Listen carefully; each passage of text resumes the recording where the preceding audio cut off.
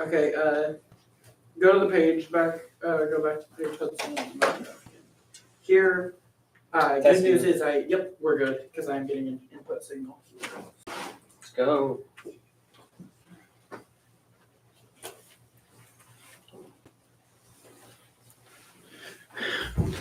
Hello, everyone, fellow Americans, Tennesseans, Unionites, or Jacksonians. This is Nathaniel Morin, and I am with Turning Point USA here at Union University. We're going to be doing this live stream all night long about the different election results. We have a bit of a later start than we expected, but we are rolling with it. We are going to be bringing to you up-to-the-date results on the different elections happening throughout the nation, starting with mainly the presidential election, as well as going on over to the different sides for Tennessee and the different races that are happening in Tennessee.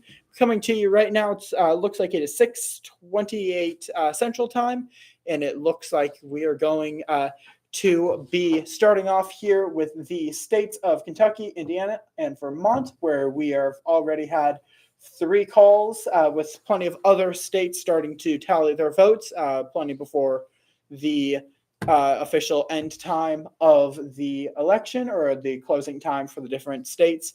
But the 3 states we have so far are Kentucky, Indiana, and Vermont.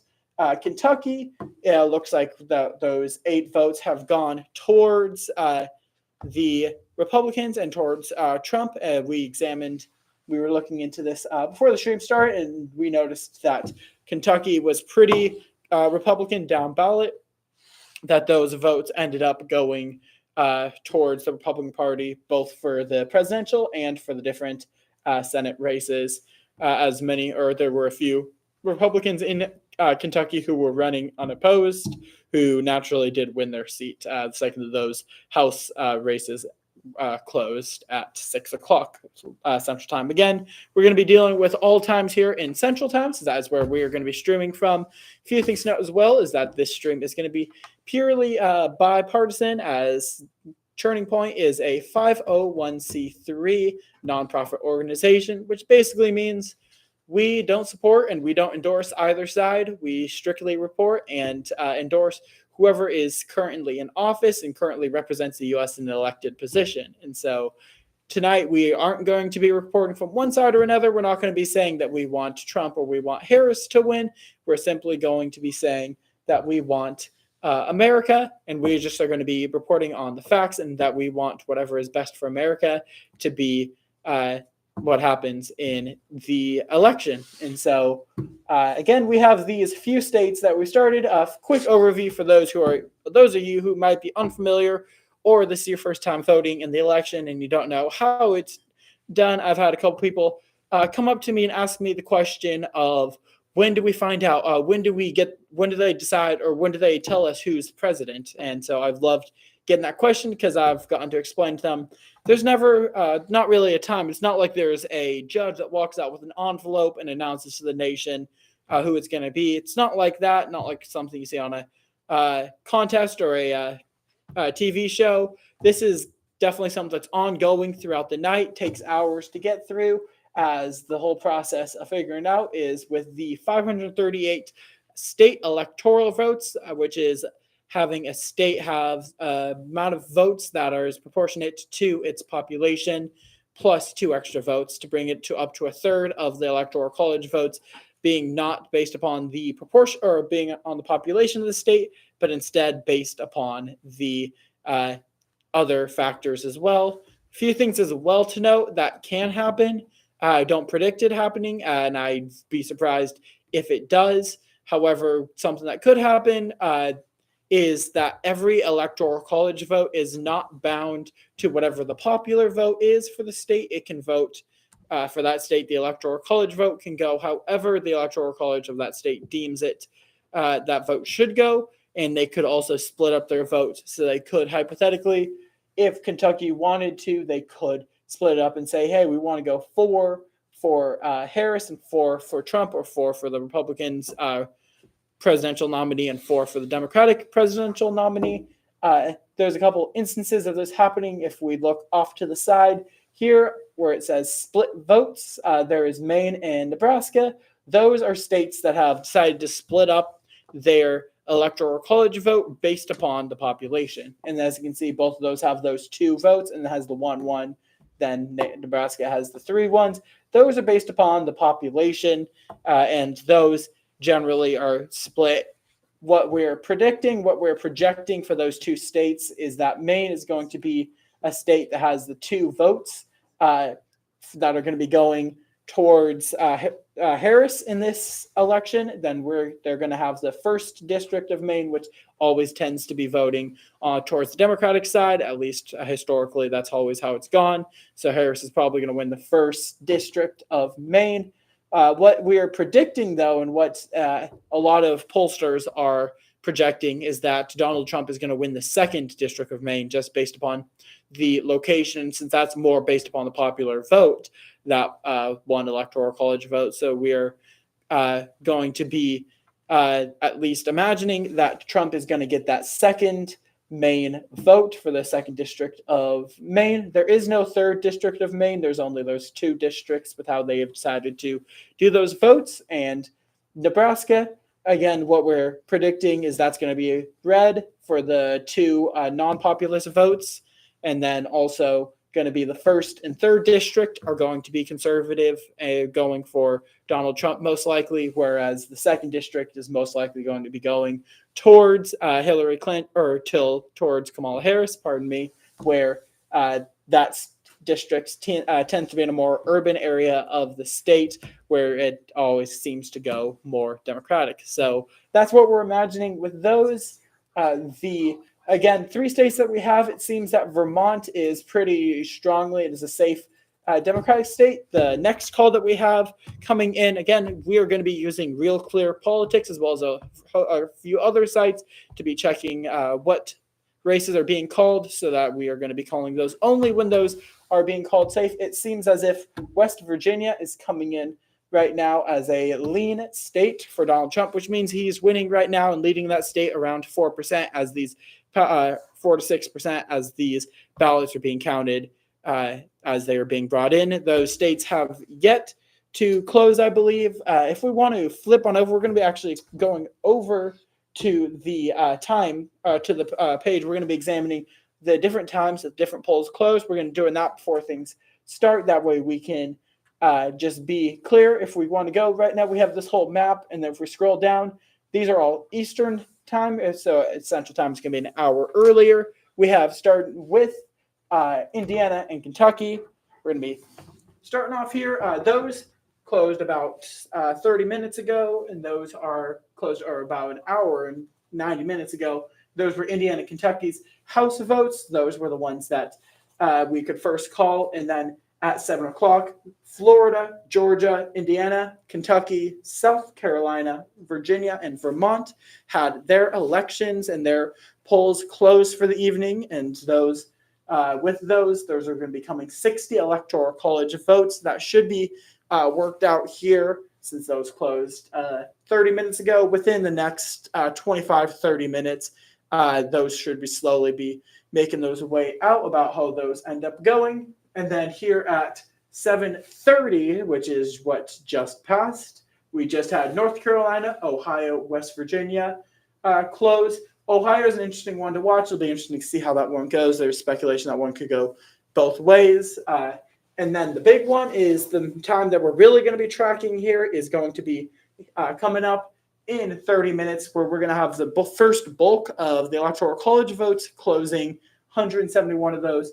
Alabama, Connecticut, Delaware, Florida's, once again, another one of those districts in Florida, Illinois, Kansas, Maine, Maryland, Massachusetts, Michigan, Mississippi, Missouri, New Hampshire, New Jersey, North Dakota, Oklahoma, Pennsylvania, Rhode Island, South Dakota, Tennessee, Texas, Washington, D.C. 2 of the states that we're really going to be watching in here for various reasons. One, Tennessee, we're going to be watching just to see how that goes for the state level, to see for various state representatives versus senators.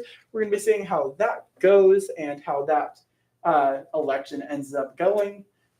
we're just going to be following those because it's a state that we are streaming from is this lovely state of Tennessee and the volunteer state. So we'll be keeping an eye on that. And then Pennsylvania, a lot of pollsters and us included, we believe that the main state that's going to end up deciding who ends up being the 47th president of the United States is going to be Pennsylvania, and that Pennsylvania will end up being that deciding vote. So that's another race that we're going to be keeping an eye on very closely. And those polls, once again, close in about 23 minutes here, where we're going to be getting some clarity on, some initial clarity on how that state is going to be going, barring the idea of any recounts or in either party calling for a recount of votes in the state due to close races in those states. And then again, if we want to scroll down here, we're going to have 30 minutes later, we're going to have Arkansas. And then 30 minutes after that, which again, the Arkansas, first of all, they're going to be bringing in 6 electoral college votes. Then 9 o'clock or 8 o'clock, our central time is when we are going to be having 163 electoral college votes. So that second batch of electoral college is going to be mostly moving westward, where we're going to have Arizona, Colorado, Iowa, Kansas, once again, Louisiana, Michigan, Minnesota, Nebraska, New Mexico, New York, North Dakota, South Dakota, Texas, Wisconsin, and Wyoming. And with these, again, main states to watch here is one of the swing states is Arizona. That's another one that a lot of people are deciding is going to be a very crucial race for either candidate to win. Both of them were spending a lot of time in that race. And so that is going to be the first race that we're going to be keeping track of at that 8 o'clock closing time, as well as a couple others that we're going to be. New York is one that's most likely, again, it's always gone the way of Democrats, the Democratic voter. However, again, there's a chance that could end up being a lean state. It could end up being lean blue, or there's a slight outside possibility it might be seeing red this election. However, that is all based upon the excitement that came from Donald Trump's Madison Square Garden rally that happened a few days before the election, or a few days ago. And so those are really the main ones we're going to be watching. Michigan as well. Michigan and Minnesota end up going together, so those are going to be the two we're going to be watching there. There's a possibility those could end up flipping. They've been traditionally blue, Democratic, gone for both Joe Biden in the 2020 election and for Hillary Clinton in the 2016 election, rather. And so then after that, we're going to be having the at 10 p.m. or 9 p.m. our time, going straight into the dead of night. We're going to be having Idaho, Montana, Nevada, Oregon, Utah. Really, main races we're going to be watching here is going to be Nevada. As for the rest of the races, we can pretty confidently say, based upon previous election results and how previous polls, that Idaho is going to be going red, or for Donald Trump. Montana is also going to be going red. Oregon will most likely be going blue, as the West Coast typically does. The Washington, Oregon, California West Coast typically goes blue for Kamala and for Joe Biden and for Hillary Clinton. And then Utah most likely will be red. However, that's one state, again, that we'll might be keeping an eye on. But most likely, the main state to watch here is Nevada for that election and for that closing time. Then moving on into 10 o'clock, getting further into the night there, when we start to have some of our friends getting to sleep on the East Coast, is we have, once again, Idaho finishing up their elections, as well as the rest of the West Coast. California, Oregon, and Washington going to be calling those races, which, again, most likely not a whole lot of surprises going to be happening there. That will be most likely blue. That's going to be going for California, Oregon, and Washington. So a lot of those votes going towards Harris. We'd be surprised if anything happens majorly there. Should just be those votes going that way. And then finally ending off with Alaska, Hawaii. Alaska, first of all, their first electoral college vote is going to be closing, and that first district is going to be closing at that point. And then they're finally going to be closing off and ending off the night at 1 a.m. or midnight Central Time. We don't expect the race to go until that point. If historical trends show anything, we should be able to confidently call the race if we scroll up here a little bit around the time 9 o'clock closing. Once those races start closing, we should be able to call this once these votes are being counted. In between the time of this closing and the Idaho, this area closing between those 9 o'clock and 10 o'clock Eastern time, or 8 o'clock and 9 o'clock Central time, we should have a official call for projection for who will be the 2024 president. And so that is basically getting into it for what times everything is going to be closing, for what time those different polls are going to be closing. All these times up here are Eastern times, but again, just take an hour off for Central time, just like everyone did on Sunday, or rather did on a few months ago for daylight saving time starting. But anyways, we're going to be getting back to the main map. We're going to be seeing how that is going, how that's shaping up. Seems like we are still in Indianapolis.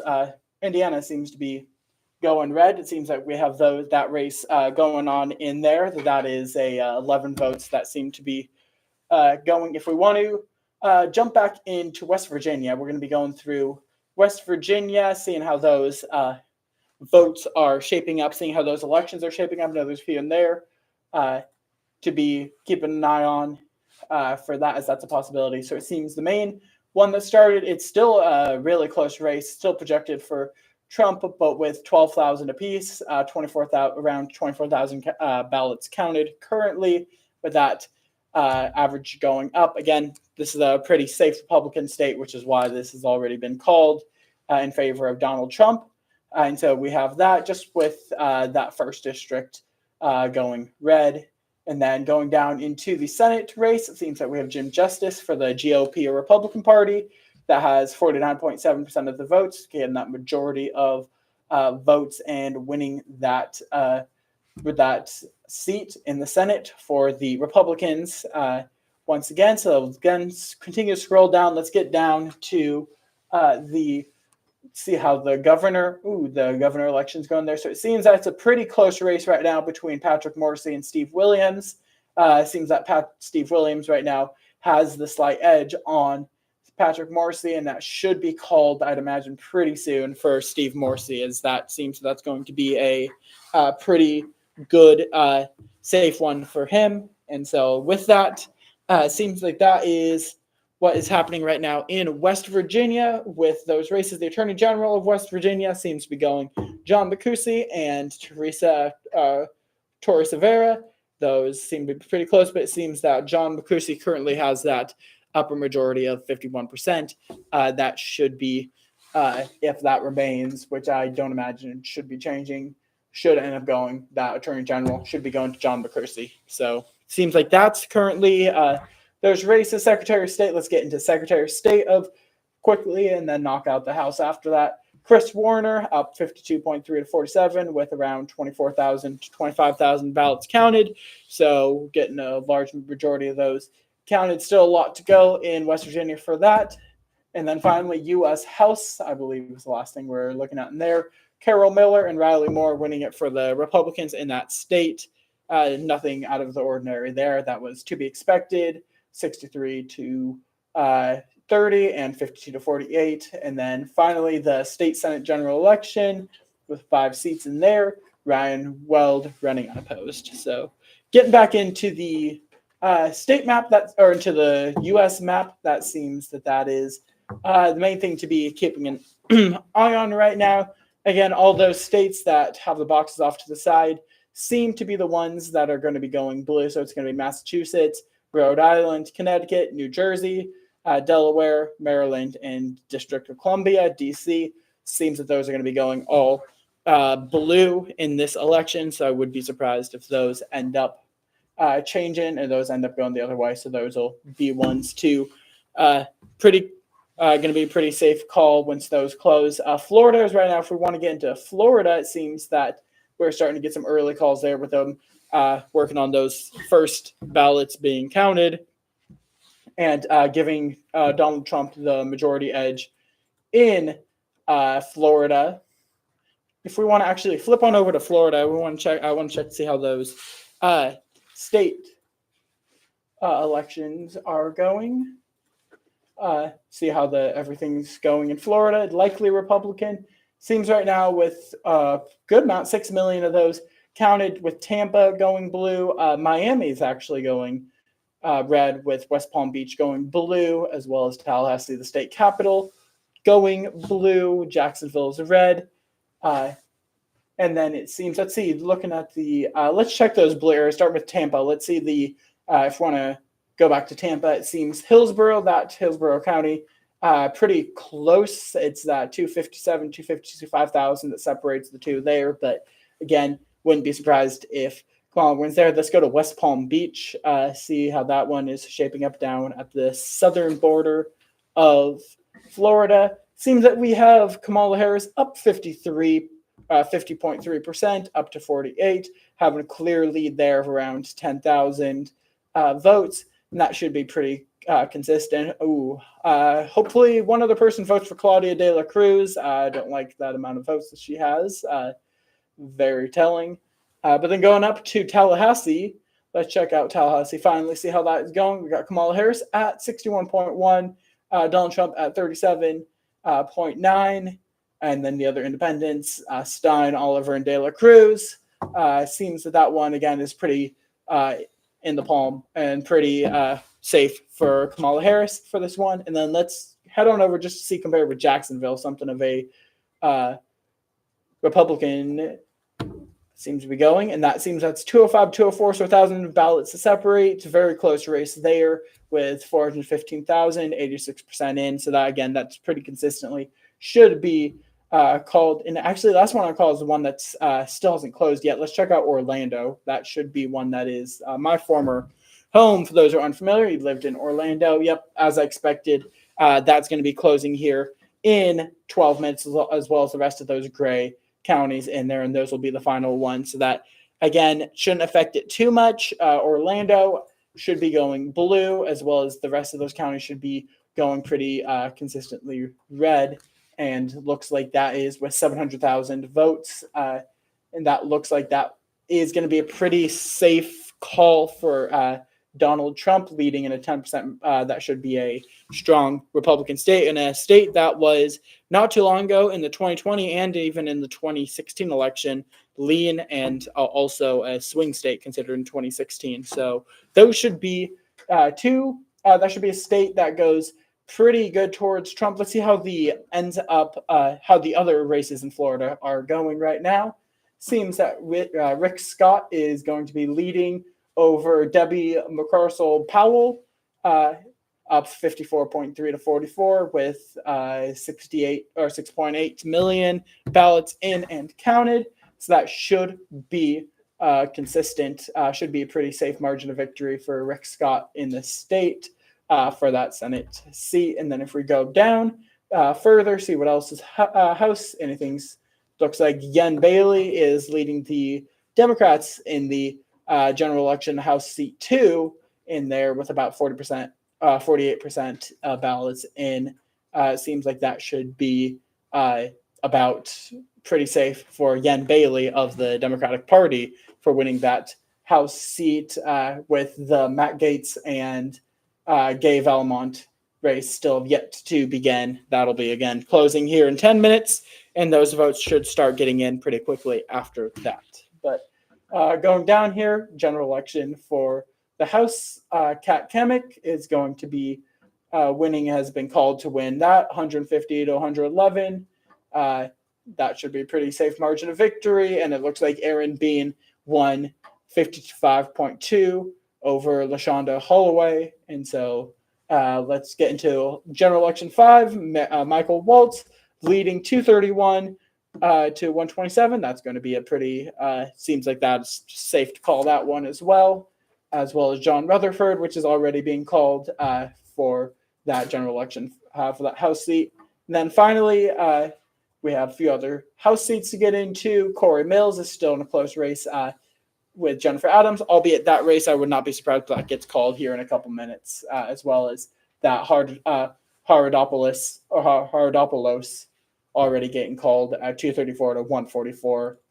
That should be pretty safe, and that is, again, not 89% of those votes in for that one. And so Moving on into the last few, interesting. So it seems that we have Darren Soto of Democratic Party winning that 9th seat in the House with 51 in, just a little over half of the votes in for that race. Darren Soto is taking that House seat 9, or that 9th House seat for Florida for the Democrats, as well as with Maxwell Alejandro Frost. Seems that Maxwell Alejandro Frost is going to be taking that seat with 0% of those votes in. So that one's already been called before even a single vote's been called for that one. There's a few elections, a few of these seats that we'll see over the evening that have already been called with 0% in, just because different confidence levels of that that candidate already having the confidence levels enough for that county. But then getting into the last few, Daniel Webster at 98 to 59 with 39% of those votes in, and Gus Bilakris winning over Rock Alejandre. Forgive me if I say any of these names right, or if any of these names wrong. I am doing my best to pronounce them best I can on the fly. But 265 to that, with finally the last few seats, with 79% in, and pretty safe call to have Ana Paulina Luna over Whitney Fox, as well as the 14th seat in the House with 57% in. Seems like that's still a contention between Rocky Rochford and Kathy Castor, although up around 20,000 votes, 24,000 votes.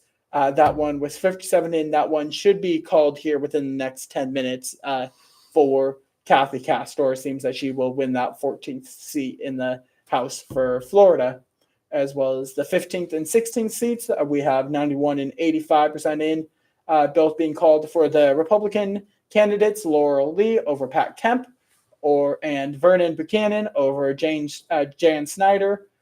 Seems that those are pretty safe and already been called in those elections, with the majority of those ballots in. And then for 17, 18, Scott Franklin and Greg Stube with 80% and 65, so slightly less than the other two in. It seems that those races are going to be pretty called and pretty consistent for those candidates, as was expected in the election. And then I believe we should only have maybe one or two more seats in Florida to get over, just a few more. Brian Donalds, who is winning with 27% in, has been called for that 19th seat, as well as Chilius Cherfilius McCormick. Seems that is going to be called, as Shelia is running unopposed in that 20th seat. And so another thing y'all can do while we're watching this is another way to stay hydrated. Try and take a drink of water every time I say one of the names right. I promise you don't have enough water. You'll be running out of water before I run out of these names to butcher. But anyways, getting back into Jared Moscow. Seems that for that 23rd seat, actually backing up to the 21st and 22nd seats, Brian Mast seems that going to be winning that 21st seat with 94% in, so almost all of those votes in, as well as Lois Frankel winning for the Democrats in that 22nd seat, 55 to 44. So that seemed to get. And then 23, 24, we're going to speed through these next few. Jared Moskowitz going to be winning. Frederica Wilson is going to be winning. Debbie Wasserman Schultz is going to be taking that. Mario Diaz-Balart with Maria Elvaz Salazar for that 27th seat, as well as Carlos Gimenez. So it seems that most of those seats, are still a couple of those earlier seats that are still yet to be decided, with those counties closing here soon in less than 10 minutes. But it seems that those are being called. General election for the state Senate between Lisa Newell and Don Gates.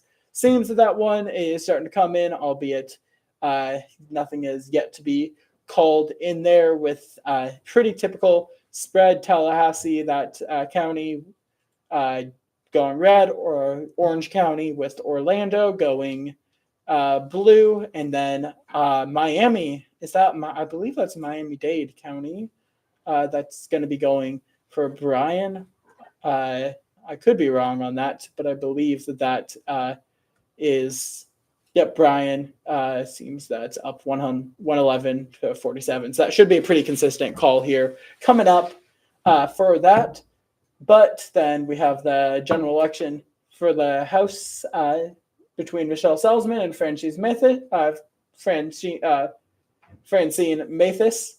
And it seems that one is also going pretty typical. That's going to be 17 to 0 for those seat counts currently, having those 17 seat counts. And then no runoff or no election for governor. It seems that the governor of Florida, Ron DeSantis, is sitting in that seat until 2026 in the midterms, when we will have that second election or that next election for the governor of Florida. But that seems to be what's going on in Florida. Let's see if we have any updates on the map for presidency. See if we have anything updating on. They're still going to be 23 votes for Donald Trump and 3 for Kamala Harris, where we seem to be at right now, with the next polls here closing in 3 minutes. It's going to be coming up here real quick, these closing times for these states, which then this is going to be one of the first big ones where we're going to be seeing a lot more closing during that time. But anyways, that is going to be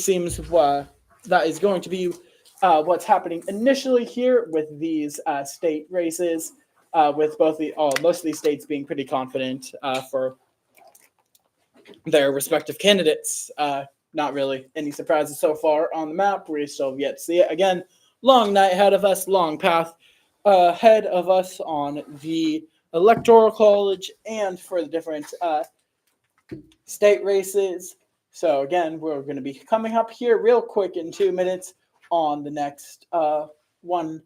While we're waiting, let's jump into Vermont and see how Vermont is doing for their race. See how that one is going after being called. Seems that yes, with 11% of those votes being counted, up 10,000 votes. They've called that for Kamala Harris, 61.4 to 35.6, with most of those votes and those key votes being counted, with RFK Jr. taking 1.8 in 684 votes. Checking out the Senate here, let's see how the Senate is shaping up for the state of Vermont. And it seems that Bernie Sanders is, in fact, going to be heading back to Senate with the majority of the Vermont votes back from his native homeland, getting those 60.3% against Gerald Malloy, who had 14,227, 34.9%. So seems that is going to be pretty safe for him. Let's see if there's any surprises in the governor election.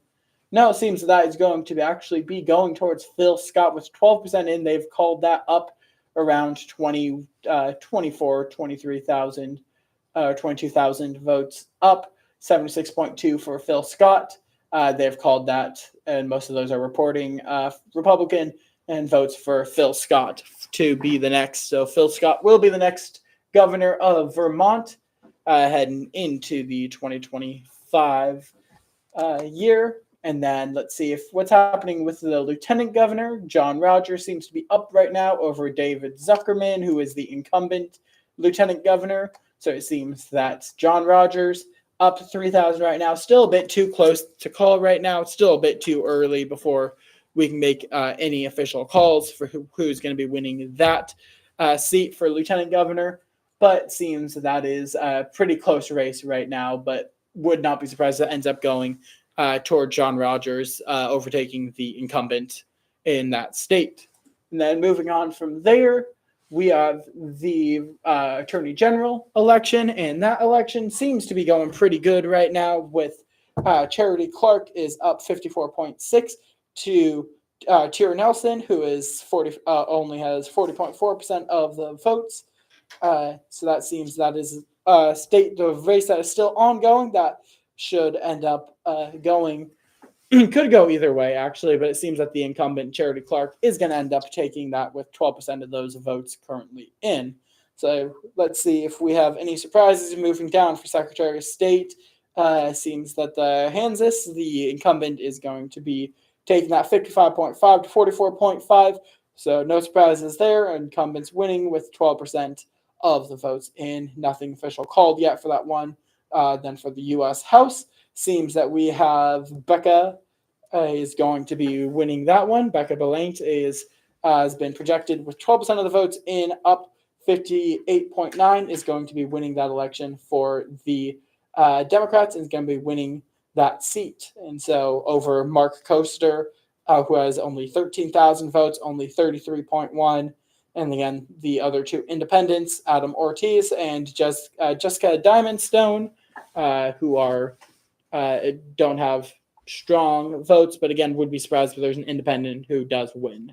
Vermont State Senate general election seems that between Stephen Hefferman, Landon Cochran, and Ruth Hardy and Christopher Bray seems to be pretty close. 35.8 for Stephen. Landell has around, believe that's 25%, and then it seems for that for the other two going to be 20.7 and 18.2. So with 1,000 of those votes in, 2% of the votes in. So we're still very early on in that race, as well as for the general election for the state house. Seems that those two seats without any contention are going to be going to returning to the incumbents of Amy Sheldon and Robin Shue are going to be one of those two seats. No surprise there. And so we are once again be getting back to the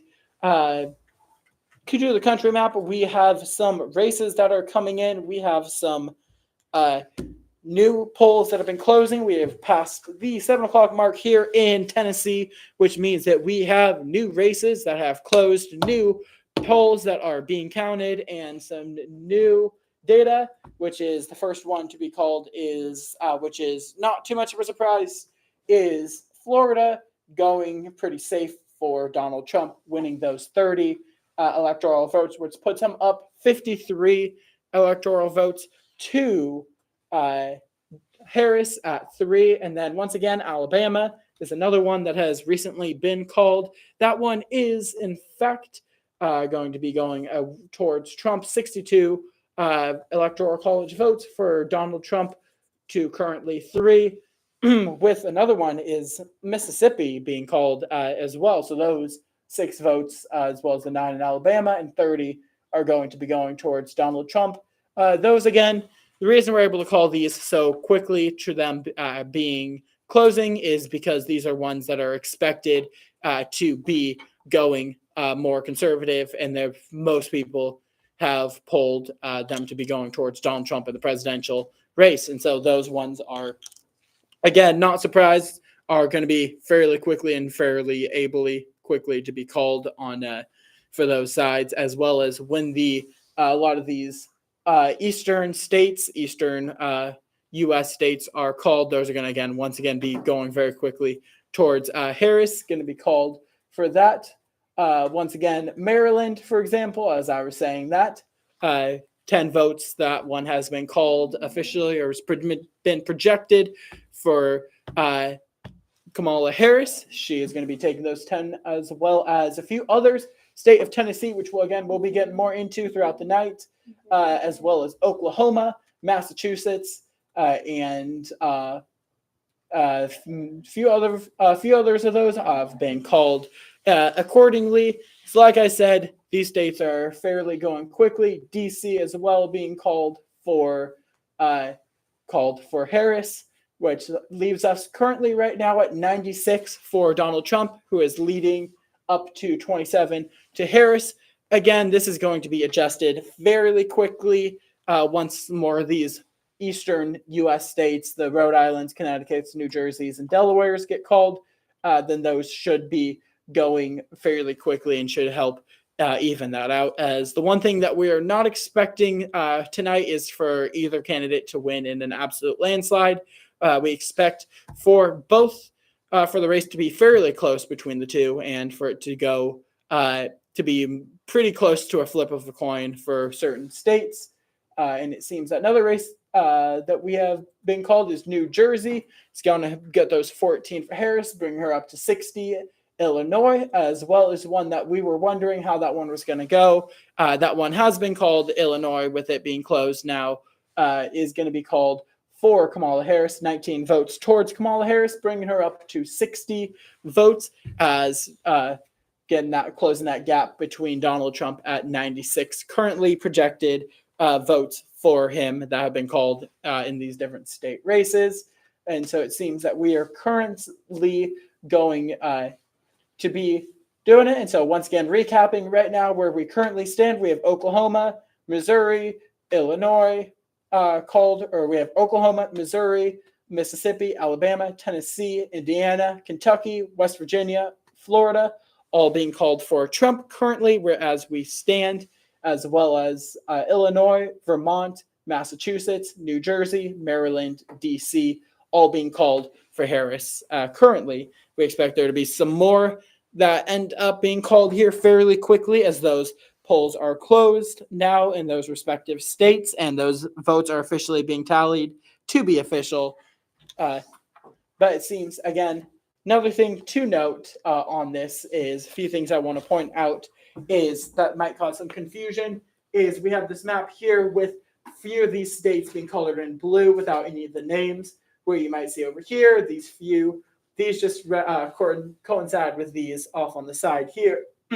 So the blue here just matches up with Massachusetts, New Jersey as well. Just with those being too small to actually put that data in there, these poll sites usually, and most of these streams that you're going to be seeing, they do put their votes off to the side with the states being colored inappropriately here, just to make it easier to read and to understand. So it seems that we are currently with few of the polls closed currently, with sitting at 7:08 p.m. in Tennessee Central Standard Time, that we have a current race of 96 to 60, Donald Trump leading. Again, long night ahead of us. We expect for this race to get a lot more close and for it to end up being a bit of a, again, close race when all polls are closed and all is said and done. Again, we're still going to be keeping an eye on Michigan. Big one is Pennsylvania, Rhode Island, and Connecticut, assumably, as we've expected, have been called officially for Kamala Harris, that we can now say that those states are going to be going towards Kamala Harris, bringing her up to 71 to 96, as we predicted, continuing to close that margin between Donald Trump.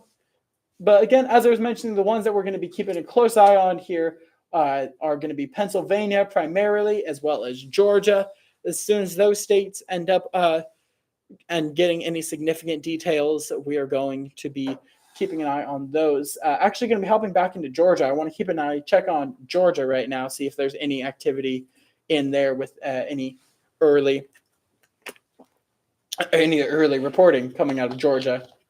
So let's see if there's anything coming out of there. So let's get back into that race. That one seems to be fairly close right now. Seems that Donald Trump right now is leading 56 to 43.5 to Kamala Harris. Main ones I want to check. There's a few of these key areas. Let's check out Atlanta. See how that Atlanta, Fulton County is doing. So that's 71 to 28, 214 to 84, which again is pretty typical. This one, usually there's a few of these that are the Atlanta, Augusta, Savannah, that end up being the counties that call this. And so if we get back into the next counties, Chatham County, it seems that Kamala Harris is leading 73.8 to 25, 5,000 to 1,000, with 5% of votes in. Still too early to officially call that. Again, I'd be surprised, though, if Donald Trump is able to win that county. One of the key counties to win in the states is that Chatham County. But again, we'll see how that ends up going with Savannah there. And then let's check on Augusta. Let's see how Augusta is doing. That is 69.7 for Kamala Harris to 29 with 62% in. So that one will be going most likely Augusta, and that Richmond County will be going towards Kamala Harris. And so seems that is pretty par for what's going to be happening again with Donald Trump currently up 1.08 to Kamala's 844. Still a lot to go in that race with only 36% called. So that one's going to be one that's going to take a while.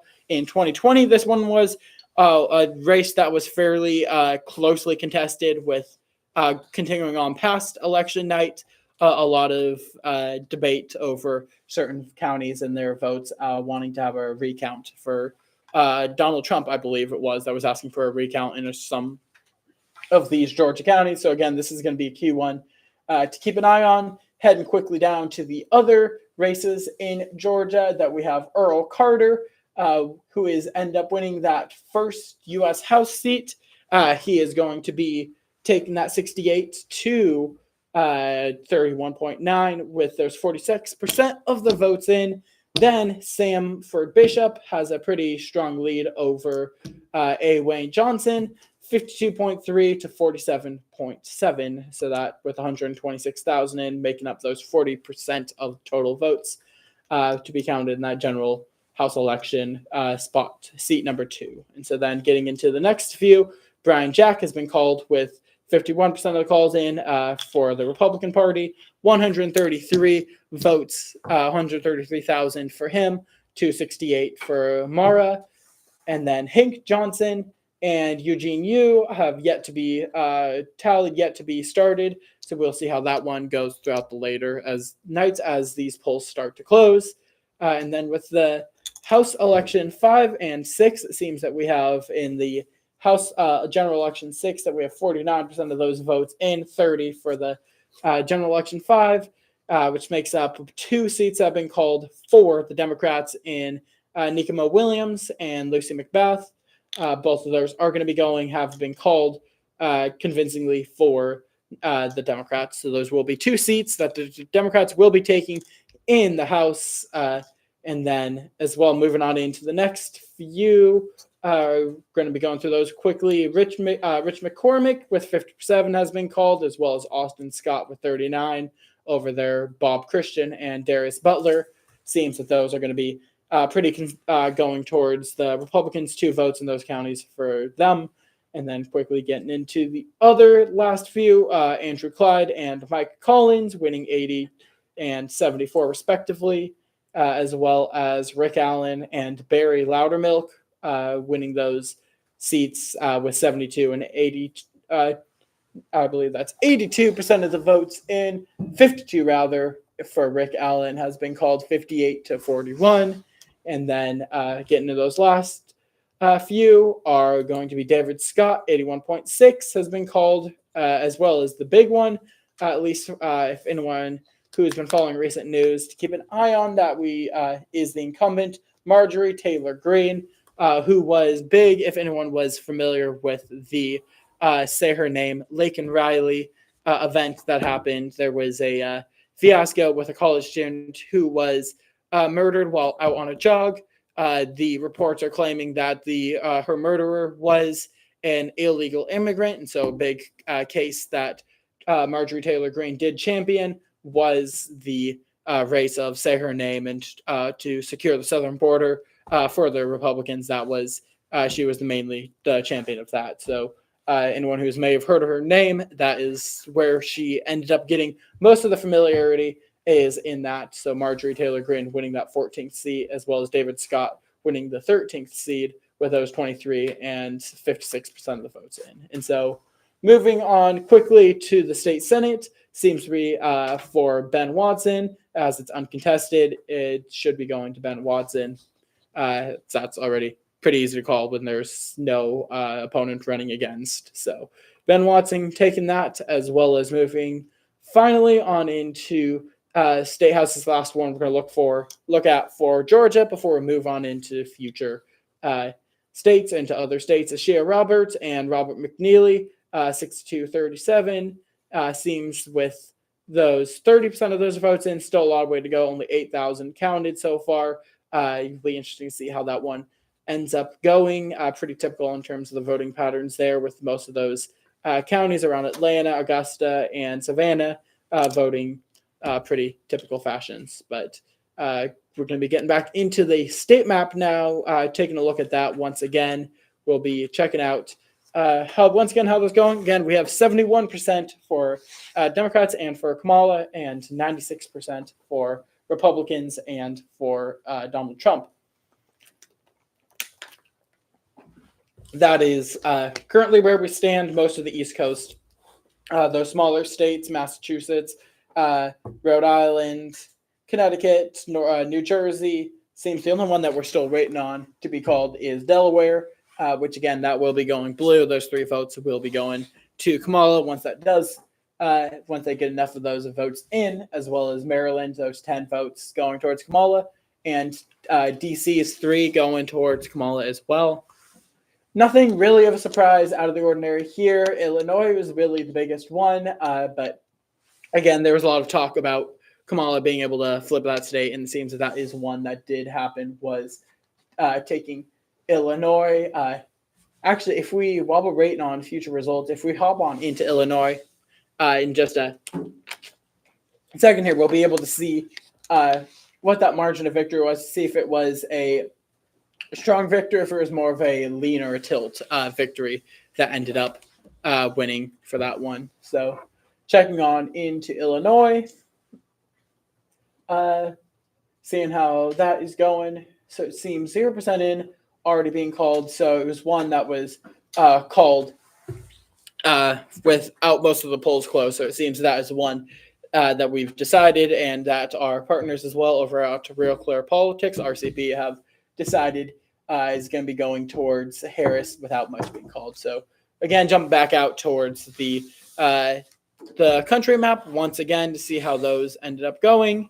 Those definitely going to be the ones that we're going to be, a few other states we're going to keep an eye on is Pennsylvania as that continues, as well as Georgia. Once we get that official word out of Georgia, we'll be checking at that. And then once we get the opportunity, it seems that we still have some races that are going to be called here fairly quick, that have been fairly called. We're going to be, again, keep an eye on that Georgia race to see how that goes.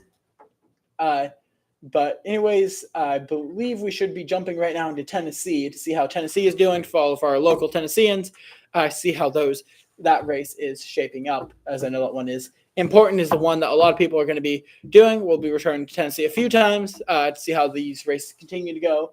Again, for Donald Trump, 76-23, that's a pretty convincing win with 467, 16% of the votes in. Again, projected to go to Trump from the beginning. No surprise there. Let's get into this different state races. Big one is that was predicted, and seems that one is the way pretty expected and how it went. Marsha Blackburn is taking that Senate seat over Gloria Johnson, 76.8 to 21.6 with only 15 in. So that one was one that we were especially keeping an eye on for that state race here in Tennessee. And then moving on in to the House, seems that Diana Harshbarger won 91,000, 116 over the 24,099 for Kevin Jenkins, as well as Tim Burchett taking that second House seat over Jane George. And then we're going to continue to scroll down. We got Charles Frischman, who ended up taking that state. Scott Jenkins. Let's quickly scroll through here. Let's see if there's any states that haven't been called. We have Andy Ogles in that fifth seat rather. That is still close, albeit 77% with only 4% in. So that should be one that's called fairly quickly. Hard to be surprised if that ends up going to Miriam. But Andy Ogles seems most likely. Let's continue to go, see if there's any states that have yet to be called. Tennessee House seems Mark Green, 74% there. That one, again, should be called fairly quickly over Megan Bailey with 34. But again, that one could, they're believing there's a possibility that one still could be called towards the, for Megan Barry. So there's still a chance that Barry could end up winning that seat. As for David Kustoff, winning the 8th seat, and then let's continue to go down with 9, has been called for Steve Cohen with a early reporting for that one. So that one is going to be going pretty convincing for him. From they're calling that from the early on. Going into the other Senate race, Tom Hatcher, Patty Young. Seems that Tom Hatcher's up 88-11 with 1% of the votes in. So again, way too early to call that. Way too early to see. Still, those votes are being tallied as we speak. So that one should be one that we'll see how that ends up going. Then finally, with the state house, general election 1, John Crawford running unopposed. Again, when you run unopposed, you get your seat unless some independent ends up taking a lot of votes on a write-in. But governor, no gubernatorial race. It seems that Governor Bill Lee is remaining in there until 2026. And that is currently where we sit with Tennessee, with those various races for the Tennessee state and house, as well as the electoral college. I'm sure we'll be getting later in the night into more of that. But that is where we stand right now at 7:22 p.m. with these different races. Not a whole lot of surprise here. The only one that, again, we'll begin to feel these that we'll be keeping an eye on is Illinois, as well as Georgia and Pennsylvania as those close. Big one right now is I'm going to have my friend and Vice President of Turning Point, Jonathan Sanders, going to be coming in, going to be talking about the how right now the other things happening in Pennsylvania or other important key details to keep an eye on for this race. So I'll be back shortly, but in the meanwhile, Jonathan Sanders will be taking over. Hello, everyone. This is Jonathan Sanders coming in. I'm happy to be the vice president of Turning Point here at Union University. I was previously the president for most of my time in college for about a year and a half or 2 years, and Nathaniel's done a great job. He stepped up and onto the home plate and swung, and he's done so good at doing events here, and excited to see what he does with Turning Point. Well, thank you all for watching. I'm glad y'all have been chiming in. I'm thankful to be able to come and speak today. I've got some fun things lined up as well. I've got some maybe fun facts to throw at y'all as we're talking about things. And what we mentioned is we'll be talking about Pennsylvania. But before we get there, we just had South Carolina get called for Trump. So that's 9 more electoral votes, getting him up to 105 electoral votes, which, again, South Carolina is not a surprise. You know, that is a state that we expected to go red. And as we get into the night, we'll probably get deeper into some of the swing states like Georgia, which is continuing to be counted. Still lots of time for that to go, or lots of time for that one to be to unfold, to see what happens in Georgia. We'll be going through Pennsylvania. And so talking about some of the Pennsylvania races, which may or may not have started. So we'll see about that. They have started. Interesting. So Pennsylvania is an interesting state. Obviously, Kamala and Trump both have been seeking so desperately to get this state, which most predictors are saying this state will determine the election, and they fought hard to swing the state in their direction. Right now, it's obviously too early to call, but in some of the big areas like Pittsburgh, we're seeing Kamala up 68.4% to 30.8%. Which is not a surprise for the cities to be leaning blue. This is a common thing within the nation. The cities tend to lean blue, and the rural areas tend to be red. If we want to scroll over Pittsburgh, see how the voting is going there. Looks like we have 30% in, and no surprises that Pittsburgh is leaning blue and winning by a good margin with 160,192 votes for Kamala Harris and 58,409 votes for Donald J. Trump. And so this is not a surprise here as Pittsburgh leaning blue. We have some other counties. Looks like Philadelphia is yet to exactly be counted, but some areas around Philadelphia, like Delaware County, is leaning blue. And so we probably expect that one to go blue. But it'll be interesting to see with Trump being shot in this state, see if this state will go more red or if it'll be blue. This will be very interesting to watch. And we'll look at some of the other races going on. For Senate general election, we have Bob Casey Jr. versus David McCormick. And similar to the presidential race, the areas for the presidential race, which have been counted, are also down here, with Pittsburgh leaning more towards Bob Casey Jr. Again, it's 6% in.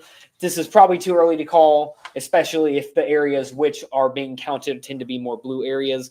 Not sure exactly what will go on with that, but we see that in Allegheny County. Bob Casey Jr. has 73.4% with 157,957 votes in, and up with 73%, almost 3/4 of a vote currently, but again, 6% and counting.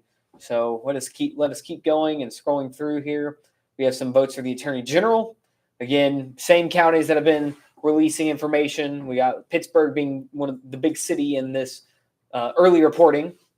But Eugene, I'm going to try and say this right, DePasquale. I probably totally failed. Sorry. I am not good with pronouncing names all the time. I'm working on it, though. I like to say I'm better than Nathaniel, but just want to throw some shade there. But and we also have versus Dave Sunday, whose favorite day of the week is Sunday, probably. He is only got 123,639 votes in the 5%. So it doesn't look too good. But again, they haven't called this race probably because other counties will be voting more strongly for him. It's interesting to see. Some of you probably obviously know, but we don't pay much attention to parties like the Green Party with Richard Weiss and the Libertarian Party, Robert Calburn, and the other party, I guess, other not fitting into any category, Eric Settle. But a lot of times we don't pay attention to these because obviously you might have seen on your ballot, there are sometimes many other candidates for presidential election. On my ballot, I wanted to say there was 8. And so see that there's 8 candidates. There's a lot of candidates who run for president, but because of the two-party system that we have in America, usually there's 2 parties that tend to dominate. This has been probably a trend throughout history. I'm sure there's been times where this has been different. In 1860, when Lincoln won the election, there was actually 4 candidates that were primary. 2 of them were actually Democrat candidates, and so this actually helped in favor of Lincoln, but this is not something that's normal now. We usually have 2 candidates in most elections. This is not always the case, obviously. So we will be continue to look through Pennsylvania. So we have the U.S. House, and we got General Election 1. Ashley Haas versus Brian Fitzpatrick. Again, 10%. This is a little bit more, but we have already that has taken a strong lead, and will hopefully continue that way. And we see that some other elections have been called, like Dwight Evans. Madeline Dean, obviously, David Winkler's race in General Election 4 has not been called because obviously the votes have not been counted yet. So, and if we keep scrolling down, Mary Gay Scalone has already gotten clarity that she has won. They have already called that race, with her having 3/4 of the vote of the 13% has been counted. So this is likely going to Scalone or Scanlon. Probably saying that wrong. And most of these other ones we can keep scrolling. Looks like there's not many counted. Well, we got Daniel Meuser winning General Election 9. A lot of leads here. Lloyd Schmucker, that's a fun last name. We got that at 51%, but it's pretty close. But it seems that they already think Schmucker is winning that one. Some of the other, we can keep scrolling through. Obviously, you can look at these results. I won't be going over every one of them. Pennsylvania has a lot of House members. Something interesting about House and Senate, you may have wondered, many of you probably already know, but wonder why do we have a bicameral legislature is what the term is. And you'll wonder, why is this the case? Well, in the founding of America, we have this debate between the big and little states in the Congressional Convention, which occurred, there was big debate between the big and small states, which the big states we thought were big states, and right now, like Florida, Texas, California, and those being big states. Back then, the big states were like Massachusetts, and because of population, and we also had Virginia being a large state, as well as Georgia, and these states were seen as big states, but they liked the House of Representatives because they felt based off population they should have more votes, but the small states didn't like this. Like New York wasn't a very big state around the time the late 1700s when the Constitution was being written. and they wanted to have a Senate-based or a two-person, 2 seats per state. And so very interestingly enough, we see that the compromise was we'll have both. So that is what the House of Representatives is based on population, while the Senate is based on just if you're a state, you get 2 seats, which is why we have 100 Senate seats. In House of Representatives, we have more. So interesting factoid of the day. So we can go ahead and go back to the state map. So looks like here we're still at 105 to 71. With South Carolina being called, and we're going to be waiting to hear from some others soon. Obviously, the time currently is 7:32 p.m. And so, we'll be hearing around 8 o'clock Central Time. That's when 9 o'clock we should be hearing some more times coming in. It looks like we've heard a lot of polls have already closed. And I think we're just counting, like part of Texas has been closed. Arkansas is the big one that'll close in. It's already closed. So that one has closed. So we'll start to hear a lot from Arkansas soon. And then the big time for you in Tennessee and those at Union University is going to be, which just says 9 o'clock, but it's 8 o'clock Central Time. We will see Arizona, a huge state for this election. Colorado, Iowa, Kansas, Louisiana, Michigan, part of Michigan, Minnesota, Nebraska, New Mexico, New York, the Dakotas, Texas, Wisconsin, Wyoming. These states will close. They're closed for polling, and the votes will begin to be counted. So this is important times, and obviously these are probably the big ones. Hopefully around this time, we'll have a better view of how this election is going. Will this be a super tight election as they predict, or if we are able to see more, who will win the presidency? So this is something to look forward to. So I have a couple fun facts here. Just curious, obviously, most people will know this fact. I'm sure most of you will know this fact. But curious to think, do you know who the tallest U.S. president is? Think about it for a second. Sure, most of you know, like if you have an idea of, certain of our popular presidents in history, there is a president who was 6'4". He's a very tall man. Some might have said he was a giant. And yes, you probably guessed it. This is Abraham Lincoln. Lincoln was a very tall president, probably attributed to the people viewing him so highly. No pun intended there, but maybe it was. But that is a fun fact about some of our past presidents. I want you to think this one's going to be a lot more difficult. Probably won't know it, but maybe you will. Who was the first left-handed president in the United States of America? Back in the day, being left-handed meant you were probably of the occult. And maybe you are, but here the weirdo president that was left-handed was James Garfield. He was the 20th president of the United States, but he was actually left-handed. He was the first one. So this is a fun fact. These fun facts I want to thank Wood County, Texas. On their website, they have these fun facts. So if they're inaccurate, don't blame me. Blame Wood County, Texas. So we love Texans here in Tennessee. So I have some family in Texas. It's great. It's a great state. Let's see some other fun facts. So this is not a fun fact. It's on the fun fact list, but this is not a fun fact. I really hope that this year, and I think we'll be able to hopefully climb the ladder this year in this statistic, but it says that the United States is ranked 139th out of 172 countries in voter participation.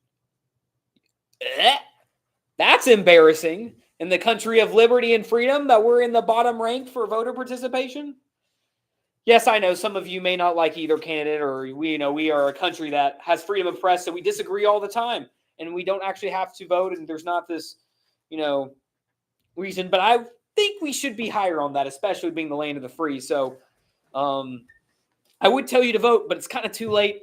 What I do encourage you to do is, in light of this day, to reflect on the liberties we have and the fact that we get to vote, and being willing to take that step and vote. And even if you disagree, in fact, I think you should make your voice known if you disagree. So that's an embarrassing statistic. 139th out of 172. Man, we're like the Kennesaw State of elections. Golly, we're losing out here because we ain't voting. All right, what's some other fun facts we got here? Well, this one is an obvious one. I mentioned earlier that we have a two-party system currently.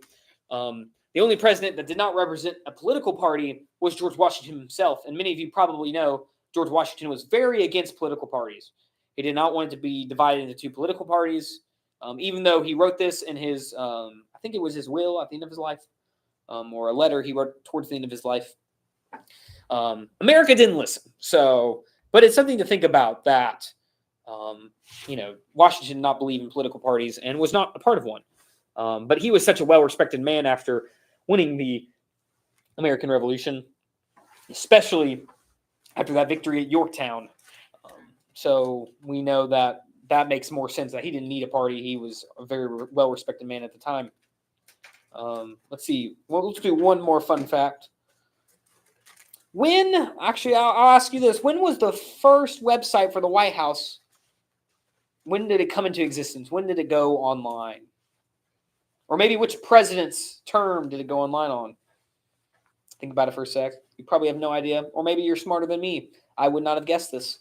But the White House's first website went online in October 1994 during Bill Clinton's administration. Very interesting. Obviously, the internet was forming later in the 1900s and becoming more popular. So this is not a surprising thing that it was at this time. So very cool. So we can go back to the map in a second. And thank you for listening to my fun facts. We'll maybe have some later for you.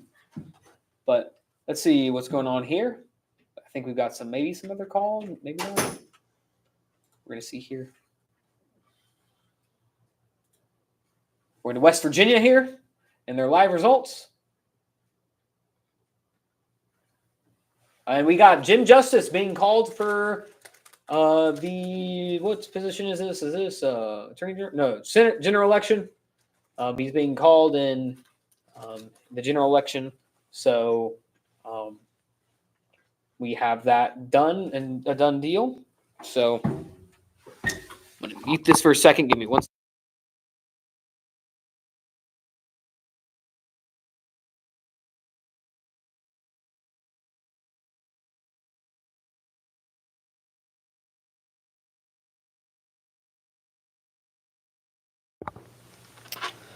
Thank you so much for waiting for a second. We had a little bit of dilemma. We have some people helping out here. I'm going to go ahead and shout them out. I'll shut them out again when they're in here. A lot of Turning Point executive members have come alongside and helped out making this live stream possible. Obviously, Nathaniel Morin, he picks up the load. He does a great job. I'm going to shout him out. Obviously, him doing good labor here. He's taking over well. We have Rini Geyer, one of our senators. We have Hudson Sanders, one of our senators, and Tanner Haley, who is does social media for us. And they have all come in to help, whether they're running out and grabbing the pizza so we can eat a little bit as we sit here for a long evening during election night, or whether they have looked at results and come up and talked to me. Most of the time I'll be sitting and running the map. So if there's any mistakes up here and Nathaniel's talking, it's probably me.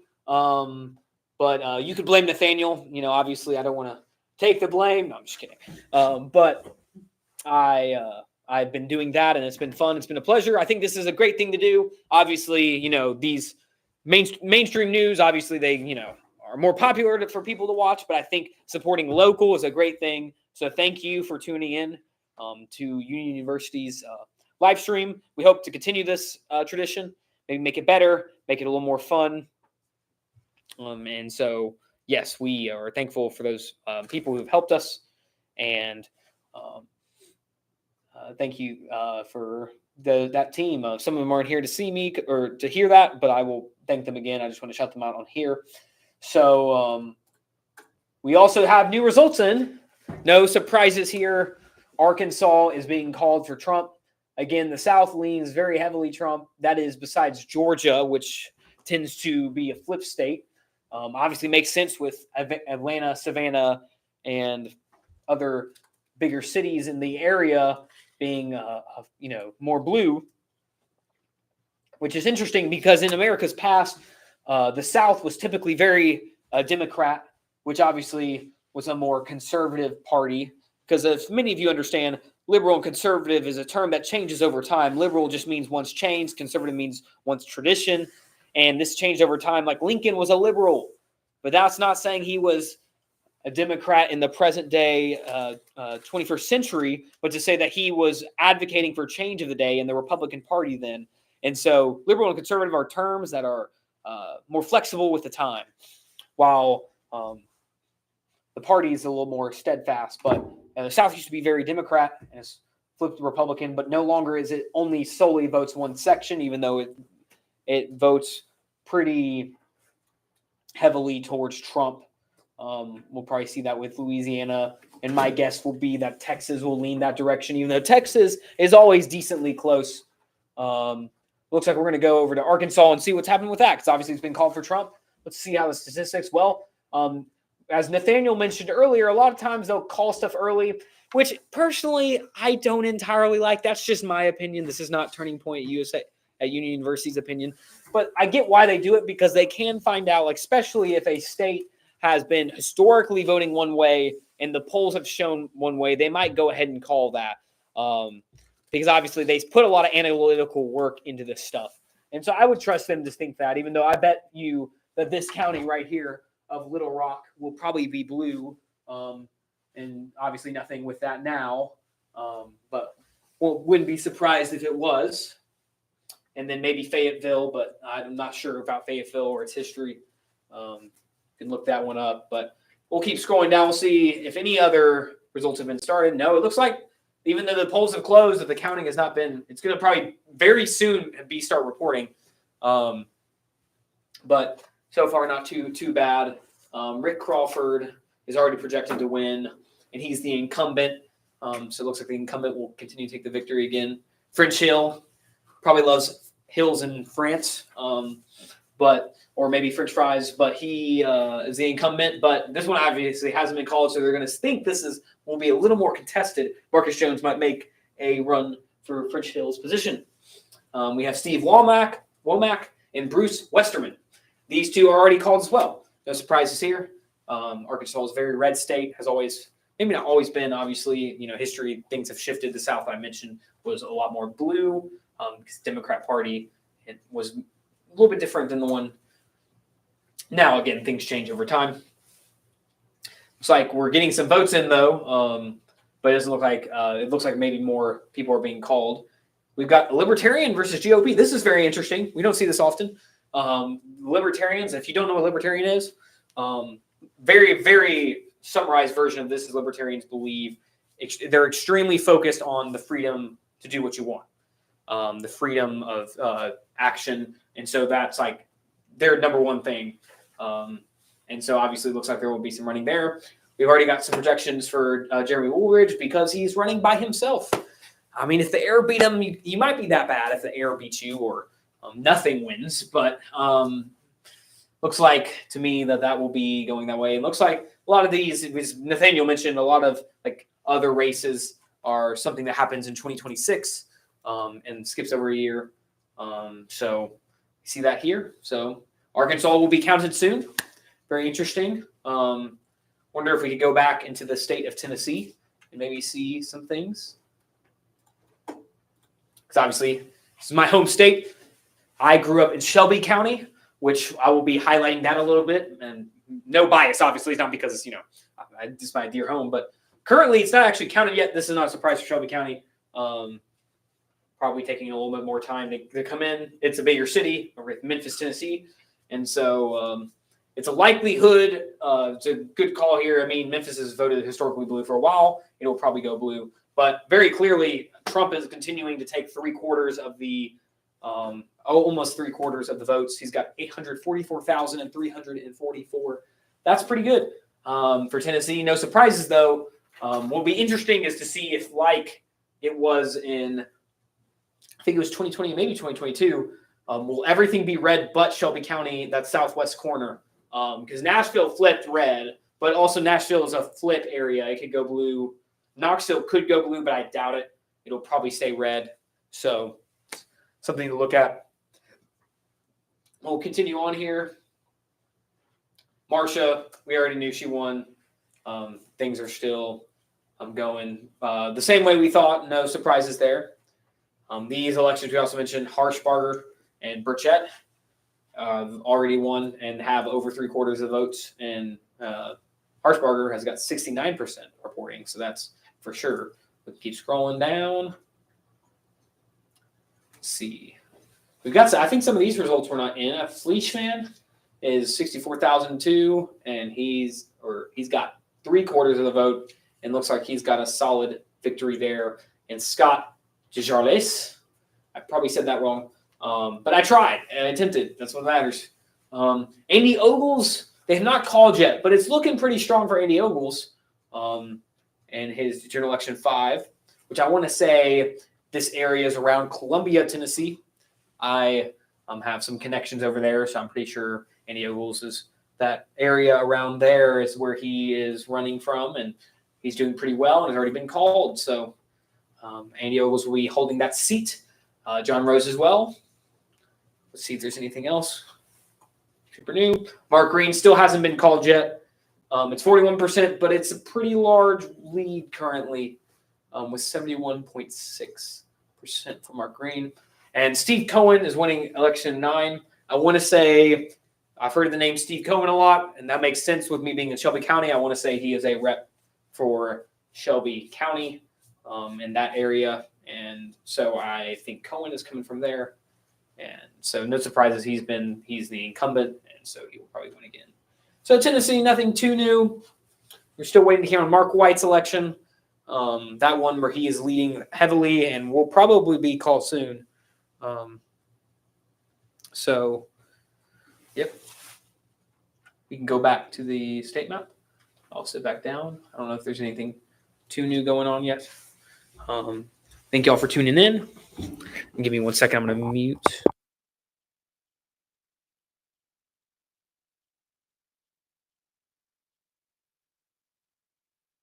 All right. Very nice. We've got a long evening ahead of us. The time is 7:48. I'm looking, and I feel like I'm missing something. Is there a new call that I've missed? I don't think there is. I think it's still 111. And, it's interesting. Nathaniel mentioned this, but Florida was a swing state in 2016 when Trump won. And so he'd won Florida, and that was a big deal at that time. But it seems that has shifted. Florida is a pretty solidly red state. One wonders why that has become this way, especially with influx of Californians leaving and moving into other states like Texas and Florida.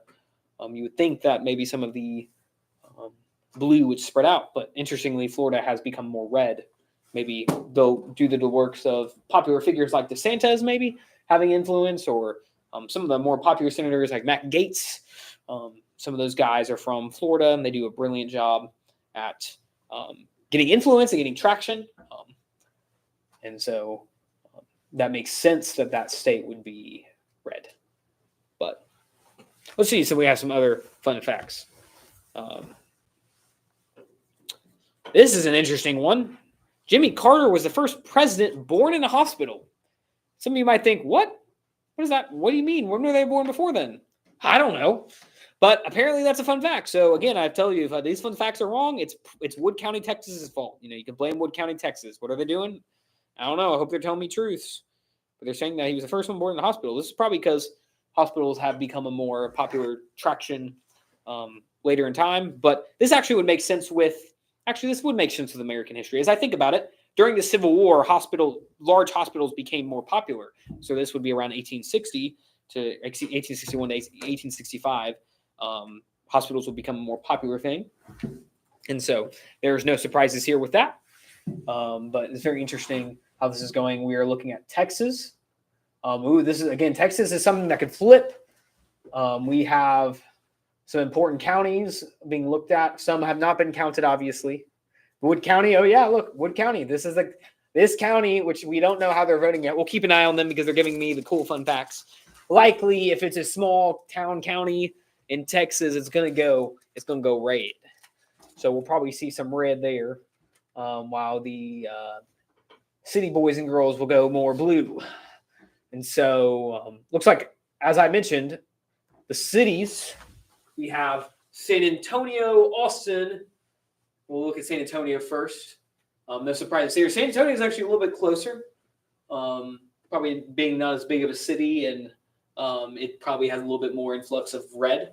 But we have Kamala Harris with 333,984 votes, and Donald Trump with 264,000 of the votes from Bexar County in San Antonio. And this doesn't surprise us. Let's go to Austin. I expect this to be a little larger of a lead. Yep, Travis County with 70.4% for Kamala Harris. So again, these cities tend to flock more towards the Democrat Party in voting. And so we've got Kamala with a little bit less than 3/4 of the vote, and Trump only having a little over 1/4 of the vote in Travis County. Let's go to Houston. Harris County, haha, Kamala Harris. Harris County, haha. And it's not that funny. And it was not named after her. I'm sure this county had existed before she was born. I don't know. Maybe it wasn't. Maybe it is named after her. It'd be weird for that to be in Texas, though. But Kamala is winning the county called Harris. And she's winning with not very large of a lead. Currently, we have around, if I do my math correctly, a little less than 70,000 vote lead. But this is 72% in, so likely that Trump won't flip this county. But it's interesting to see that Houston is not entirely blue, just it's a little bit of a more conflicted state here. And then Dallas, the other city. This is a 60.9 lead to 37.6. And this comes out to, despite these cities being more influx for Kamala Harris, we still have Trump generally with if we could scroll over for a second, with a 51.7% lead. He's got 300,000 votes. But again, this is going to be a close race. They're going to be counting more cities. El Paso is yet to be counted yet. Lubbock, Texas is yet to be counted, even though I suspect that one will go red. This state will probably go red. Not called yet, obviously, because we don't want to be too early, but it will probably be called red state. It tends to lean Republican anyway. So let's go see some of the Senate results. Interestingly enough here, 52% in, and Ted Cruz is not doing so well. Now, this partially could be which counties have been going more towards calling all red. Like maybe some of these counties are more leaning towards that anyway. The big cities have been counted, and a lot of the other counties have not been. Ted Cruz is the incumbent. He's a pretty popular senator. He ran in 2016, was right under Trump and the nominee. He was probably the next nominee for being the presidential nomination. And so Ted Cruz is a pretty popular senator, pretty outspoken in Texas. So this might be a little surprising in Texas to see him getting a run for his money. But I think confidently that it would be hard to flip that seat unless Colin Allred has done some work, which maybe he has. We will see. But this is how the general election is going in the Senate here. So we want to scroll down to the U.S. House. Interesting. We have Nathaniel Morin. Wow, our Nathaniel Morin won general election 1. Except they misspelled his name. What a dirty thing. That is definitely supposed to be an E, and they put an A. Nathaniel probably doesn't feel very good. He worked so hard to get his name spelled right. Or Nathaniel's doppelganger happened to be winning this uncontested race. Nothing did not beat him. That's good. That would be embarrassing. Daniel Crenshaw for general election 2 has 70%. Not a surprise here. This is the incumbent. And this is Texas. So Texas, even though it is a flip state, it leans Republican. And so let's go down to 3 and 4 here. Keith Self. Yeah, keep it to yourself, Keith Self. I'm just kidding. So Keith Self is winning, not crazy a lot, but enough, especially with 86% in, it's going to be hard for Sandeep to flip this. And so look likely here Keith Self will win this election. We have Pat Fallon, not to be confused or related to Jimmy Fallon. Maybe he is, but not that I know of. Pat Fallon is winning. They wouldn't agree on politics for sure. I do know that. So we have that at 65%. Then we go down to general election 5. Lance Gooden. He's got 62.6%. I'm not doing too shabby right now. And obviously he's already won, or has been called at least for this election at 51%. Jake Ellzey at 56%. with a 61.4% lead. We keep scrolling, see if there's any other interesting trends. This election 7, the Democrat will win this one. Lizzie Fletcher. Likely that this is in one of the big cities. My guess is this is either San Antonio, Austin, Houston, or Dallas. This area, because again, the cities tend to go blue in Texas, and not a lot of the rural areas will go blue. Morgan Luttrell is going to win with 82.5% in 38. That's a pretty large lead. That's one of the largest we've seen. Laura Jones getting cooked. All right, I'm just messing around. But that's probably because this is a more rural area and tends to go red. AI Green. I'm just kidding. It's Al Green. The AI has run for election, guys. So Al Green wins election 9, obviously by himself because there's no one running against him. And then Michael McCall is projected to win with 61.1% of the votes, currently at 61% reporting. So Texas House results looking like we expect Texas to go. Keep scrolling here. We can. We keep scrolling because it looks like a lot of red, a wave red. Some of the other ones haven't been counted yet. I'm guessing this might be El Paso right here. This is my guess, and this is El Paso because El Paso hasn't been counted yet. And Veronica Escobar is the incumbent there, and is probably projected to win. Again, it's a big deal to flip an incumbent. This has happened before, and obviously this happens a good bit. And this is one of the big things people are eyeing, especially with the Senate seats and the House seats, what incumbents will be flipped and how will this shift the next 2 years to 4 years, which is more than just a presidential election, who will be the president of the United States, but also who will have control of the Senate. Pete Sessions is projected to win with 45% of the votes in over Mark Lorenzen, 63.5% to 36.5% there. And again, one of the other projected races where it seems Sylvester Turner will win. I'm curious which urban area this is referring to, but very interesting. We can keep scrolling. This might be a minute anyway. There's so many population. There's a large population in Texas. We'll see. I'll stop if there's anything interesting. So far, no. We got another city. Probably with anything blue will probably be a larger city. Let's see. We got some state races there. Yep. So this is the races. Do we have a governor race? No. Next election is 2026. Most governor races are going to be in 2026. So we can go back to the map, see if there's anything new going on. Nothing new. So we're kind of in a waiting mode, which makes sense. A lot of states are being counted, and we're just into the night. I know some of you go to bed early, so 7 or 8 p.m. Central Time is, you're tired. You're worn out. You want to sleep.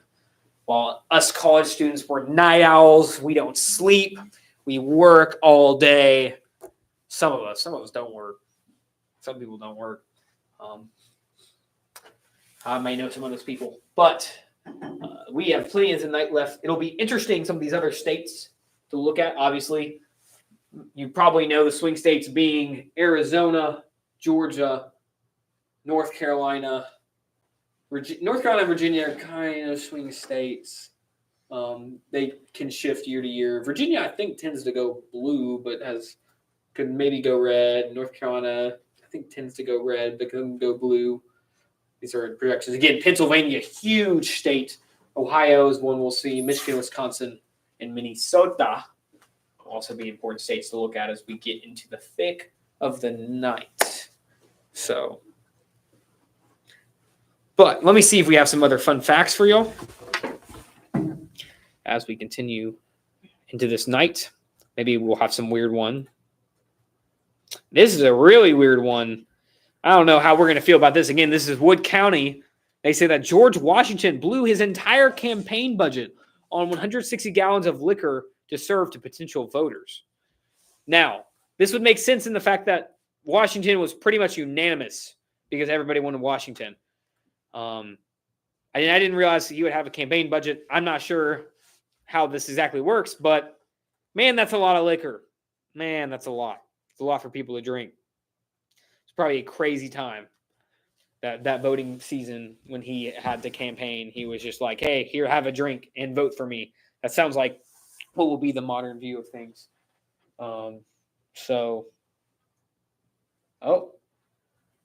Virginia has been projected for Kamala Harris, and this is very interesting. With Kamala actually not leading yet, but as I mentioned, Virginia tends to go. I'm going to scroll up for a second there, or scroll up. Sorry. This is, again, this happened last year too. I actually was frustrated. I was like, you called it when they were losing. I was like, what is going on? Because I was like, I'm one that I like to wait and be like, okay, let's know for sure. Let's not just say anything. But again, a lot of analytical work goes into this. We see some of the counties that have not been counted have previously and historically gone blue.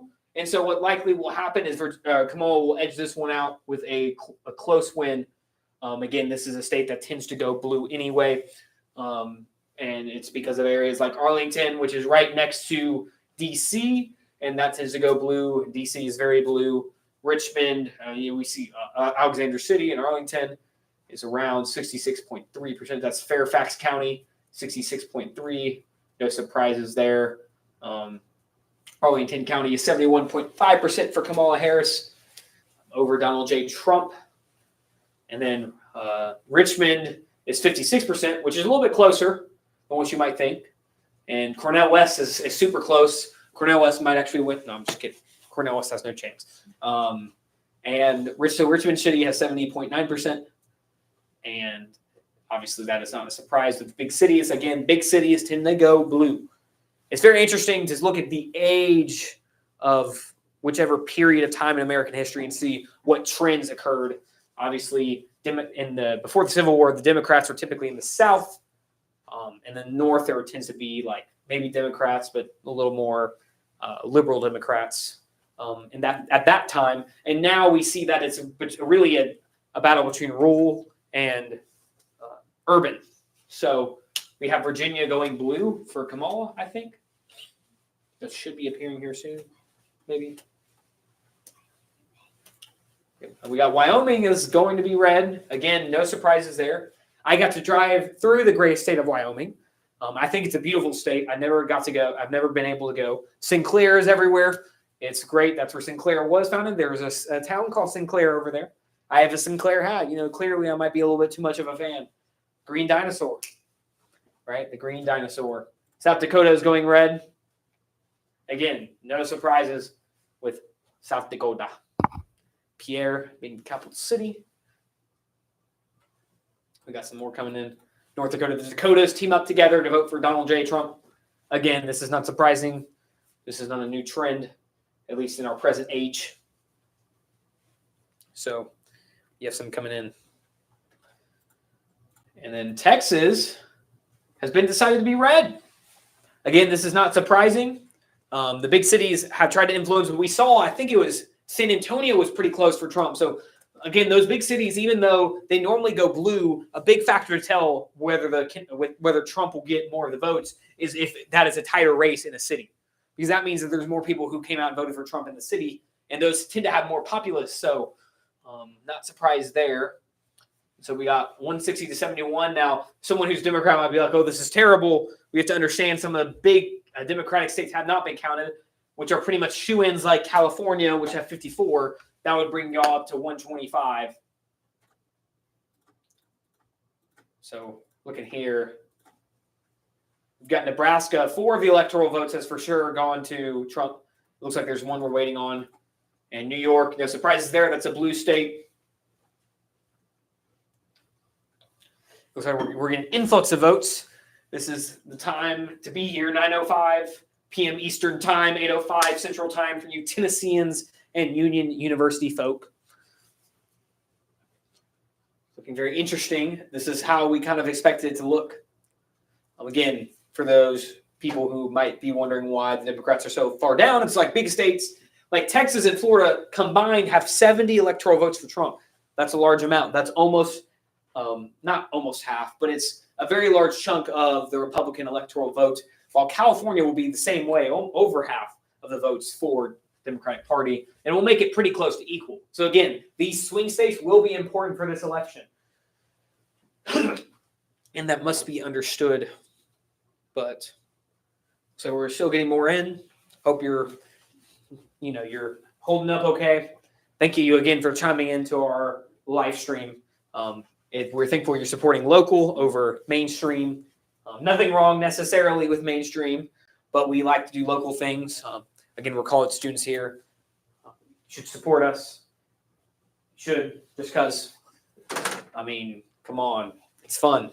College life was fun. You can live vicariously through us if you miss college life. Kansas has been reported to go for Trump, and that is not a surprise. The Midwest, especially in that area, tend to go for Trump, and that's 6 electoral votes. That is 170. Colorado will go blue. Again, another state we believe will go blue, and that is going to be 170 to 109. Again, not be worried. This should go blue. Yet Nebraska should give 1 electoral vote to Democrats. And after we get some of the stuff counted and updated, I do want to go to Nebraska and kind of explain that a little more, see which, because obviously they have split votes, but it'd be interesting to see what District 2 looks like. So Louisiana has voted for red for Trump. Again, we see this, the center area right here is a red wave. Now, this is a normal red view, even though in the past, Texas and Florida have been something that could flip. Texas is going red, and Florida is also going red. Not surprised here. Again, right now, the Northeast kind of carries the blue, the Democrats. This middle area carries Trump. We see the West will probably carry very blue. California, Nevada, Oregon, and Washington. Nevada tends to be a flip state, but I think it'll be solidly blue this year. Which, again, will bring this election close. And it will come down to swing states such as Arizona, Georgia, and I've mentioned that Virginia will probably go for Kamala. But Arizona, Georgia, North Carolina, Pennsylvania, Michigan, and Wisconsin tend to be very big states for the election this year, especially Pennsylvania and Georgia. Those are huge, huge states. Not to be confused with huge states. It's huge. All right, I'll stop. If I could do a Kamala impression, I would. Maybe I need to work on that. I'm just obviously not prepared enough. Should have done that. It's fun getting I've always wanted to do a good Obama impression because he's got this very powerful voice, and it'd be really fun to just be able to pull that out. But I'm slacking over here. I'm slacking. But we're still getting some results in. There's things being checked. Again, I want to shout out the people helping Renee Geyer, Nathaniel Morin, and Tanner Haley, and Hudson Sanders as well. They have done some good work helping us to get to these election results. Takes effort and time, and so very thankful for that. As we're waiting, I might pull out my handy dandy computer, and we'll see what some other fun facts. So the 18th president of the United States, you might know, Ulysses S. Grant. He was involved in the Civil War. He was a brilliant general. Big reason the North won. And so, obviously, his tactics at places like the Battle of Vicksburg, very big deal. But he was actually given a speeding ticket for riding his horse and buggy too fast down the street in Washington, D.C. That is funny to me. Imagine going too fast and getting a speeding ticket. He was riding. He was like, yeehaw! He was going. But fun fact of the day, that's a weird, we would imagine that being tickets getting for horse riding, but apparently he didn't follow the speed limit there. I wonder if he was just a Need for Speed, except it was horse version. He should have participated in the Kentucky Derby. He would have loved that if they had it. So looks like Delaware is probably going blue. Yes.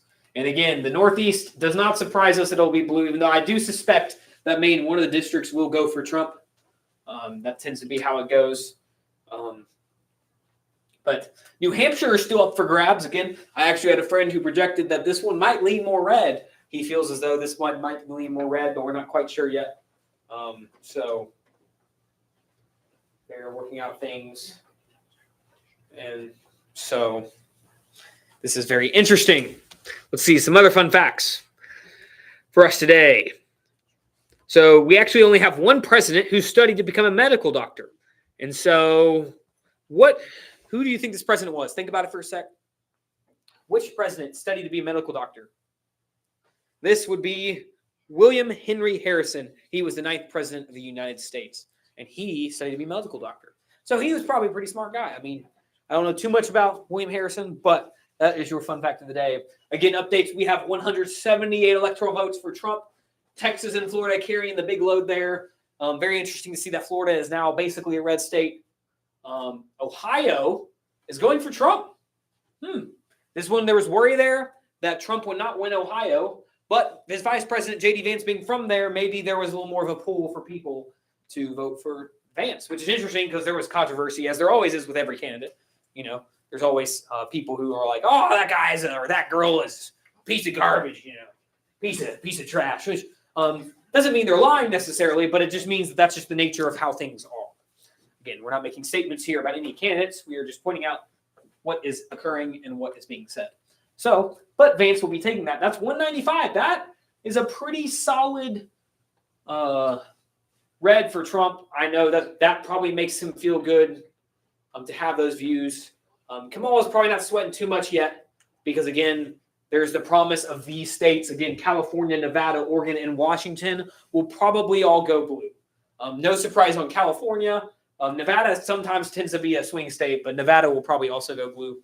Again, this is all probables. This is a night that could be unprecedented. And thus far, we are seeing pretty normal trends. And we are seeing, again, thankful for our team who's working hard over there to make sure they get the right district. So it's actually said that district is not called yet. Okay, so we got a Nebraska district that's not called yet. Might likely go red, but may not. That would be interesting. I'm not sure if, based on election history, if that is a common thing for it to be 3-2. Obviously, this is District 1 of Nebraska. This will be interesting to see how this race is. We might look deeper into this race. Again, we've got some folks working hard over here to figure out what is going on. I'm going to keep rambling my mouth, but trying to take some other things. Again, mentioned the reason Pennsylvania and Georgia are so big is because these states, especially Pennsylvania, this state, Kamala and Trump sought to really push their people to vote for them in these states as their last rallies were there. Trump got shot in this state. Obviously, very sad thing to see an election almost get assassinated. We've had that in the past with Abraham Lincoln getting assassinated and JFK. And we have sought to prevent that, Secret Service members and things like that. But there are mistakes. And we saw one with Trump. We're glad that he was not killed. We will never want to see a presidential candidate on either side get shot or killed. And so we are thankful for that. We're going to be looking deeper into the Georgia live results. Again, this is a huge state. And this is, we've got 68% reporting. And interestingly enough, we have a lead for Trump currently. It's 5.4% lead, 68% reporting. We have, again, I've mentioned this whole night. You'll have it memorized by the end of the night. Cities go blue. Urban areas, Savannah, Augusta, Atlanta, and Columbus are blue currently. And it would be interesting to see what the percentage in Atlanta is if we could scroll to Atlanta. This is Fulton County. This is actually pretty largely for Kamala Harris. And so interesting that that is pretty large for Kamala Harris. There are 439,000 votes counted. It's 80% in and pretty largely for Harris. So, and something interesting I've been told is Trump has led the entire Georgia race. So this has been something that is in its entirety that tonight has occurred, which is interesting. This is not something that's flipping, but they haven't called yet. But this could be that Georgia goes for Trump, and that would be huge because, again, Georgia is a swing state, and this is one of the big states to be looked at for how this election might turn out. And so we are seeing that occur here with Atlanta. Scroll to the one to the right of Atlanta, if you could. Augusta. This one, not as huge of a lead for Kamala, but It's a pretty big lead.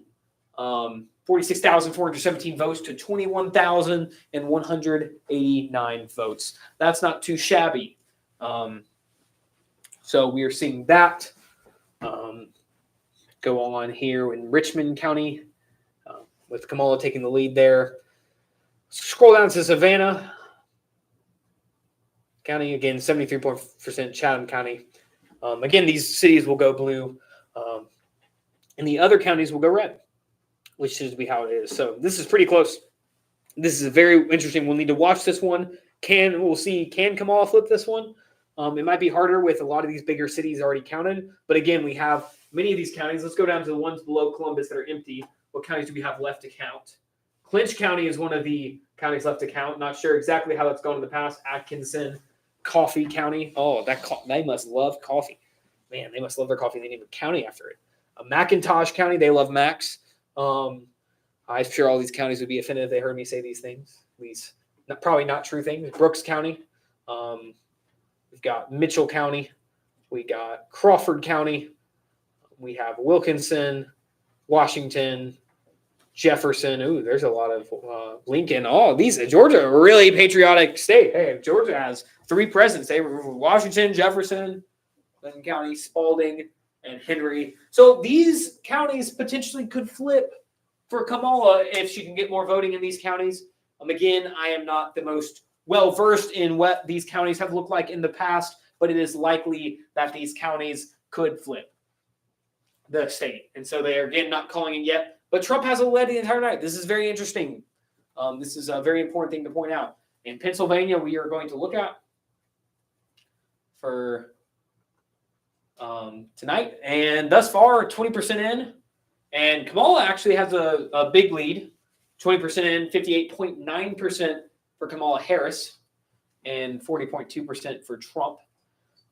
Again, the big cities have been counted. There's a lot of counties that have not been. Allegheny County, Pittsburgh, 68%. It was a little bit larger earlier. Philadelphia, destruction by Kamala Harris here. But it's 15%. And again, this will probably mellow out a little. Again, they're not calling this race either because, again, there's only 20%.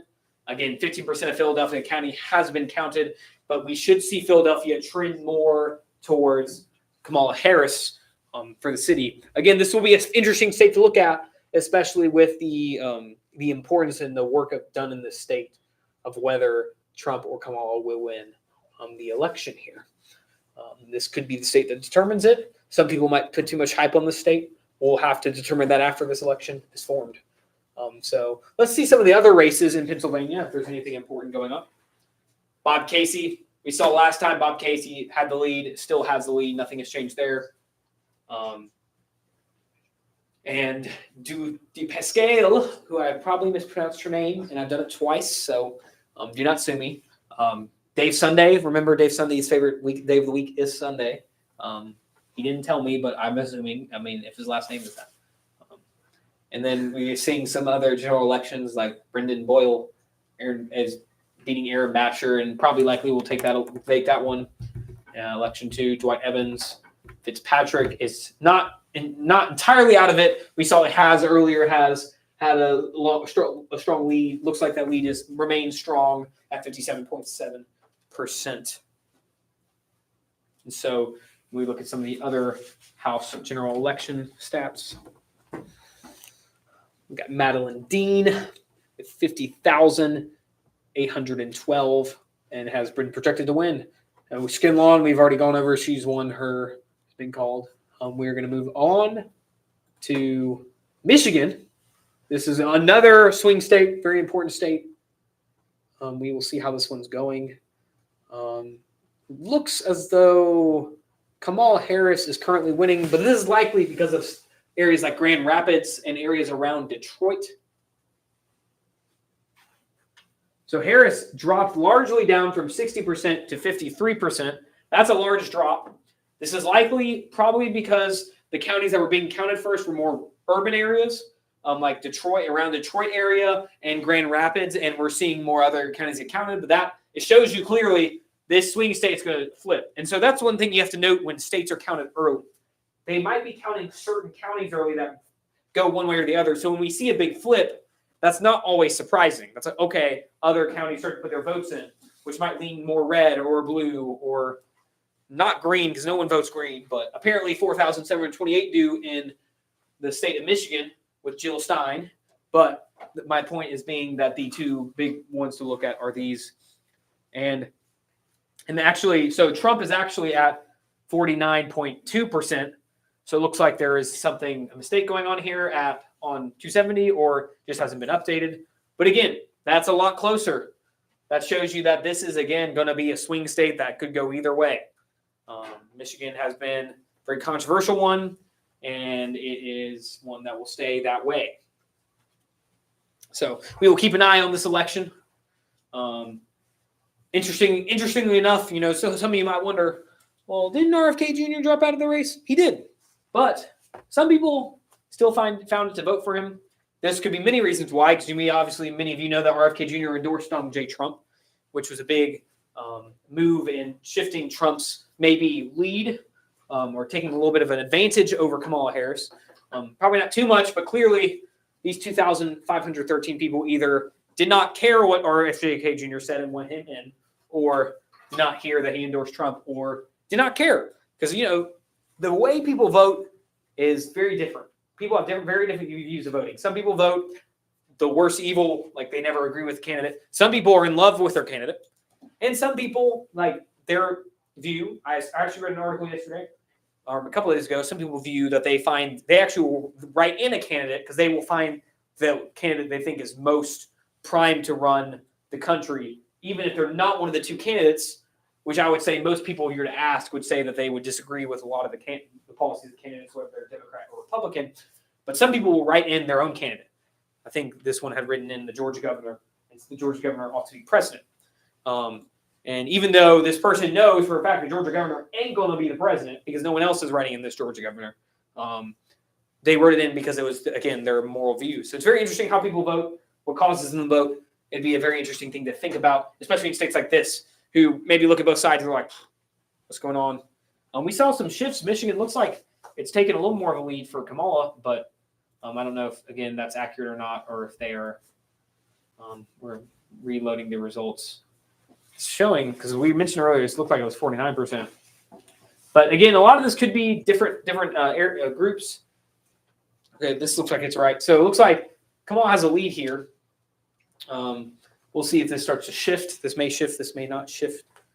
So again, we're getting into the night. It tends to lean Democratic.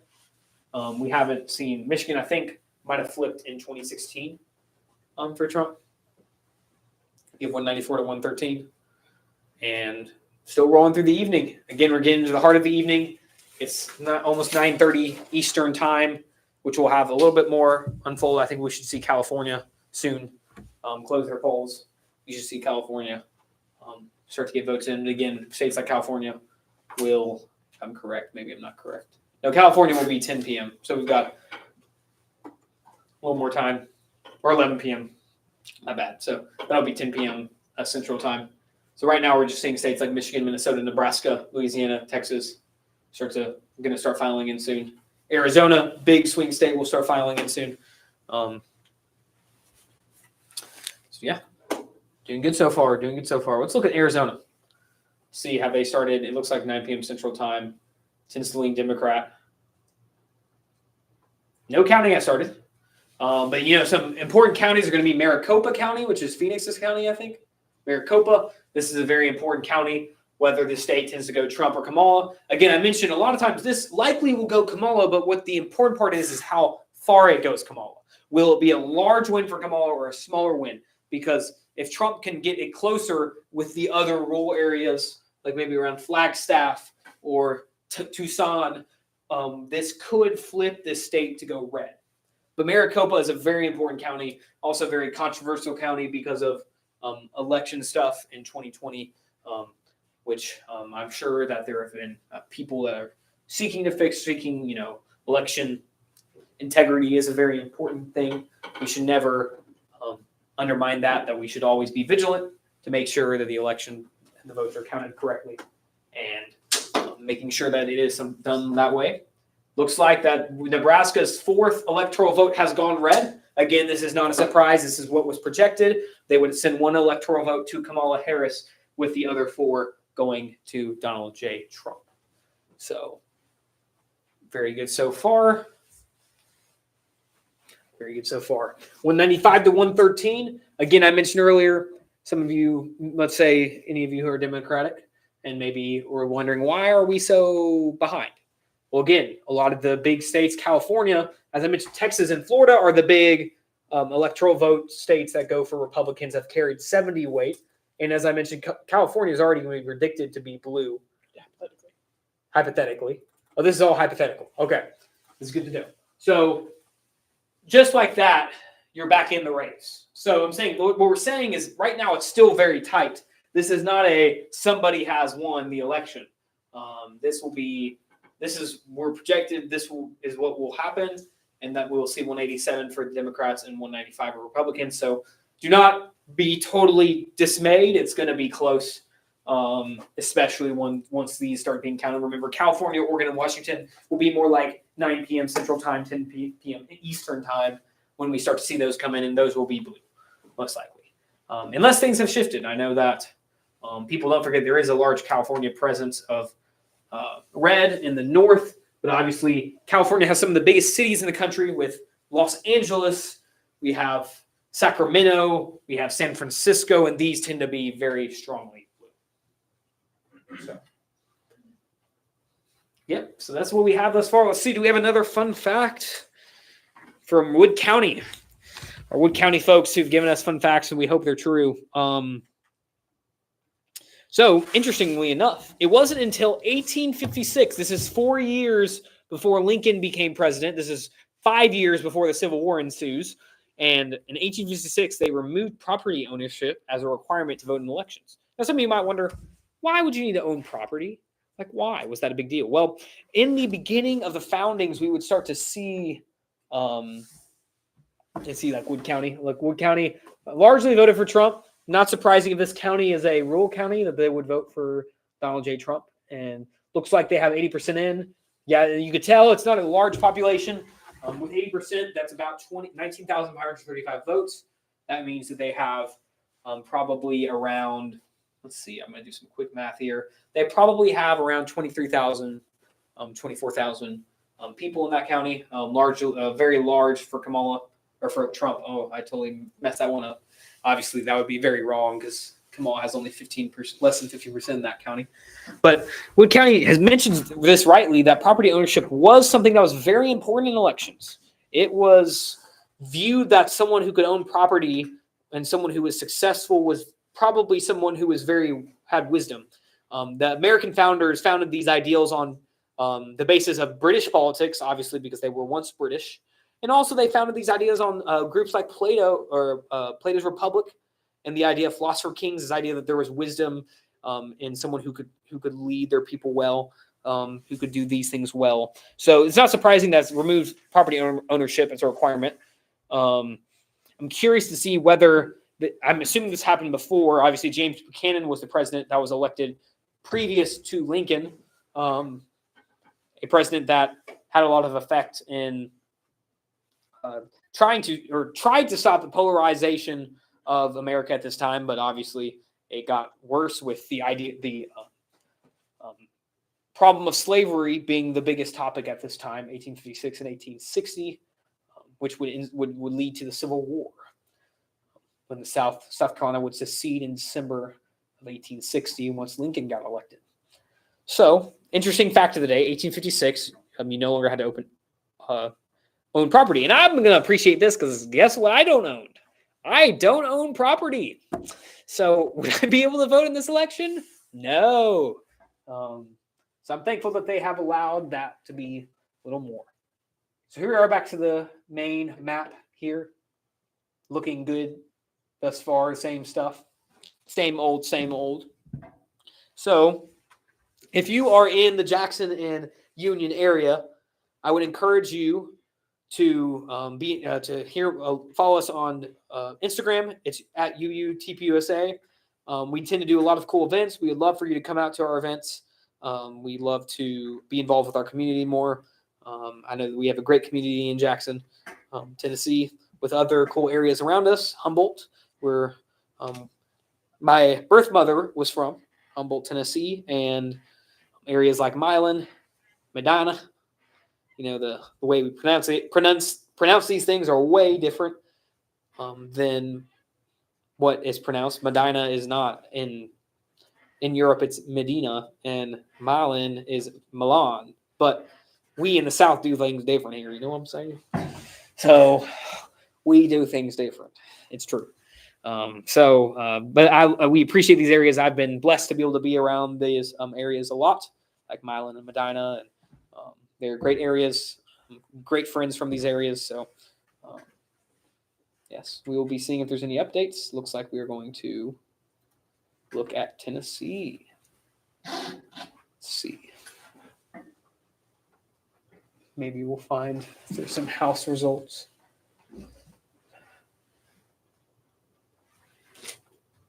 So Harshbarger, Burchett, Fishman, yeah, these all four, we saw these states or counties going well.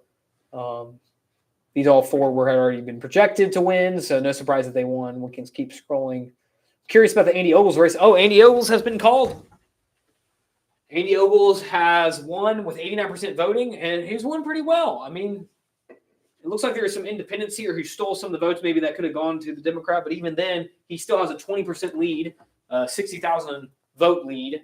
And so he will remain the representative in election, with election 5 being his victory. So that puts all House representatives, I think, except for Steve Cohen, Shelby County's representative will be blue, I think, and that will be, which that hasn't been counted yet. Interesting that the Memphis area has not counted their votes yet.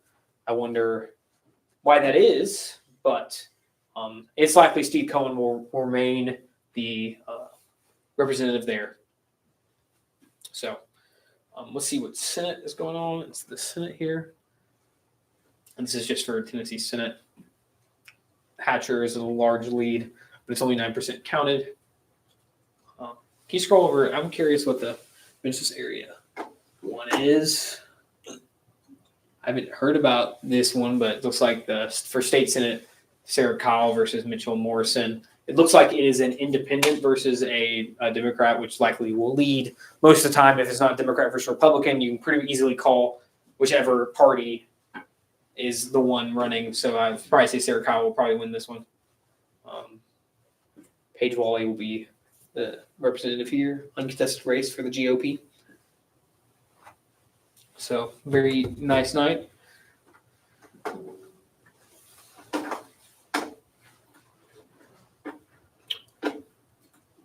Let's go back to Georgia. Georgia is a very important state at this time.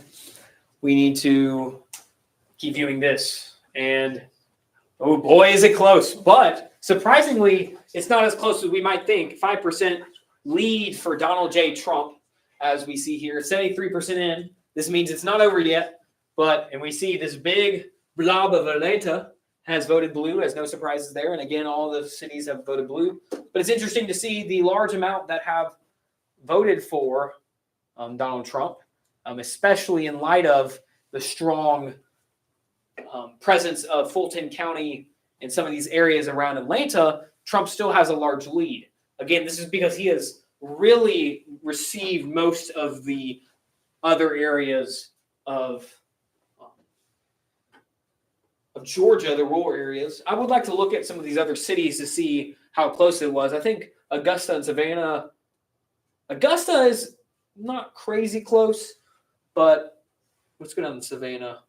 I could be wrong on this. Yep, it's Savannah. So a lot of these are strongly leaning towards one side. But again, like Burke County, it's leaning towards Kamala, but we only have 550 votes in. That's 5%. So again, a lot has to be counted in Georgia, especially in these states that tend to be more blue. McDuffie is a red state. It's very red. A lot of these have over 95% in. So, but a lot of the blue states are yet to be counted. So we expect this to be a little bit closer of a race towards the end of it. We'll see if Trump can maintain his lead. And Pennsylvania, of course, very big state, very important in this election.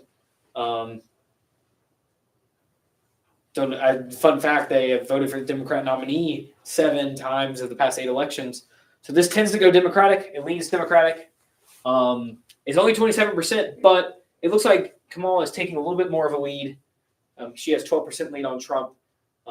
It is likely, especially with this large wave right here of Kamala, it's likely that Kamala will soon be called for that one and might get Pennsylvania, which again is a big factor there. But again, we still have some other counties that have not been counted. And there's likelihood that Trump could make a little bit of a comeback here. But it looks like Pennsylvania has widely swung for Kamala Harris. But we've seen some other states that have, like Ohio is secured for Trump and Vance. And we will see how this will turn out in due time. So, Michigan, another important state.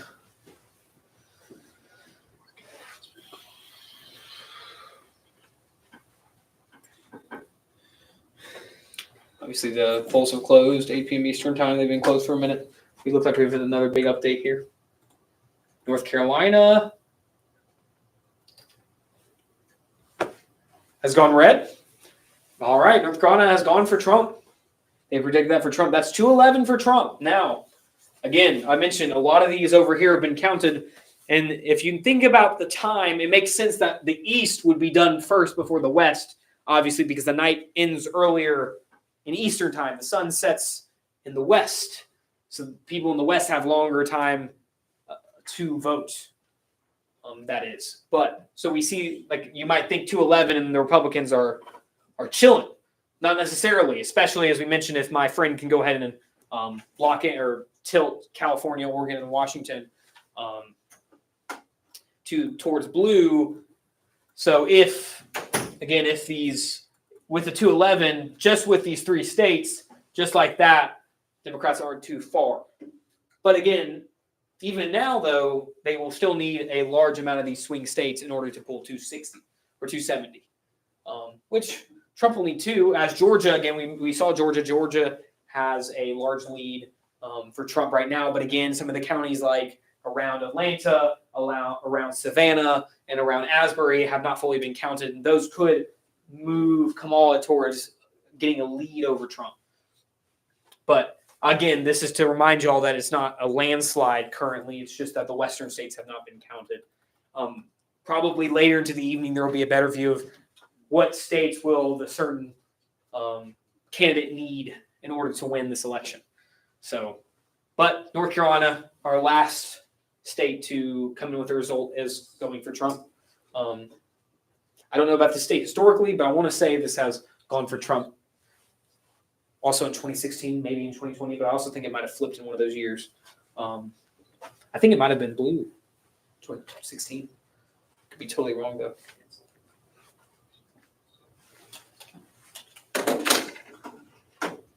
So, interesting. We'll see how this goes in the evening. It's 8:40 p.m. Central Time. Thank you again for chiming into our live stream. We've got some great help here. Thankful for all those who came out to help from Turning Point, this Turning Point chapter here. It's been fun with this chapter. I was the president for 2 years, as I mentioned, and we've done a lot of fun things. A lot of people have gone on trips for Turning Point events. And it's a great organization. Thankful that we can do something like this, a bipartisan event. So this is 2020. So we see here that actually North Carolina did go red, so I was wrong there. But the interesting part here, which states went blue. So Trump had won. As you've seen, he's already won a lot of the similar states that he's won previously. Again, the big factor here is where is Arizona, Georgia, Virginia, Pennsylvania, Michigan, and Wisconsin going to go? Because these states obviously determine the election. Because we know that this will be blue, Colorado is blue, Illinois, and so there's going to be those few states are really going to decide it here. And so again, those are important states, and what we're seeing is that it's going to come down to a very similar thing. Where will Georgia, Virginia, or Virginia's already I think gone blue, or it will, Pennsylvania, Michigan, Wisconsin go, and Minnesota. And so this will be very important for the rest of the evening. And this is 2020. So when Joe Biden won this, you can see a lot of the same states Trump has won again. The question is, can he get other states to flip? And can Kamala maintain the same victory that Biden had in 2020? We will see here this evening. So let's see if we have another fun fact. I've read a lot of them. Let's see. Interestingly enough, there is the first. I guess I'll ask this first so you can think about it. Who was the first president to have a stepmother? Think about it for a sec. You probably don't know this, but maybe you're smarter than me because I wouldn't have known this.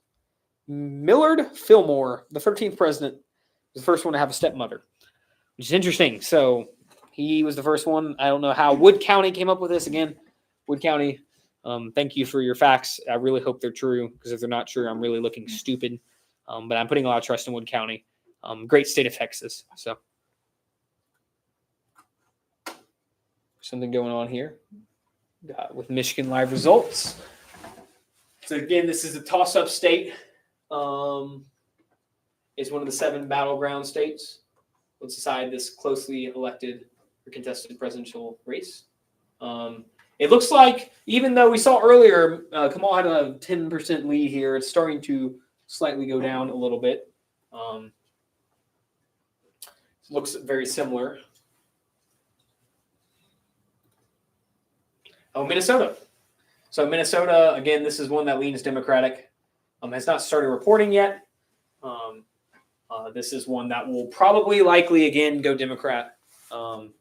It's not necessarily considered one of the battleground states, but again, any state, if it can be flipped by Donald Trump, will be a big deal.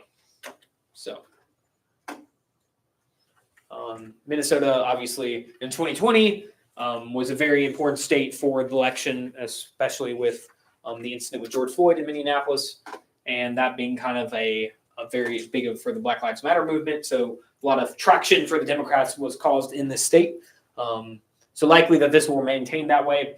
And even the consensus by 270 is that this is a safe Democratic state. So we will likely see that. All right. So the 2024 Minnesota presidential election results. Looks like Trump is trending with the lead here. This is very interesting. It looks like, though, if we go to the state, down to the state, I'm not quite sure where. It looks like it's Chisago County, has about 592. Again, this is a very early start, not enough to call us 2.5%. But again, if Trump ends up making a run in this state, that could be a big deal for the election. Again, this all comes down. It looks very similar right now. What we have as what we have on our map looks very similar to 2020. Trump has all the states that he had in 2020 thus far, and then the battleground states. We see Hennepin County is a big county here. Kamala has this will probably be a very important county. Kamala has a lead here, but Trump is not far behind. We'll see if Kamala can stretch her lead and continue to maintain Minnesota as a state that is blue. We will see. We have Anoka County here.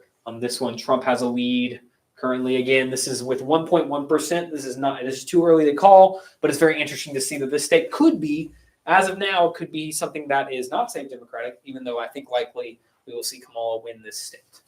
Isanti, Itasca County are not reported yet. A lot of these counties are Jackson County, not to be confused with Jackson, Tennessee.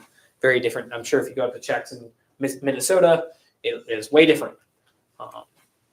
No Southern people down up there. They'll talk with their Minnesota accent, which I can't do, so I'm not going to try. Morrison County is very heavy for Trump. This is probably one of the, again, mentioned the whole night. Rural areas go for Trump.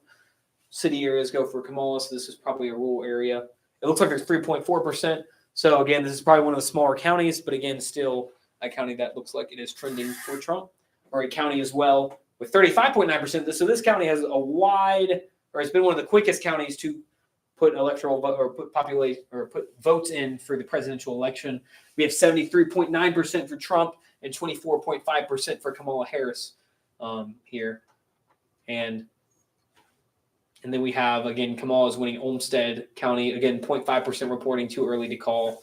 And as you notice here, there's a lot of other candidates. All these candidates, I think, were on my ballot here in Tennessee. So RFK, Jill Stein, we saw some of those, Chase Oliver, Cornel West, with the other political parties that want to have traction, but they cannot have traction because we basically have a two-party system. This is very important. This has been, again, something that has happened for a long time in the U.S. I mentioned the 1860 election with Lincoln and the three other candidates. There were two Democratic candidates, which actually helped to aid Lincoln's victory because there were more radical Democrats, or more at the time would be called conservative. As we mentioned earlier, conservative and liberal change over time depending on what views these parties hold. The Conservative Party would be considered the Republicans now, but Lincoln at the time was a liberal in this view, but he was Republican. And so, again, these things change over time. So, again, we're still sitting at 211 and 113. This should be a tight race. Again, we're looking at the states like Georgia, Pennsylvania, Michigan, and some of those. And we look here, we're looking at Pennsylvania election results. Kamala is up, but we saw earlier Trump's lead is enlarging a little. Kamala had a 10% lead, but now we're seeing that Trump has gained some traction. He's got about 140,000 below, but again, that's only with 30% reporting. This easily could be a state that shifts over to Trump. And again, this is a reminder, this is a very important state. This state is the state where Trump got shot at. This state is where both candidates last rallied in. So this will be a very important state. Some have said this state will determine the election. I do not know if that is true, but this state is seen as a very important swing state. It has been one in the past that has caused a lot of debate, a lot of Pennsylvania tends to go with the other swing states. As we saw in the 2020 example, all the swing states went for Biden, which is likely why that occurred. We see that the Virginia live results are very interesting. Let's see, presidential election. It's still projected. So as I mentioned, this is very weird. You look at this and you're like, why is Kamala Harris projected to win when she's losing? But a lot of this is because of the research they've done in other counties. And as you can see, Kamala is closing in very closely with 63%. And likely what will happen is the other votes that come in will show that Kamala will pass Trump and win the electoral votes in Virginia. In Arlington County, again, Arlington or Fairfax County, right next to D.C. No surprises here. This will be blue like D.C. is. It's got 66.4% for Kamala Harris and 31.3% for Donald J. Trump. So, and then we see some others like Richmond. Henrico County is pretty close. And this probably, again, this could have been a bigger deal. Again, when Trump is able to maintain close proximity in cities, then typically what you start to see is a shift of the state being more red, because these cities, if they go big time blue, they tend to overwhelm the other rural areas. But thus, right now, it still seems that the 270 and some of these other groups are projecting that Kamala will still win the state. Again, this state in 2020 also went blue. So not much will seemingly change here. We got Campbell County that's still left to be counted, and some others. It looks like there's 5, maybe 6 counties that are yet to be counted. So Virginia, again, probably will go blue. Very interesting how this is going now. Very good. Very good. 211 to 113. The Republicans have a lead, but Democrats will catch up and continue to make this close as we head into the evening. We're getting close on 9 p.m. We got 10 minutes to get there. And so we are going to be waiting for some of those results. Again, those will be the 10 p.m. results, which we'll probably see California, some of those states come in at that time. Be very, very important states. Very important. So let's see another fun fact of the day. We got many of them. This is Wood County's fun facts. Let's see. I've read a lot of them. See which ones I've not. So interestingly, we have symbols for our parties. The Republican Party is elephant. Democratic Party is donkey. Well, who do we attribute these symbols to? Well, the cartoonist Thomas Nash is credited with creating both the Republican and Democratic symbols, the elephant and the donkey, respectively, when he lampooned the political parties in a cartoon in Harper's Weekly magazine in 1874. This is going to be 9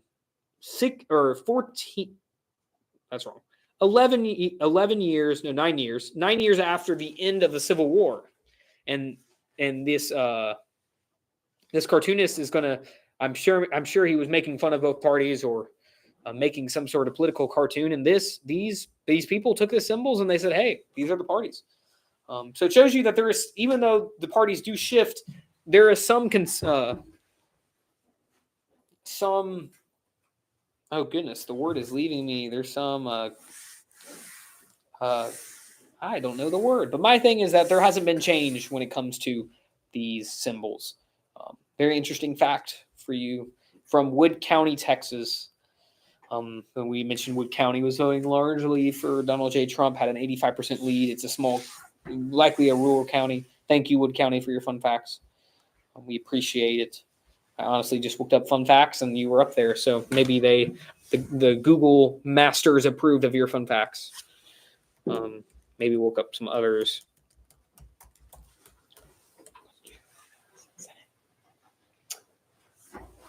Doing some of the Senate elections. We're going to look at that. We're going to look at the Senate interactive map. We've talked a lot about the presidential election, and we will talk about the Senate races.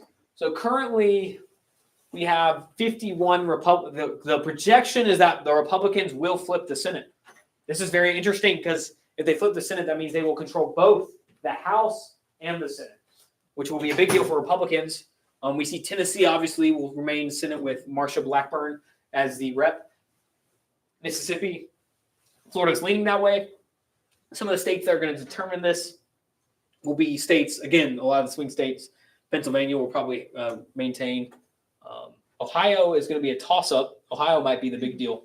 Who will be the senator here? Again, Vance left that position, so we'll see if they can maintain that. But it's likely that the Republicans will have a lead in the Senate, which is a big deal for Republican Party. So let's look at Ohio live results. Again, we saw that Ohio already had Trump as their to win projected, even though it was a toss-up. The Senate race currently is pretty close, but it's 66 reported. And again, we see the big cities, Toledo, Cleveland, Akron, Columbus, Dayton, and Cincinnati all are trending towards Kamala. But even despite that, or not Kamala, I'm sorry, this is not the presidential election, towards Sherrod Brown, towards the Democrat Party. That's kind of what I was thinking, but I said that wrong. Sherrod Brown, who is the incumbent. So this would be a really big deal if Ohio flips the seat to Bernie Moreno, which right now is looking like it could be that way. But if we go to some of the counties like Toledo, let's go to Toledo for a sec. We see that's only 47% in. So there's a lot more to be counted here, except it's not too large of a lead for Sherrod Brown. So it's likely that Toledo will also, though trending blue, could possibly have a surge in red or could have a larger surge in blue. And so, again, this is too close to call. We saw some shift here. I think the Democrats, their vote has gone down from 46 to 45.8, according to 270 here. And there's this website. And so we're looking that could be very good for the Republican Party if they continue. And again, this will flip the Senate. That's a big deal. The Senate is flipped here because obviously in 2022, the Senate went back to being towards the Democrats, which provided a very interesting House and Senate relationship because it's not necessarily hard to get things done, but it's a little bit harder when both sides are take one legislator. As I mentioned, we have a bicameral legislator here in the United States. And I mentioned the history of that, which is the fact that the big states, when the Constitution was being written, wanted a House based on population or seats based on population. all the small states wanted it based on just everybody having equal seats. And so this is very big deal. The reasons we have these two legislators. It looks like here, again, 47.1%. What did we see earlier? It was 6%. Pennsylvania, Trump's gaining traction. He's only 100,010 votes down. Again, this is 33%. So it's starting to trend towards Trump. This could be dangerous for Kamala. Kamala might be a little worried here because this is, again, a state that she really wants to win. A state both candidates really want to win because it could be a sign of who's going to win this election. Again, we're early into the evening. We're about to hit 9 p.m. We're about to see some of the other states come in the election. So very exciting things going on here. Very exciting results. We're going to look at the House here. The House tends to go Republican, and it likely will. We see here, again, right in here, we see a lot of red. Even though Mississippi, interestingly, goes blue in the left side, kind of near Vicksburg, which has a lot of history. I love the Battle of Vicksburg in the Civil War. I think it's very intriguing how Grant won that battle. I won't go on a rant here because we're talking about the election, not Civil War, but very interesting battle nonetheless. We see the blue trending in the Northeast, but it'll be interesting to see how this turns. The current House has 221 for the Republicans, and so I think that we'll see there's an 18 toss-up. This is saying the forecast is that we'll have 210 for House. So we'll see if the Republicans can maintain the House. But I guess they already, I guess this is with, they have 179 remaining. This is their toss-up, but there's a likely chance that this is a little more close than we think. But again, the Republicans have this, and it's likely that they will keep it. But again, this could shift over. It would be interesting to see both sides flip. The Senate go to the Republicans and the House go to the Democrats. That would be very interesting, nonetheless. But it's very interesting. This is an important race. Again, we think of the presidential race, and that's all we focus on. But Senate and House is very important because, again, the way our country is designed, the legislative system, the legislature, the House and the Senate decide the laws. And so this is very important. Actually, the first article in the Constitution is not the executive. It's not about the executive. The first article in the Constitution formulates the legislature, which shows you the importance at that time of the legislature to the founding fathers. So, again, the House and Senate are very important. They make a lot of decisions in this country. I would argue even have maybe slightly more importance than the executive positions, the president and the cabinet as well.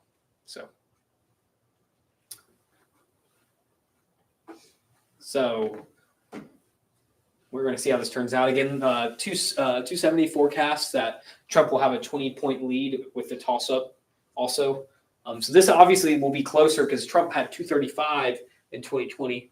He lost that election with less, but it seems like they're forecasting at least he get some more of that, more vote. Probably expecting this in some of the swing states to go towards Trump. We will see how this goes. Harris is 108, but again, they're predicting 108 for Harris currently, but we should see New Jersey and Connecticut go for Harris, as well as Maine, except for one district in Maine should go for Harris. So we'll see as we get into the night. It's about to turn 9 p.m. You know, that means some other polls are going to close, and we're pretty sure it's California and some of the western states are going to close. The polls have now closed. We have Idaho, Montana, Nevada, Oregon, and Utah. Again, these states right in here, these are important states. Utah will probably go red. Utah is a red state typically, but the rest of those states are going blue, and that will make this seem a little bit closer, like we've said all night that it is actually. But because California has the most electoral votes of any state because of its population, and having one of the biggest cities in the country, Los Angeles, some other big cities like San Francisco, Sacramento, San Diego, these areas will, this state will go blue likely though, and that will help Harris, which Harris already knows that she has California. Likely California goes blue and consistently does this. So Let's see if we have some other fun facts today. Wood County gave us fun facts. Let's see if we can find some. World Strides here might have some fun facts about the presidential election.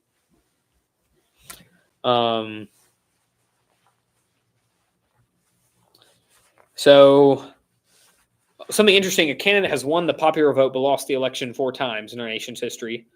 This happened with Andrew Jackson, losing to John Quincy Adams in 1824, 1876. Samuel Tilden, losing to President Hayes, Grover Cleveland. Oh, wait. We're talking something is trending again. Looks like, again, we pointed this trend has been happening all night. But we see that Trump is within 80,000 votes of Kamala now. We saw like less than, that's actually getting larger. That's a lot larger. Hold up. He keeps refreshing and it keeps getting more. Okay. This is 49,000 votes behind Kamala. That's a big deal. We saw within a 10% range, Trump has jumped back up to 48.6% in Pennsylvania. Again, this race is not over in Pennsylvania. It's an important race, and we can tell that Trump has done some work there and clearly making this a competitive race. So this is very important to see this trending. If you're watching with us now, Pennsylvania, though Kamala seemed to be leading and had it in the bag with 12% lead, with certain other counties being counted, we see that she has lost that strong lead and is now a competitive state, but which is what was expected. This was not expected to be a close state. Montana has also gone red. I think, yes, is this official? I don't know if this is official. Wait. Sorry, I realized this is the wrong map. This is a different map. This is the forecast. So, again, these are our live results from 270. I think we're going by this now. Okay, so we're going by this now, and so it looks as though that 270 has that Trump has 220. He has Montana, Wyoming, and Utah. Harris is 108, but again, we're going to see soon that California, Nevada, Oregon, and Washington will probably all go blue for the electoral.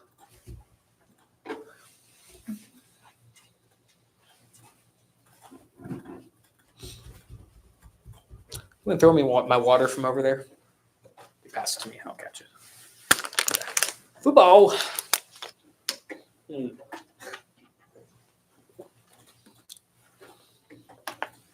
See, here in Tennessee, we would talk about football. Tennessee Titans are 2-6, so we don't talk about football anymore. We don't have much to talk about, but they did win on Sunday. So Tennessee fans are probably happy. It was a very close game, and we almost lost, but that's besides the point. And they definitely threw a last-second touchdown on us to go into overtime. Did I watch it? No, but I saw it, and I was not surprised by us almost losing. But, hey, we're 2-6, so we're not as bad as others in the league. But good so far. See, we might be getting some other updates soon.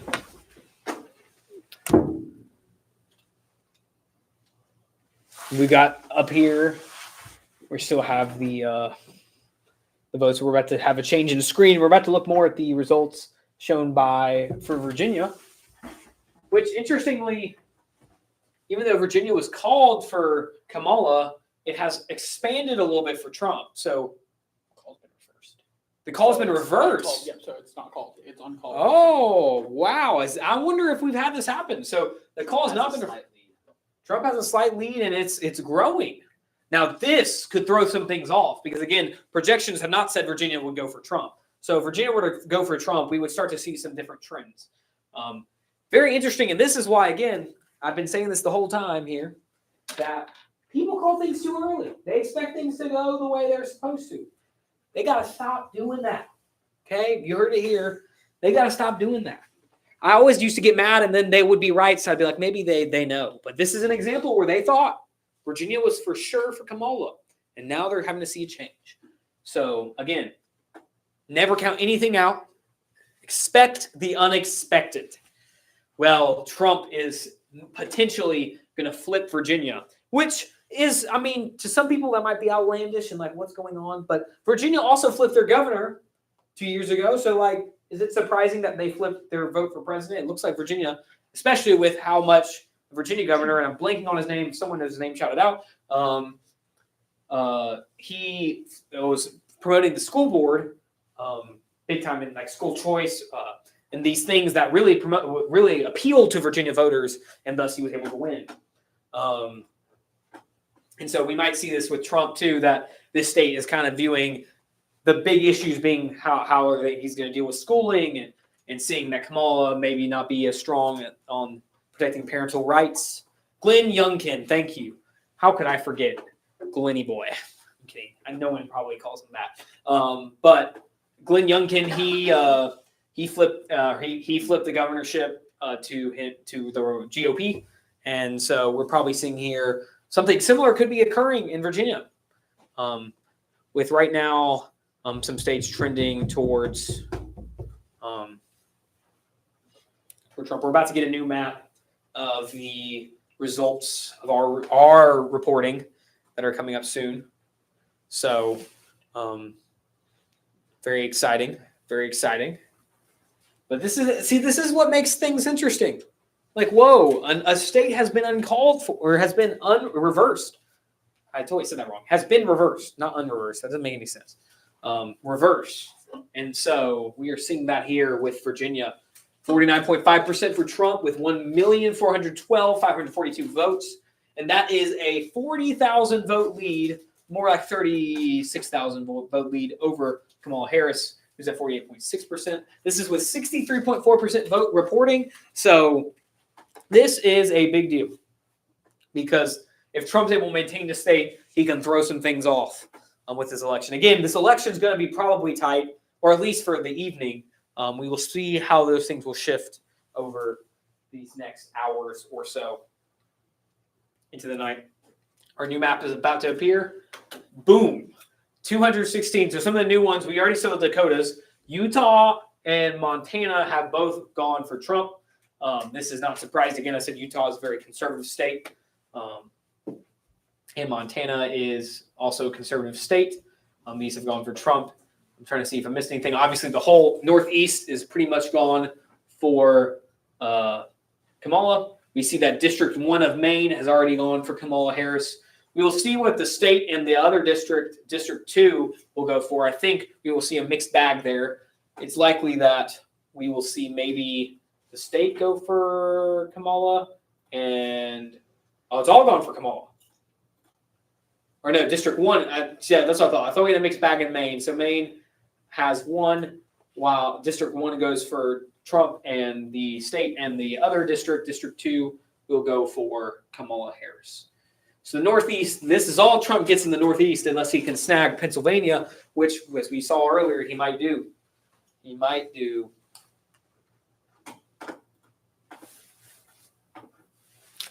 See, we're going to be looking at some other views here.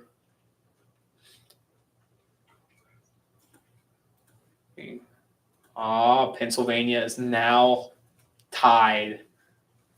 And welcome to the insanity, as what seemed to be Kamala pulling away was all but a mirage. And we see in the evening that this is going to be a tight race. It's not over for Kamala. Obviously, it is 41% in, and we're just seeing a trend for Trump. Probably the counties that are being counted, we can assume are more rural counties, and Pittsburgh and Philadelphia were the early ones counted, which were for Kamala. And we're going to start seeing a shift potentially towards Trump. Right now, Trump is still down, but it's by less than 1,000 votes. So this is going to be a very close race. Very exciting. Again, the election is very tense. I know both sides are very tense. We live in a polarizing age, sadly, which both sides want to kill each other sometimes. We should not do this. We should seek to do this with peace. And though we might disagree, and it's good we disagree, because any country that seems to be in unison on every issue is probably wrong somewhere. So disagreement is good. But we see here that, again, this race is going to be close. Chase Oliver only has 0.5%. His big dreams are definitely gone of winning, but he probably knew beforehand he wasn't going to win the Libertarian Party. But got here. We see Butler County down here, 64.2% for Trump. I'm curious what Butler is, but looks like it's mostly counted, and we should see what this will turn out to be. A lot of people have projected that Trump will actually win Pennsylvania. 201, another state's flipped. North Carolina has unflipped. See, look at this. They're rushing. They're like, oh, we got it. We figured it out. And look again. So Trump no longer has North Carolina because people call things too early, which is not a surprising thing. But North Carolina could go Kamala's way, and Virginia could go Trump's way. So again, these states, when I mentioned earlier, I kind of said they were battleground states. In one sense, they're not, because Virginia, in the view of the polls, this states weren't battleground. But in my opinion, these two states could flip. And as I said, like they might just, North Carolina might go blue and Virginia might go red. Which again, these are important states. We will see how they will turn out. Again, going into the evening, this evening. Thank you again for chiming in with us. I know it's late. Some of you early birds are lulling to sleep, probably on your bed right now, nice and sound asleep. Not us college students. We stay awake. We are up till midnight, till 1 a.m., till 2 a.m. Not really. I'm not up that late. But Nathaniel is up that late. He just raised his hand. You did not see it, but I did. He stays up late. No rest for the weary. Works too hard. It's okay. That's good. Working hard is good. This country was built on working hard. It's true. It's true. Here's my Trump impression for you. Speaking of working hard, those of you who may know, Trump actually hosted his last rally of his campaign last night. Started at midnight in Pennsylvania. So, speaking of individuals who always seem to be going, whether you love him or hate him, Donald Trump, it's something you can't say about him is he doesn't have a lack of energy. He definitely does seem to be the win the award between the two for the most like the Energizer Bunny. I would say he definitely gets that Energizer Bunny award. Probably a little bit, especially doing midnight rally is quite insane. So it definitely shows that Trump was dedicated, really cared about Pennsylvania, really cared about getting that. And obviously it's starting to show a little bit. Pennsylvania is looking up. But again, we still have a long night ahead of us. Still have a bit of an evening ahead of us. We are looking. We should refresh these. We will see what is trending for Pennsylvania. He's scrolling. He's working hard. And Trump has taken a lead. Look at that. Again, things change quickly. Trump has 17,000 votes on Kamala currently in Pennsylvania. 49.8% for Trump, 49.2% for Kamala Harris. This is a big deal. It's a big deal. Again, Trump is able to win this one. He will. In Georgia, we haven't been paying attention to Georgia. Excuse me. Georgia does seem to be pretty solidly for Trump with 79.7%. Again, likely that this could shift. But if this were to maintain into the evening, again, Georgia, Pennsylvania for Trump, Virginia for Trump, that would be a lot. Again, they're at 210 already. They've got the Atlas Intel up here has a projection that Trump will win Pennsylvania. And Georgia here looks like it could be for Trump. But again, there's more to be counted. There a lot of times the later votes, especially mail-in ballots, tend to be more for Kamala. So we will see if that is the case. We will see how that will go. Arizona has already started. Again, this is 35.3%. But as we expected, within 40 votes, this is going to be a close race here. And again, I mentioned Maricopa County, where Phoenix is going to be probably the most important county in this state. It's one of the most populated counties, and it is a very influential county. It tends to go blue, but again, I said, even if Trump can bring that margins down a lot, he can maybe snag the state of Arizona, which would be a different trend than 2020 when he lost that state.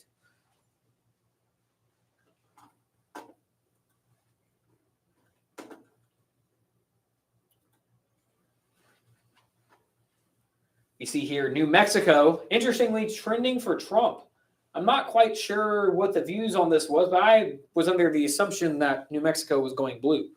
Again, it's 24%, And as we saw with Pennsylvania, 12% lead for Kamala, gone.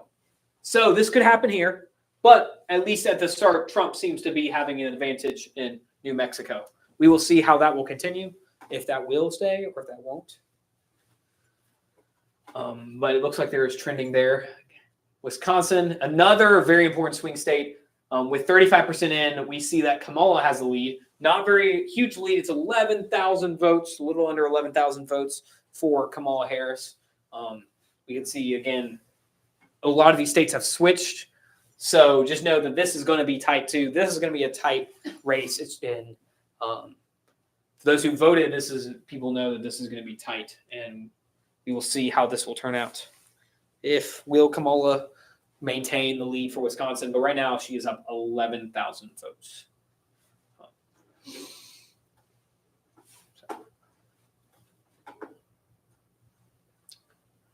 201. So a lot of these states have unflipped. Even Nebraska has no longer fully gone for Trump, which is interesting.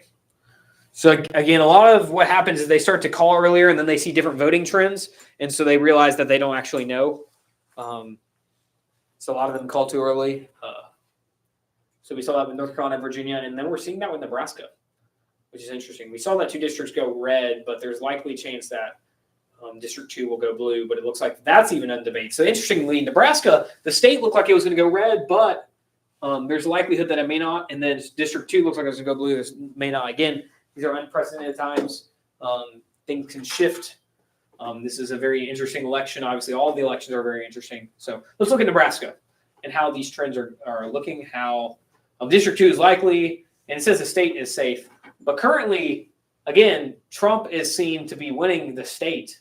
Right now, again, and these are the big areas in Nebraska you have to look for. Omaha and Lincoln, the 2 cities in Nebraska that tend to bring in a lot of the votes, are very heavily for Kamala. And so we will be seeing here that Kamala Harris is possibly winning that.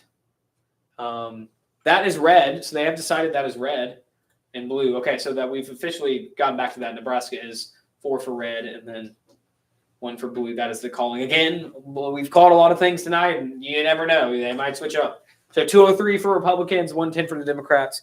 I'm sure soon we will see states like California, Nevada, Oregon, Washington go blue and make this a closer race. Wyoming is red, called to be red.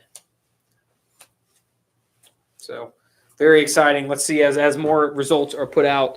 We are going to continue with some fun facts. I'm going to sit down for a second to rest my legs. I'm actually tired. You didn't know this. There are only 3 requirements technically to be president according to Article 2, Section 1, Clause 5 of the U.S. Constitution. To be at least 35, so I'm already ruled out. Dang it. I was going to run next year. I'm just kidding. There's no presidential election next year. Some of you thought that. Haha. Gotcha. You should know that's every 4 years. Come on. You have to have lived in the United States at least 14 years. So that's a very important thing. You have to live 14 years. So I would fit that category. I would. You have to be a natural-born citizen. Also would fit that category. Percent-wise, wait, that is not. Oh, that's that. Yeah, they made this look weird. Those are the 3 requirements. So if you've lived 14 years here, if you're a natural-born citizen and you're 35, you too can run for president with the other 12 candidates, except we only know about 2 of them because only 2 of them have a chance. So, yes, Robert F. Kennedy does not have a chance. Yes, Jill Stein does not have a chance. Chase Oliver does not have a chance. No, Kanye West does not have a chance, despite people what they might have thought in 2020. I don't think he's running this year, actually, though. So, obviously, we probably would have heard about it. Okay, so Virginia results.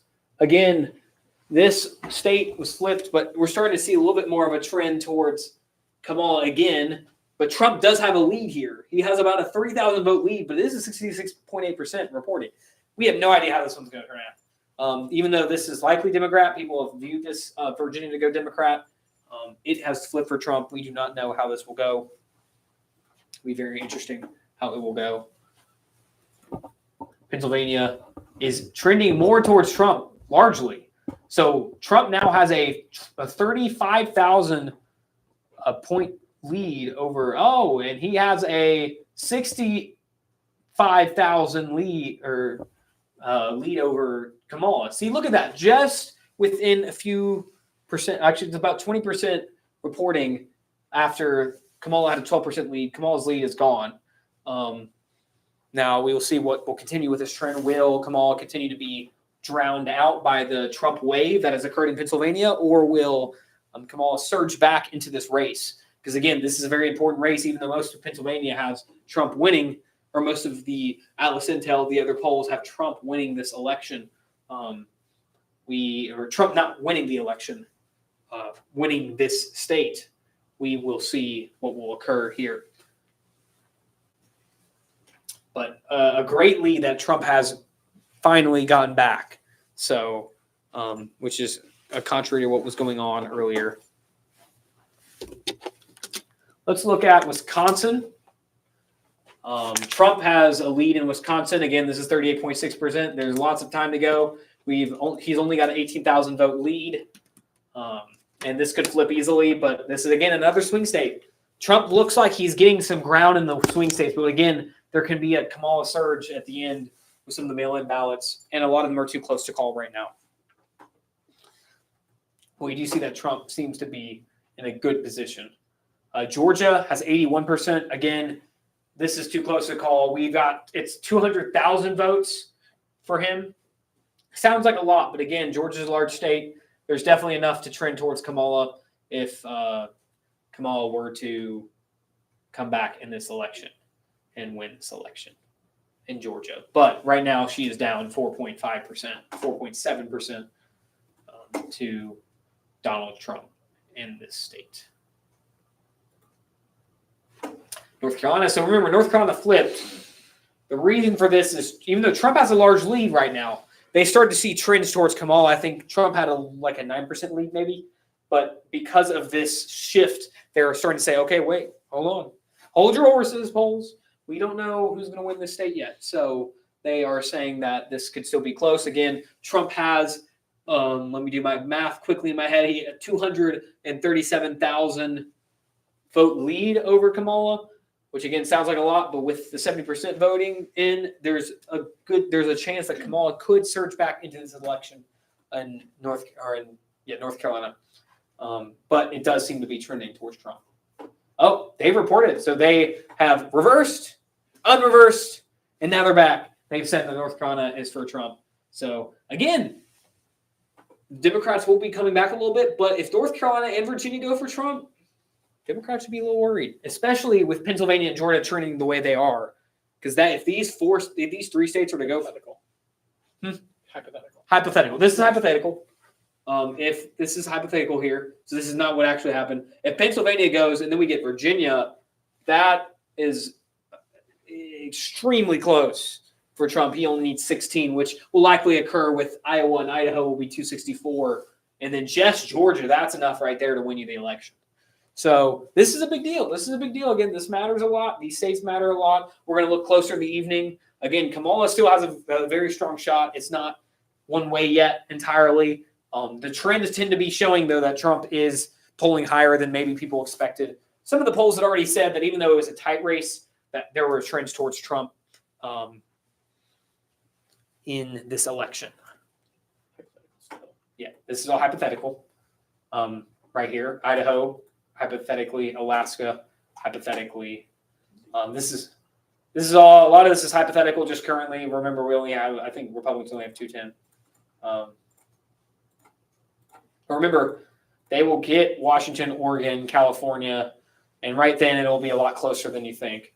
And especially with other states getting in, we will start to see greater trends towards that.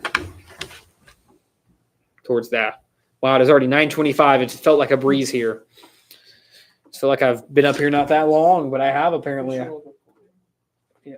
This is official right here? All right, so we have Iowa. Was that Utah or Wyoming that went for Indiana went for or Indiana? Indiana, my bad. Let me double check this. Just Iowa. He's checking. Double checking to make sure that these are. But it looks like the Iowa might be trending towards or might be called for Trump, which again, this is a lot for Trump. Trump had 235 last year, which again, It's confirmed. Yeah, it's confirmed. Yeah, Okay. they just called Iowa. Iowa is 220 or gets Trump's lead to 228. Again, last year Trump had a pretty heavy lead at first, but we're starting to see, or not last year, 2020. My brain's not working. In last election, Trump had a pretty strong lead at first too, but it looks like he's got a stronger lead going to this one, and it looks like he's trending in some of the other states. So we should see how this will turn out, whether Trump will win this one or not. But 228 into 110, can Kamala come back? Well, we'll see. She'll probably get the other states, but we're seeing how this is trending. So currently it's 228 to 110. The Democrats do seem to be down, but with California, Nevada, Oregon, Washington, they will be right around 190, which is not too far if they can get some of these swing states to go their direction, which we will see how that will turn out.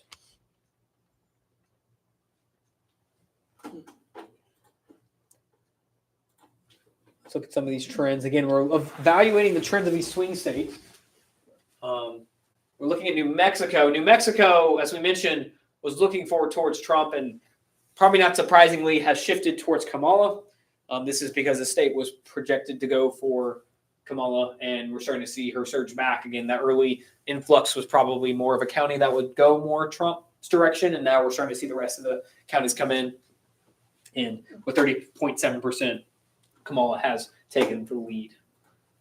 Arizona, again, this is a big deal. Kamala has taken the lead in Arizona with 49.3% over Trump. So Kamala has, again, 50% of these votes, and Trump has 49.2%. So he's 0.8%. It's too close to call, but currently Trump is losing Arizona.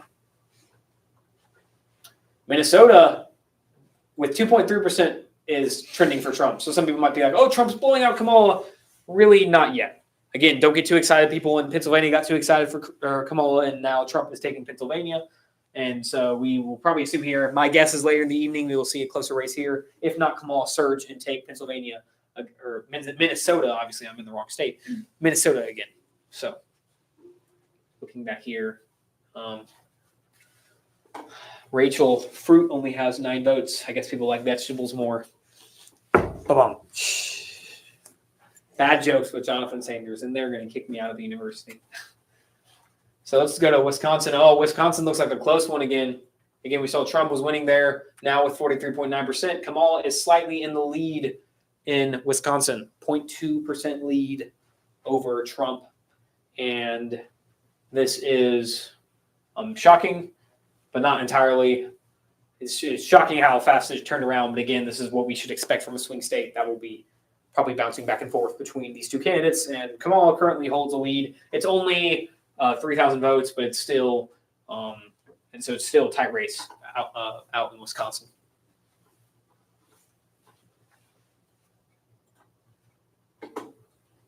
See here in the Michigan results, again, Michigan is pulling away for Kamala. This is not entirely surprising, as Kamala Harris is this is a state that trends and leans Democrat, so it leans towards Kamala. So we shouldn't be shocked that Kamala will be taking a lot of the results. We'll be taking a lot of the votes from, but it's 19.8%. So again, don't get too excited yet. We will see how this turns out. Looks like North Carolina is trending towards Trump. It looks like it's got 52.5% again. They've called it early, so they're taking a step back. But my guess is, or I guess we've already seen, I think we've already called North Carolina for Trump. But again, they were worried about this for a second, but it looks like Trump will go to, or North Carolina will go to Trump. So the Carolinas and the Dakotas as pairs will vote for Trump. So.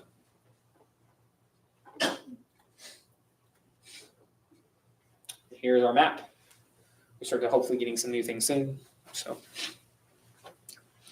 So thank you for listening to me. I think me and Nathaniel are going to switch out again, give you a little bit of variety. So Nathaniel's going to step back on the plate, and I'm going to leave it to him. I'm going to eat some pizza. That's what I'm going to eat, pizza. I've been craving this pizza for a while now.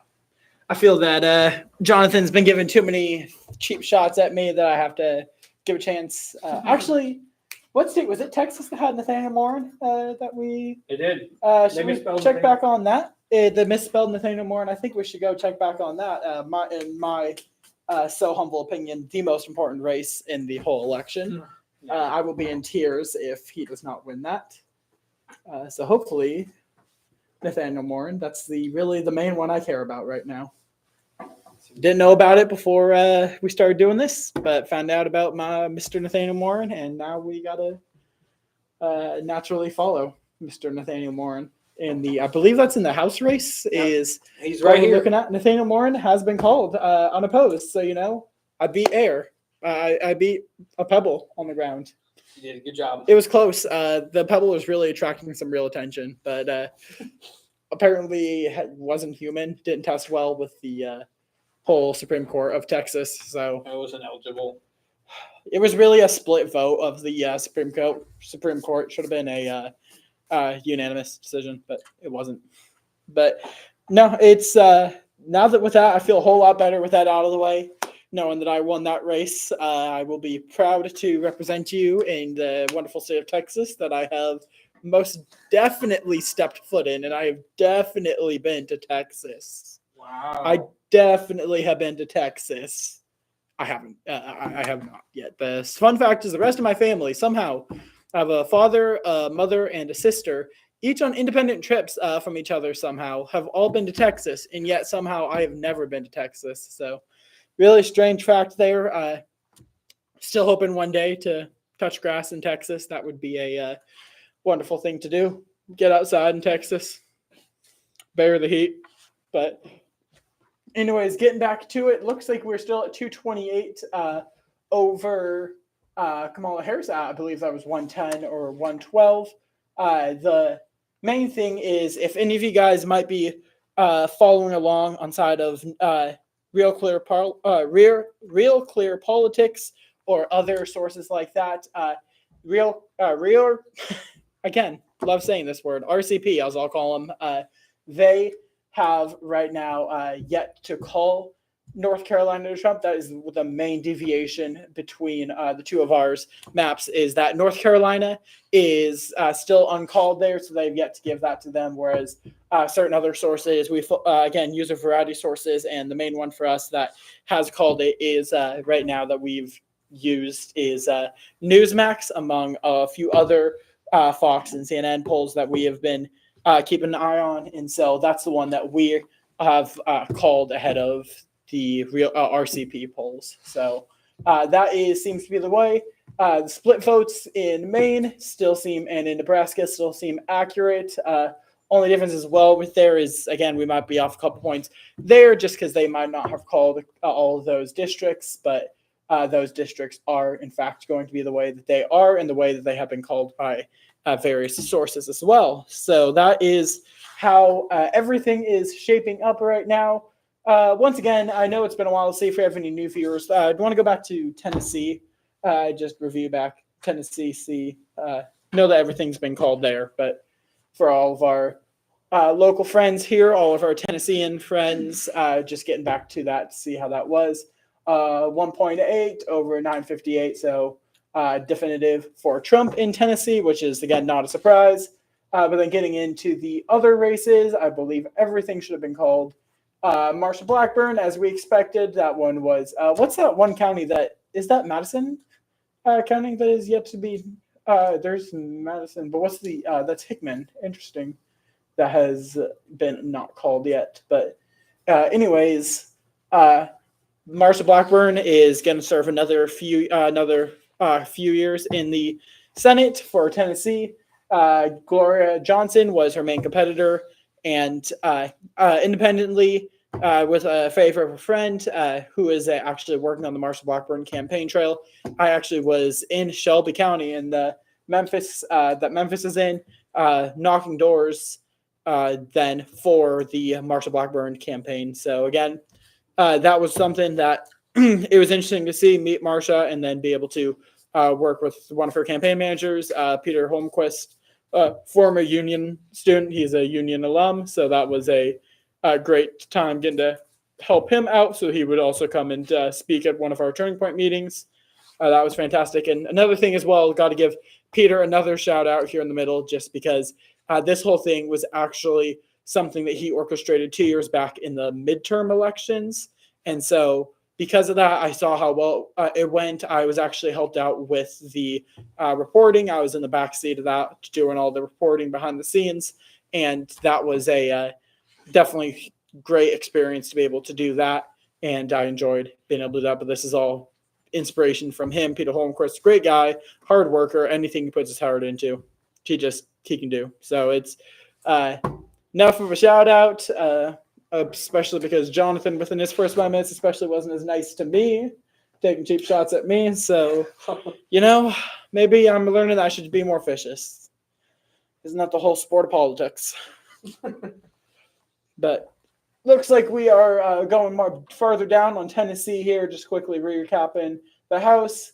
Harshbarger with Burchett winning. Let's see. I believe there was the one unopposed Liberal or the Democrat that's won. Which seat was that? Election 9. Election 9. So Steve Cohen, who won that. So the rest of those, I believe, were Republicans, either because they won their race or they ran unopposed for their seats, and so they ended up winning. So I believe that was the only one, again, with Steve Cohen as the incumbent, and that's not too much of a surprise there.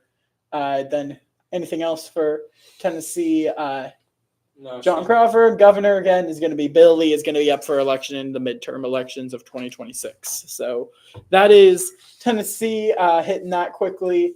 Everything else seems to be fairly normal. We're still sitting at 228 with the East Coast, the Upper East Coast going mostly for Harris, except for that one district in Maine to be expected. But, I don't know where exactly that district is, but quick anecdote for y'all is I'm actually from Seattle, Washington. I'm a huge soccer MLS fan. So I'm a huge fan of the Seattle Sounders. We have a fierce rivalry that goes even before our MLS days with the Portland Timbers. That is Portland, Oregon Timbers. One of the favorite ads that the Sounders have ever released when it comes to the Portland matchup is that saying Seattle loves Portland. And it went the whole ad and then finally ended with Portland, Maine. And so that was a fun time being able to do that. And I always wonder if that one for Trump is Portland, Maine. That would be fun to find out if that was. But yeah, it looks like Georgia is continuing on, Michigan as well. If we're going to be talking about this, see what's most likely to happen. Again, this is kind of given our midway through, 3/4 of the way through. Predictions while we're waiting on the West Coast to close in 20 minutes. We're imagining that California is going to be going blue, Nevada blue, Washington blue. Actually, hold off on Nevada there. That one, again, that's a close race that could go either way still. But Idaho is going to be red. Let's fill in Alaska and Hawaii. Those are pretty usual votes. And then let's see. So this is all the typical stuff. All the typical races, which again puts us a lot closer at 198, 235. At this point, really brings us down to the battleground states. And so then if we do, let's say it looks like Michigan is Harris. So let's put Michigan towards Harris, and then Wisconsin always usually votes with Michigan. So let's put that. So that puts her at 223 to 235. So suddenly we have a lot closer of a race. So this thing, even though it might be seeming like it's a long way out right now, we do that. We put those likely votes there, which again, these are most likely. Suddenly we have a ball game. Suddenly we're entering the 9th inning, and it's a tie game going into the middle of the 9th. So rare baseball analogy for coming from a Mariners fan, especially because we are the most irrelevant fans in the MLB. So one day, I guess we're slightly more relevant than Nashville fans, considering the fact that we actually have a team. That's might be a big difference, but slightly makes us slightly more relevant than a team that doesn't exist. But anyways, as you can see, it's 223 to 235. It's a 12 vote race, 12 votes, basically one state, as long as it's not New Mexico and Arizona or Nevada. If it's an East Coast state, you're basically, if Harris takes this, you're basically jumping the lead to take over 236, 238, or I believe that is 241. So suddenly you're relevant there, and then you're hungry and taken if you take. Let's for a moment, let's give Virginia to Harris. Say that ends up going the way of it. So then, boom, we have 236, 235, 1 point lead. And then suddenly everyone's eyes are looking at Pennsylvania and Georgia. Minnesota is another one that's looking. That one, if that goes Harris, 246 right there. So boom, 246, 235. And then again, it would be 265 with 265 with Pennsylvania, or 16 with 246 would be 262, I believe, with Georgia. And so that's a whole lot closer of a race that's suddenly coming 262. Then suddenly you just need to know one other state besides New Mexico again, or Nevada. You take Arizona as Harris, and then there's that 270, and there's that there is that projection for the 47th president. So it's all we're doing this whole exercise just to say that even though that the polls might be not as close as they seem right now, they suddenly do the way that they're supposed to, and you suddenly have a race. And I believe, Utah, I don't believe was called, although you can correct me on that. I know Wisconsin and Michigan are those other ones. North Carolina was called, and then yes, so that should be pretty back to normal there. I believe that's our current 110 to 228. There we are, back where we were before with a lot of these. Let's jump back to real clear to RCP, and let's see if they have any updated on the percentages of the races. See if they have that, and if we want to refresh that, make sure we get the most up to date on there. So let's see if we have any key races that are suddenly updated. We have 211 and 112 again. So nearly 100-point lead.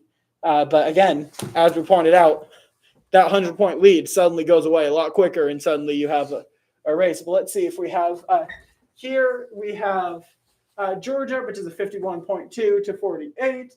Then we have Virginia, 49 to 48. So that's a close one. Virginia, again, is still competitive. It's going the way of Harris, as we expected. Be a big surprise if Virginia ends up going for Trump. And then we have North Carolina is going to be 47.9 to 50.7. So North Carolina is still pretty strong. As we said, they have yet to call it here on RCP. We have called it with various sources and confirmed it with various sources that North Carolina will, in fact, go to Trump.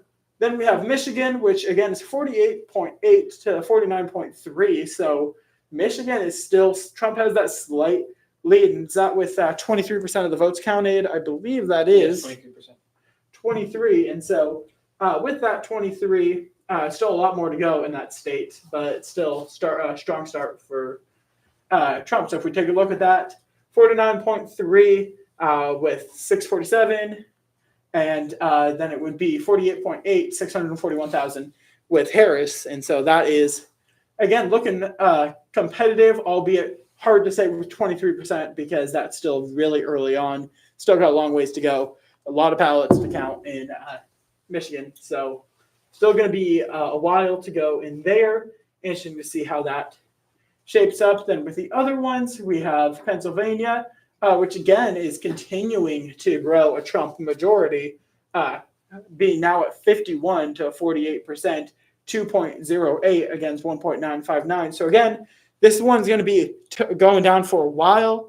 I'd be surprised if we get a call anytime soon when it comes to Pennsylvania. That one's going to be going pretty close to what we're at 58. I'd expect it would be 80, 85 before we end up calling anything in Pennsylvania. So that still has a long way to go. That one could honestly still go either way. Important thing to notice, though, is as of the moment, Trump does have momentum in Pennsylvania, which, again, is hard to say just because when polls are counted, of course, it's not like they always put all the Trump polls in and then they put the Harris polls in. It's completely random. with these polls being counted, just counts whoever was marked on the ballot. And so with that, again, it's hard to say momentum one way or another because it's really a fake idea. But from what we've seen, Trump has definitely done stronger. Harris started out stronger in Pennsylvania. And so it looks like Maine still working through there, 52 for Harris, 45 for Trump for those areas and for that various districts in there. So again, that looks 52.3 to 45.2. No surprise there. Trump probably has the one district that we're still waiting to officially confirm. I believe we have said it's all but done with how that Maine is going to look. But again, that's 45.2 to 52.3. So still a long ways to go there. Let's see if we're looking at the 9 o'clock Eastern time closing times. These races have closed, not the last ones, but the recently is Wisconsin. It's 49-42, so that's 0.1 points to particular how many ballots and how 52%. So 52% has been reported in with 49.2 for Trump, or 844-316, or 842-202. So that's nearly only 1,000 ballots to separate the two in Wisconsin. This is going to be interesting to see how this one goes because, again, this one could have drastic effect on how the whole election goes. So this is going to be really interesting to see how this one shapes up here with Wisconsin. So again, I wouldn't be surprised. We're imagining that it's going to go for Harris, but again, it could always surprise us. Expect the unexpected on decision day. And as Jonathan so eloquently put, I feel like I have to pay him every time I say that now. You get a trade? I think you got a patent or a trademark on that. Yeah, oh yeah, I trademark everything I say. I gotta take credit for Makes it harder on me. Makes it harder on me. But anyways, jump back to the main list on Real Clear RCP. Let's see the rest of them. Just taking a second on the main screen here. Minnesota is 36.9 to 60. So Minnesota with 6% in. That's going to be a interesting one. 113 to 69. 3 or 4. 434, and that's with 5.7 in. So it's relatively early on in that race. Interesting to see how Minnesota goes. Let's see how the Vikings end up going. If they will take another victory or if they'll take another loss. Again, we can't say which way or another, but let's see how they end up doing in Minnesota. Rest of these, Arizona has 51 in, and that is close race. So we are staying neck and neck in Arizona, 902-800 to 901-754. Definitely a close race. It's anyone's vote in California, 51% in, so a little over half of those. Still a long ways to go there, probably another 45 minutes to an hour before we start getting some real clarity in Arizona and get some ideas of how that's going to look in there. Interesting how the rest of these states on the 10 p.m. Eastern time or 9 p.m. have already started being called, like Montana, Utah, Idaho, and Oregon, and yet there's been 0% recorded. So definitely interesting there. If you want to click on Nevada, I want to see how that one's doing because I know that's 0-0. I want to see if there's anything that's been counted there. If there, no, so nothing yet. 0% in. Interesting how that closed nearly 50 minutes ago, and they're still have yet to count those votes yet. So definitely another one to keep it. This is probably going to be, we say it's probably going to key one, but how we're shaping up with Virginia and a few of these other states, then Nevada only being 6 electoral votes, as we were mentioning, it could quickly become somewhat of an irrelevant state in terms of the swing states. So let's jump back actually to our main map, to our prediction map on 270. Want to jump back to the main map on 270 on our prediction, and let's do something here. I want to see if we give, let's give Trump Pennsylvania. Let's just say he ends up pulling through into Pennsylvania, and let's give him Georgia. See how that puts him 263. Okay. Which then again, bringing up I was doing this for the sake of Nevada, but then we give him Alaska, and Hawaii obviously going to Harris. But then interesting, you have so you have, even with Alaska, it's 266. So Trump then, with how it's looking, needs some other state. New Mexico right now is looking with how we're going to fill this in quickly with what there's 270. Okay, so we had something marked that wasn't there. I was going to say Idaho. Okay, so there is 270. So that changes the equation. So basically then you're looking at, besides Alaska, which is going to go most likely to Trump. I'd be surprised if Alaska gets flipped. It has yet to in however many years. I don't ever think there's been a time where it's voted blue, but the only thing blue there is the toes out in the cold. Or the fingers too. Fingers turn blue. But anyways, this is so based on what we're looking at an extremely close race here to finish it off. That is if we give Harris, Michigan, Wisconsin, Minnesota, if we give her this little belt here, as well as Arizona, Nevada, New Mexico, if we give her this whole area here and this whole area here, as well as the typical West Coast, then you're still looking at a 268 to a 270, which would make put Trump back into the White House for a second non-consecutive, or for a second term non-consecutive.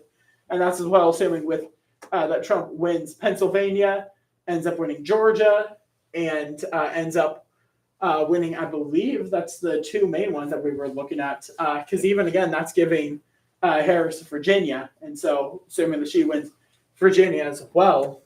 So interesting to see here that even how consequential Pennsylvania and Georgia end up being with how close it's going to end up being. That's right now our official prediction is 110 to 228, and how we're already looking at it quickly being, especially with the powerhouse of the West Coast and taking the Great Lakes region, that is going to be suddenly making it a lot more competitive, looking at Arizona, Nevada, New Mexico, seeing those as the key ones to finish. And if, again, seeing that not only that even if she sweeps this region and sweeps this region, you're looking at the key states, Pennsylvania or Georgia. Pick your poison. One of those is going to be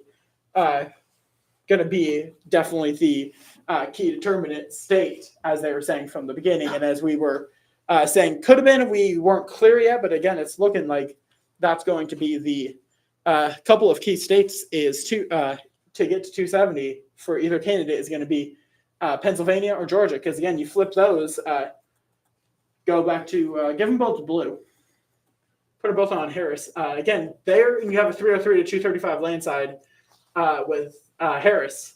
And so, again, that's assuming, which is possible with how we're looking at some of the current polls, assuming that, and then giving Trump. So, again, we're playing around with this a little bit. Still 228, back to 278 for Harris with Nevada, Arizona, New Mexico, and then suddenly giving her Pennsylvania. So then that ends up switching back to her. The momentum ends up getting back to her, and they call her for that, and they call Georgia for her.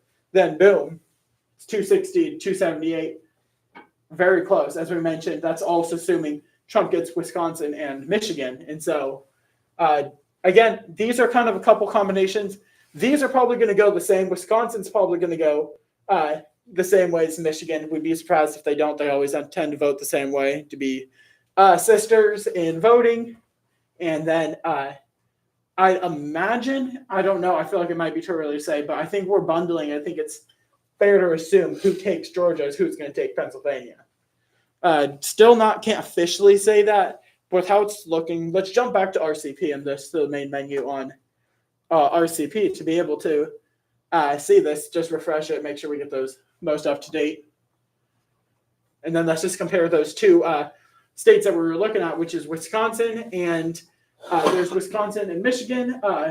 Again, 52 to 45, and then Wisconsin is 49 to 47. So interesting. So these states, there's a possibility, albeit with 56% of the votes counted, still a long way to go, long way from being able to call final.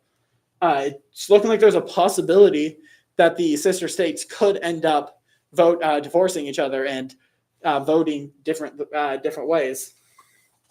Albeit, how do you divorce your sister? I don't know. That's a very messy legal process. I feel like that's more less of the it's less of divorce and more of liberation. So, you can liberate from your family, but I don't know if you can divorce a family member besides a one that you've entered into marriage with. But anyways, going back to Michigan, looking like Kamala Harris has taken back the energy and has taken a pretty commanding lead in Michigan, being at 52 to 46. So that's 822, 730 with 27% of the votes in. So again, small majority yet to be called. This one's probably going to be in another 15, 20 minutes. They're going to get probably another, see how many we have in right now. Again, total we have around 100 or 1.5, 1.6 million votes in.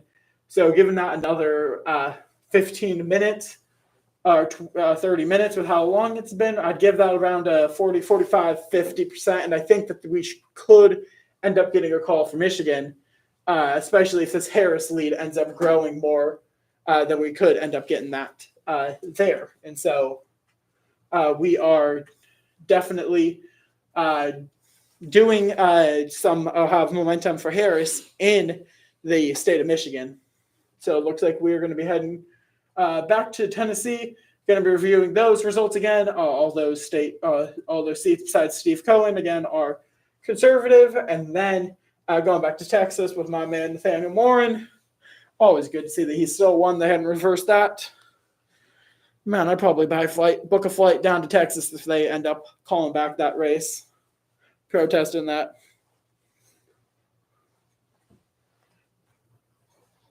You know, while we're waiting, since we have about 7 minutes, do you want to pull up a picture of Nathaniel Morin? I want to see what this mysterious. Sorry, I was finding there was a new call for a Senate position, but for some reason I'm new call in Texas. Let's see if we can't track that down. I'm not seeing anything.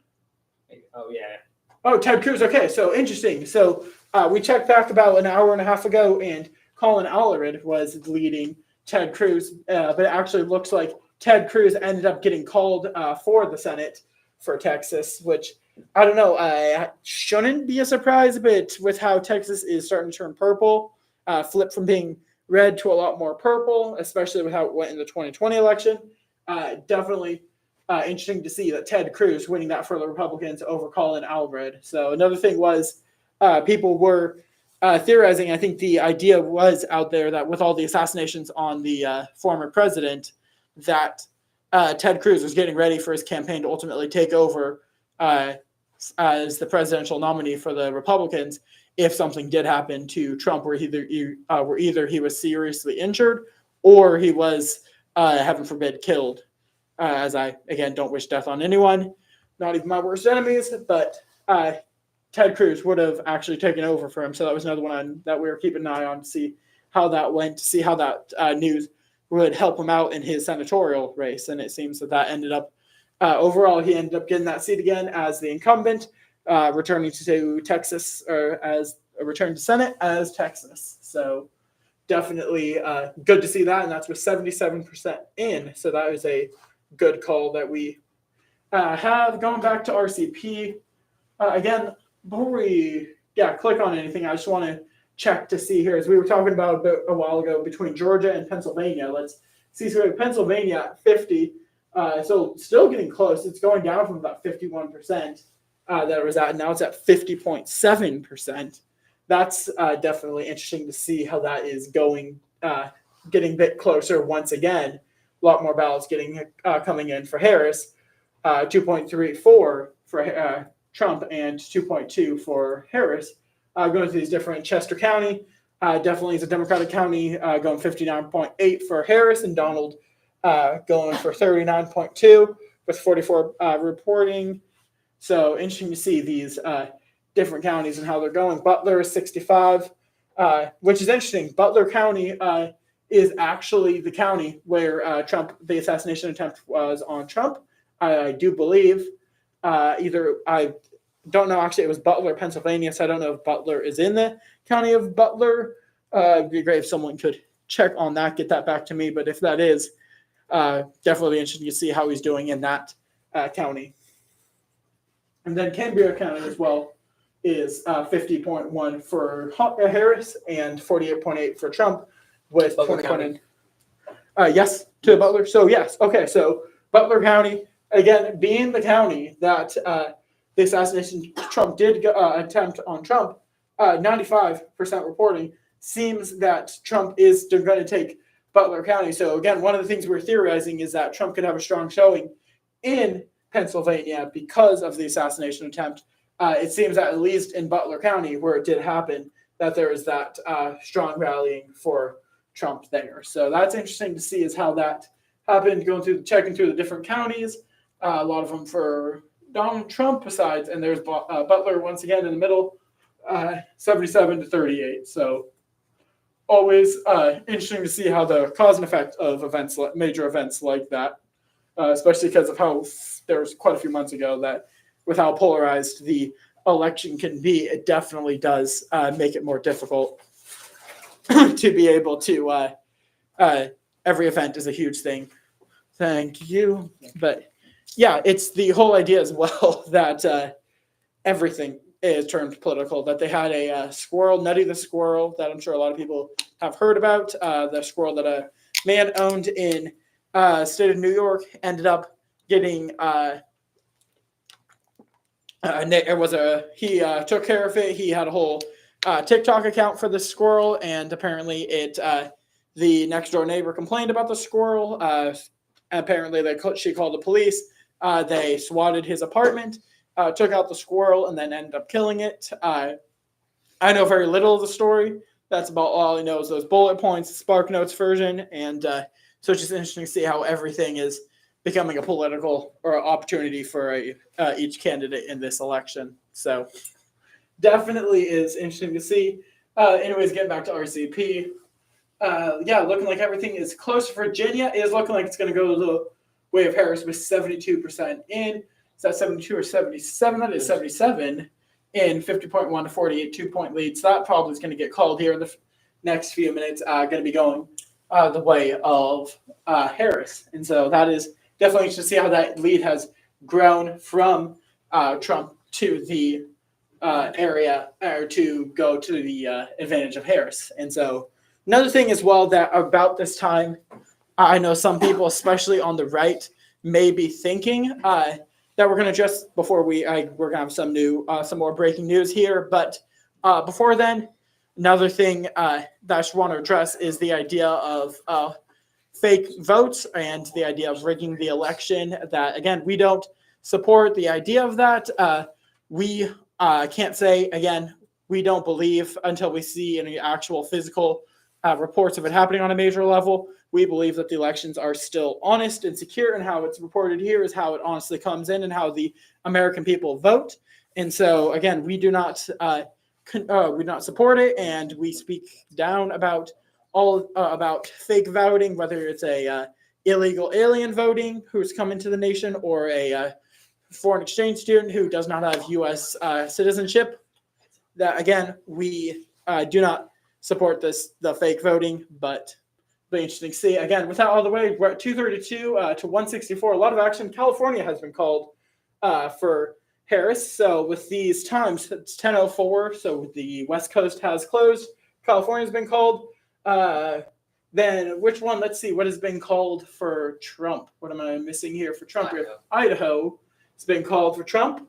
So that's boosting up a little bit. Again, just even with California, boosts up a lot more for Harris, where now she is at 54 plus 54 with that up to 174, 232 with 132 still undecided electoral votes going into the late hours of the evening.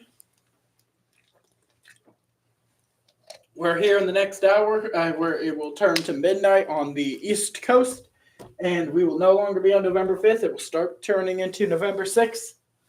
And then, again, something that we could see here is with how close these states are, we could see either candidate challenging for fraud, which then would cause the next few days to be filled with recounts at the polls for these various states or wherever it's challenged, whether it be Pennsylvania, Michigan, New Mexico, Arizona.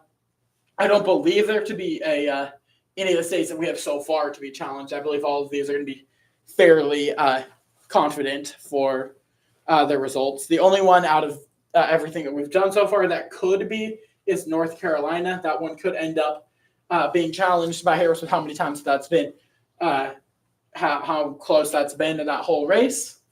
But other than that, looking at everything that's been called, I don't believe there to be anything that will be challenged besides that. So everything else is exactly what we expected. Second that we get a call on Oregon and Washington, then we'll be waiting probably one more hour. Then we'll have Alaska and Hawaii, and then we'll know exactly we'll be right where we expected to be with Nevada, Arizona. New Mexico is the one that I guess it was a swing, but mostly expected to and was favored with Harris. But again, as I mentioned, back to what we were thinking with Nevada, Arizona, New Mexico, Minnesota, Wisconsin, Michigan, Pennsylvania, Virginia, and Georgia. So that leaves 1, 2, 3, 4, 5, 6, 7, 8, 9 states that are still 9 swing states. Still be decided. One of them that wasn't expected to be, I guess a couple of them that I don't think were expected to be, were Virginia and Minnesota. I think those were the two that weren't expected. Other than that, I think they were mainly talking about 7 swing states, with the exception being some people counting New Mexico not as a swing or Wisconsin not as a swing. So this is where we are looking right now at 10:07 in the night. Definitely our East Coast crew probably is gone to bed for the night, waiting to see in the morning what happens. We're sticking here around till we either hear that they have stopped counting for the night or that there has been some major development. So we are going to be hanging around. We are not going anywhere. Maybe a Tuesday night, but honestly feels like a Friday. Albeit, again, it's always strange and interesting how they have elections on a Tuesday. I don't know, it just seems interesting with people having to go to work the next day, but it seems that we're going to be having an exercise in working our cursor out. Get some exercise for our cursor. Always good to exercise your computer cursors. I guess we can say the hand, I guess we can say that our stream today has been brought to you by hand exercises. Make sure to work out your hand with that cursor for at least 60 minutes a day to be able to get that proper hand workout. It sounds like a gaming ad, is what I'm hearing. Well, fortunately, we're not sponsored by, what's that, Raid Shadow Legends? Yeah, Raid Shadow. Yeah. We're not, sadly. We're not that desperate over here. Almost, but not quite. But yeah, anyway, so this is where we are looking right now with everything still waiting. Always interesting about these. I never know, and I never got the point of these free quizzes, the Am I Gay tests. I think I know if I'm gay or not. I really think I do. I don't think that's something I found out about myself on a quiz. Yeah, this is weird. How do I get rid of it? Why is that? What? Oh, no. Okay, so Oregon, again, so what we're hearing is Oregon has been called, again, furthering to close that gap there, 182 to 232, as we expected. Washington should be coming in short order here as well for Harris. In the matter of moments, we will be getting that. As you guys remember me saying from earlier on, I'm a Washingtonian. I'm actually registered as a Washingtonian, even though I am reporting here from Tennessee. I am registered in Washington, so that is my state. Interesting to see. Actually, if we want to jump on Washington and see how that's going, a bit of a personal passion project. I guess we're going to be clearing the cache for a moment, causing us just to be able to actually do this. Something that wasn't in the budget. We tried applying for it, but apparently they don't grant $50,000 for a supercomputer. Oh, Yeah. man. Funding really is. I guess we should have gotten that Raid Shadow Legends sponsorship. Really would have helped out. Yeah. Really would have helped out with the voters with a short attention span as well, because we could have done that whole TikTok thing where they put the game on the bottom and then the actual report on the top. Really would have drove up engagement, I feel like. But clearing that cache, getting back down. If you want to go on over to states on the top there, and then you want to go to election results, and then close the ad, and then we're going to be going on over to Washington. Let's see here. So again, Washington. Interesting. So nothing's been called there. Let's see if any of the Anything else? Can't recall. So not a whole lot going on. Interesting. Okay. Susan has been called. Rick Larson has been called. Marie has yet to be. Dan Newhouse. Marie Randall. Let's see if there's any other unopposed that's been called. Oh, it looks like we have Jaya Paul, who has been called. Derek for the state senate. Not to be surprised, he ran unopposed and is the incumbent, so not surprised there. And then anything else? State House, Mike Davies. Yeah, so interesting. Still early on in Seattle and Washington. For our friends, it is 8-11 over there. So what it was back when we were still probably 110 Kamala to 128 Trump. So back when it was, or 228 Trump. So not much has changed in the last couple of hours. Welcome to election night. This is the fun part where probably news sources better than us have a lot of padded material prepared each and every election to be able to talk about and waste time on. Where we here, again, talking about that budget, did not pay our budget for the padded entertainment. So, again, something here that once it gets slow, we are very patient and waiting on. Still nothing, but again, 182 to 232. Once that Washington race gets called again, then which will probably get called at the same time that Alaska and Hawaii do, because I believe those races are also called almost immediately. And so those are the definitely updated ones. We're just waiting on those races to go final. I'd expect all three to go final in Hawaii, Alaska, and Washington pretty back to back to back. And so that's going to be something that's going to go pretty quick. And then we'll be left with our 7, 8, 1, 2, 3, 4, 5, 6, 7, 8, 9 swing states. Pennsylvania, Virginia. Let's hop on back while we're waiting to our old friend RCP. First of all, let's refresh this. Let's just check Virginia. See if anything has changed. Not much, so pretty still 50.1 to 48.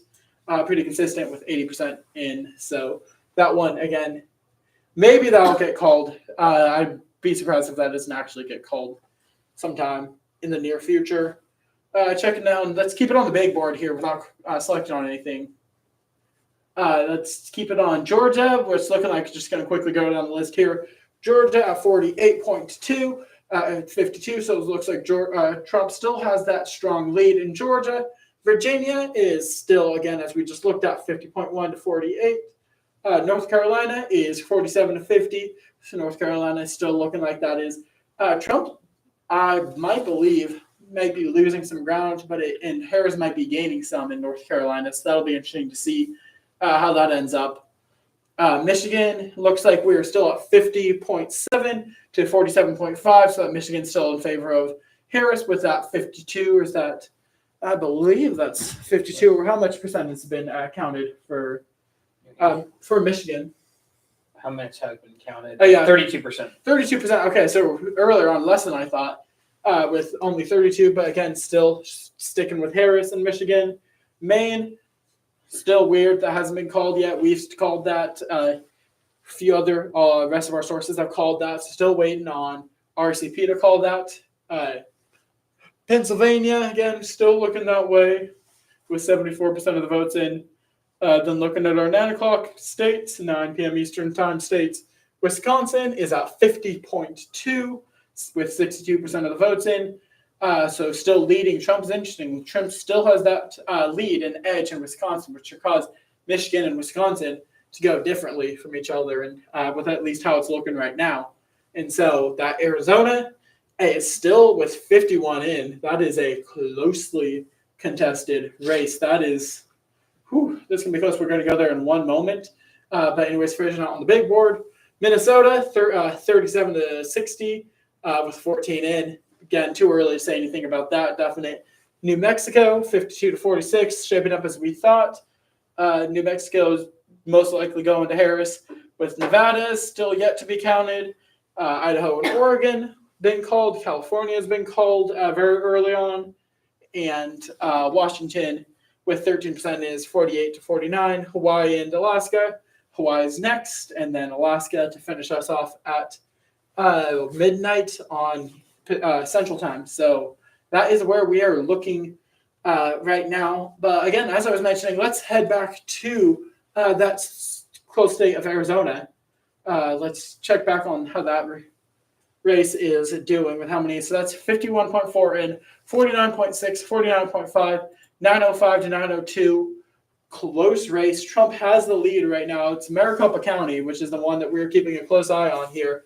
That's a matter of 3,000 or 13 or 30,000 votes that Kamala leads in. That somehow, I feel like this state, once Maricopa has gotten most of their votes in, again, they're over a majority of them. But once they get close to 3/4 of those votes in, that they'll be able to decide pretty quickly what Arizona is going to look like. So Maricopa County is that key county in Arizona that we're going to be keeping a close eye on throughout the evening. But that is Arizona.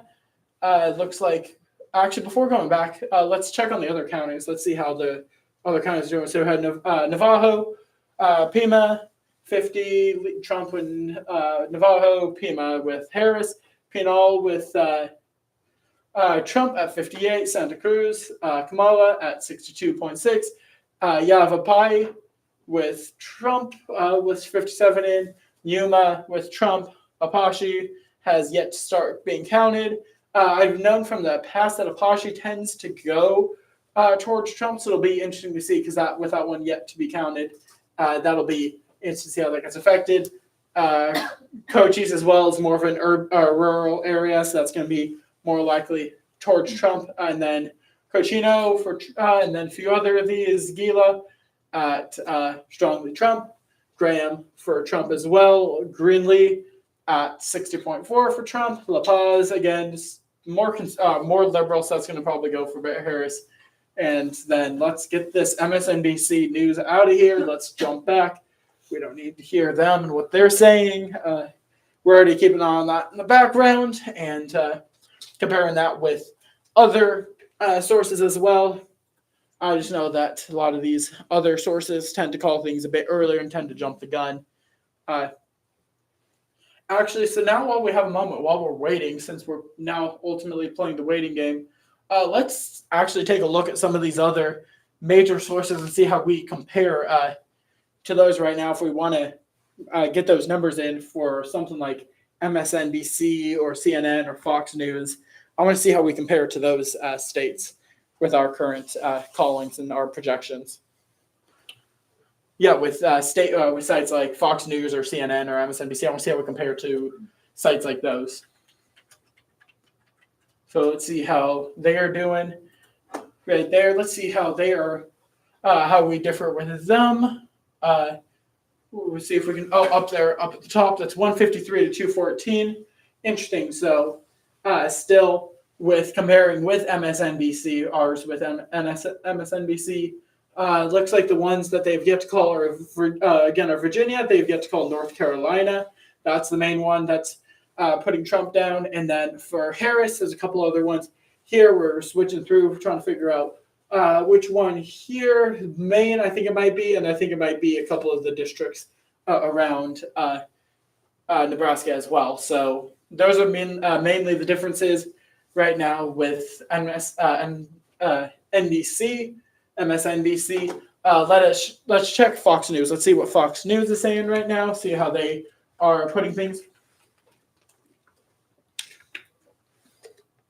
Let's see.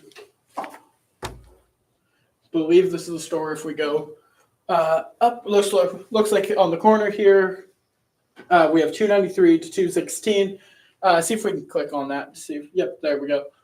See how they're putting things. So they've called Washington already. That's interesting how they've already predicted Washington. See what they've withheld.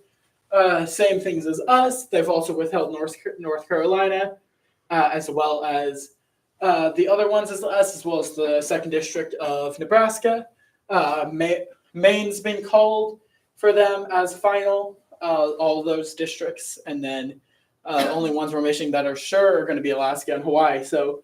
Interesting there. Let's finally jump on over to CNN, see how theirs compares. Again, we just like doing the spread as well, just to keep it honest with y'all on the front end as well, because we're doing this on the back end as well. But seeing if we can't find how this is going.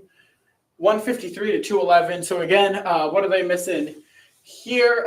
So interesting. They've already called Virginia and Michigan for Harris, and they've yet to call Wisconsin. Actually, they have yet to call. Sorry, those. They're saying Virginia and Michigan are lean for Harris, and they're saying that North Carolina, Georgia, Wisconsin, and Minnesota and Nebraska, which they've yet to call Nebraska. That's very interesting. Are lean Trump, as well as they're saying that Arizona is lean Trump. So that's interesting. Nevada is still contested, it looks like, on their end. But it looks like, but it's very interesting to see what they're thinking here with CNN, with having, again, Washington, they have yet to call. Looks like Oregon and California, they've called.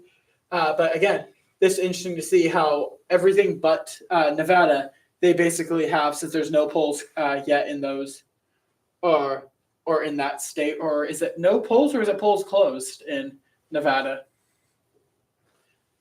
What is the legend saying down there? But I can't tell the difference between the two of no votes yet and polls closed. Oh, polls are closed. Polls are closed in Nevada. Okay, so again, we'll probably have to wait for the morning to see Nevada, as I believe that means that they are not going to be counting anything tonight on there.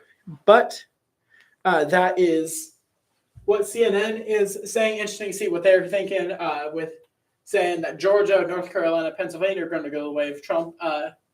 Let's see here. Let's go back to our map and let's see how their predictions align with ours currently right now. So let's say Georgia and Georgia and Pennsylvania. Let's give those red. Put those red. Then red, and then Virginia. Let's give blue. New Mexico. Let's give blue. Washington blue. Arizona is blue. Actually red. They had Arizona as red. Yeah, they had Arizona as red, and then Michigan they had. I believe that was red actually. That they had red for that. Oh, blue. Sorry, blue was the other way around. So red, red for Wisconsin and blue for Michigan. So interesting. So they are Nevada, which again, let's leave Nevada out of it because Nevada they have yet to call, and then of course red and blue for Alaska and Hawaii. Let's not leave those out.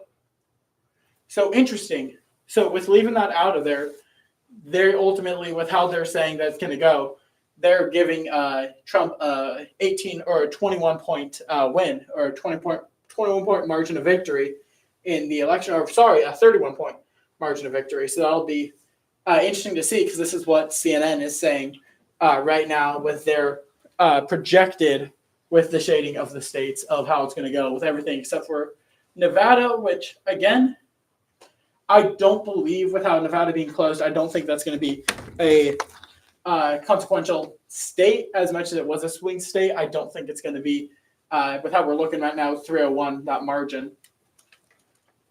It is looking like it's going to be a fairly interesting one to look at.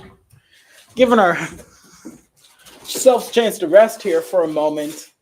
Again, interesting to see with the split votes as well of Nebraska and Maine, how those are still split the way that we thought, with the state for Maine going for Harris as well as 2nd District, and then Nebraska, 2nd District, going for Trump as well as the 1st and 3rd districts. So that is definitely interesting.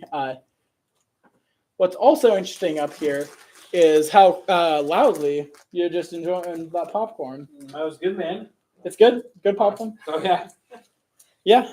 Another thing that we can't get a sponsorship through, albeit I don't know if we want Smart Food as a sponsorship, but I think it is Lay's, so it would be a large sponsorship nevertheless.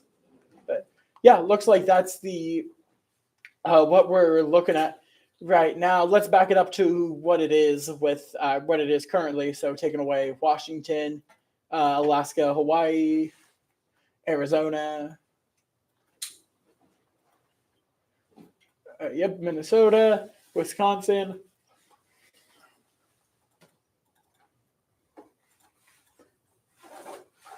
Arizona, New Mexico, and Georgia, and then New Mexico, And then that's basically where we're sitting right now. Is at this point. This is where it's going to probably be around for another 15, 20 minutes. Then we're going to get some clarity in the action of what's going on. Again, not much is going to be happening in the next 15, 20 minutes.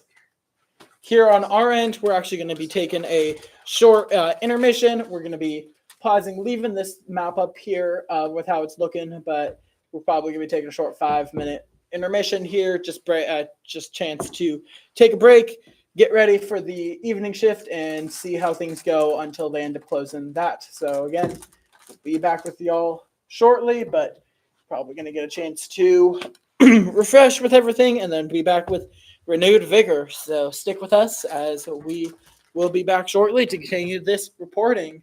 But again, for everyone who's sticking around so far, thank you all for sticking around this late into the evening. No, it's definitely a burden on a Tuesday night, but we hope to see y'all hang around later into the evening. And we'll see y'all in a moment.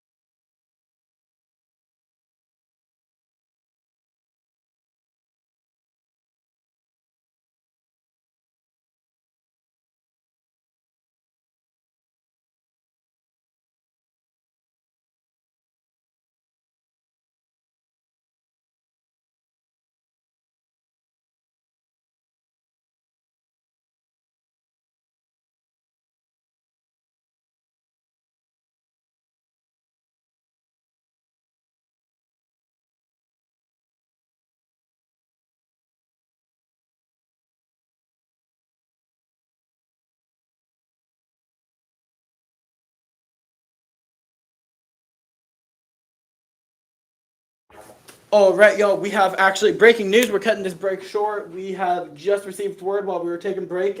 Sooner than expected, we have Georgia that has been officially called for Trump. So that is our new development now at 248 to 182. Again, we just wanted to update with y'all. We have that breaking news just come through now. Georgia has been called for Trump. So that is going to give him 16 more votes, making the road to victory through Pennsylvania. Again, let's quickly give Pennsylvania, see how that looks.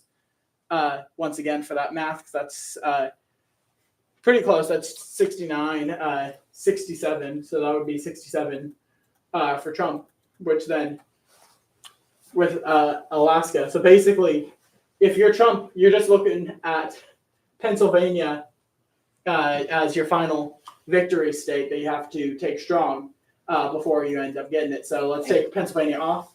Who called Georgia? What source? Newsmax was their first one, as well as I believe Fox did, but Fox did not call Georgia. not yet. A couple other sources, but we do have a few of the sources that have called Georgia. So Georgia has officially been called. That is some update. But again, we're gonna leave y'all. We will be back presently. Just want to give that update on that, and we will be back presently.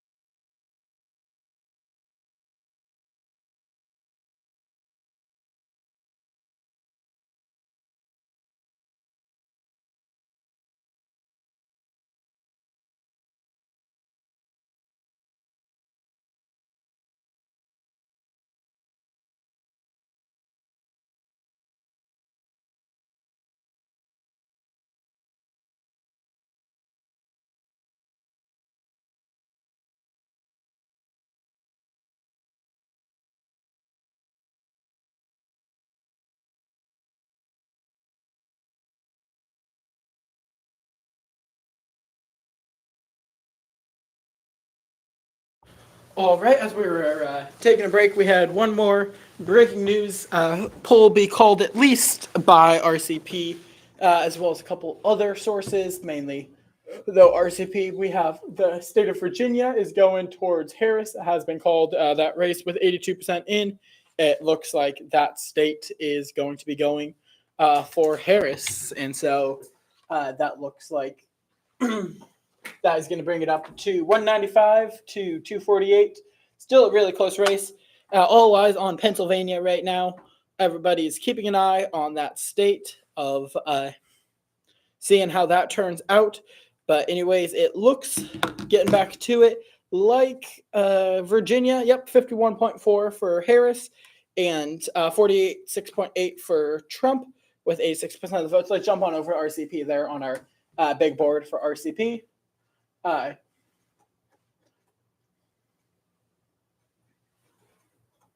Get back up to that main result. Yep, let's check out here. So we have, as you can see, Virginia now, 51.5 to 46.7 with 87% of the votes in. So that has been pretty fairly called for Harris.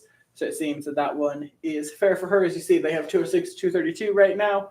Let us check to see currently. Looks like they've also, we're going to wait for a couple more sources to clear it up, but it seems that they have called Washington with 63% of the votes in.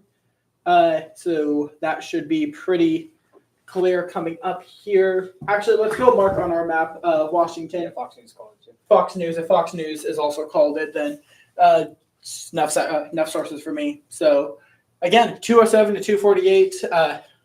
Really, all I can say is all eyes on Pennsylvania. We got 4 minutes till we get closure in Hawaii, and then that is 64 minutes until all polls are closed, with Alaska ending off the night. So that is going to be where we're going to end off at that point once the Alaska gets called. But again, quickly, just doing it one more time. Let's give Trump Pennsylvania, and then let's give Trump Alaska, and then the boom. There's 270 even. Rest could go to Harris. I don't know if Harris is going to sweep the rest. We'll check on that in a moment. Let's see that if she gives the rest, then that is a close call, 268 to 270. Close race as everyone was imagining for it being, and that ends up being 270 to 268. As I said, all eyes on Pennsylvania. None of these other races seem to be as competitive. Again, let's clear this back off to what we had before, clearing off New Mexico, Alaska, Hawaii, Nevada, keeping Washington this time as that is official, and Minnesota, Wisconsin, Michigan, Pennsylvania, and Georgia. Everything else seems to have been called, so we're down to 1, 2, 3, 4, 5, 6, 7, 8, 9, 10 races. Going to be quickly 8 once in the 64 minutes here, but that is basically what we are looking at right now is 232 to 207. That is, let's actually jump back to RCP. I want to keep an eye on Pennsylvania, see what they're saying for Pennsylvania right now. Seeing a lot more check marks, definitely a positive sign. So with 84% of the votes in, 83.5, 51, pretty significant margin with 83% of the votes in. Again, let's go check on our friend Butler County. Let's see how Butler County is looking. That is looking like that 65-33. Definitely Trump taking Butler County. Again, we don't endorse either candidate here on Turnpoint USA, but what I will say is I am glad that he did win Butler County, being the county that had the assassination attempt against him. So, at the very least, I am relieved that he did take that county, as that is definitely one that was important for the Trump campaign to be able to take is Butler. So we're looking at, once again, going to finally back up to the top for Pennsylvania one last time, just scrolling back up, 51.3, 47.7. Let's refresh that again. Let's make sure those are the most up-to-date numbers. Yep, 2994535, 2787, 51.3, 47. So that one should be with how it's looking here, it is looking like this one will be. We're refraining on projecting because we're at 83.5. We might start projecting at the point once we get to 90% reporting in if there's not been an official projection. The one, again, that we have called, let's get back to Georgia. Georgia that we have called, it was long early as well as a few others. RCP is not yet. 50.7 with 93.5 in. Again, pretty confident level there. That's almost to 100,000 votes that Trump is leading by, but that would have to be a perfect, nearly, actually that's 120, 130, that would be a perfect 130 ballots going towards Harris to be able to overtake Trump in Georgia. Again, we have called Georgia here on Turning Point. We know a few other sources have yet to do so, but we are still sticking with our official projection of Georgia going the way of Trump. And so interesting to see how this is going. Looking like, again, 50.7 for Trump with 2.602, 755, and 48.4 for Harris. And so that's looking like for those 16 votes, 93.3 in. I can imagine they're going to get at least 95% in before they close the polls. Close the poll counting for the night. As another state that I want to check in on is Nevada. Here, I'm sure, again, they've closed their polls. They are starting to count. Okay, interesting. So I thought they had closed their voting centers in terms of counting, but so interesting. It's a very early on, 1.6 counted only right now. So very early on, very deceiving. That 73% is, again, it's only 17,000 to 6,000. That could change at any point. This one, again, as the race shaped out, the only way that Nevada becomes a relevant state, becomes once again one of those battle swing states, is if is coupled with Alaska, or not with Alaska, rather with Arizona. And so if those are coupled together, then that's going to be end up being significant. Those 13, 14 votes for Alaska or for Arizona. Let's check. Let's see here. Arizona seems that where are you hiding, Arizona? 11. Yep. So that is 17 votes, which then is only 2 votes less than Pennsylvania. So ultimately, the only way this becomes significant is pairing it with Arizona, which again, even if it's paired with Arizona, you get both of those as Trump, and then it ends up getting still close, but not quite to 270, and that gets real close between there. So that is looking like that's the current results of what that is going to be. For those, we're going to jump back to and probably leave it for a while on the 270 to win map. This is what we're looking at. Again, I think we're going to leave it this way for the time being. Still going to keep the stream going, but we just won't report on anything until there's been a major call in. Again, Georgia, still waiting on the final whistle there.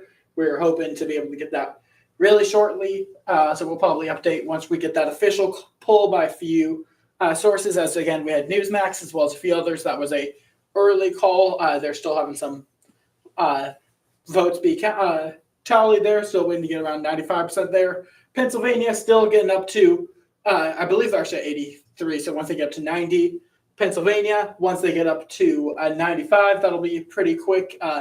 Those are the 2 states we're going to keep an eye on.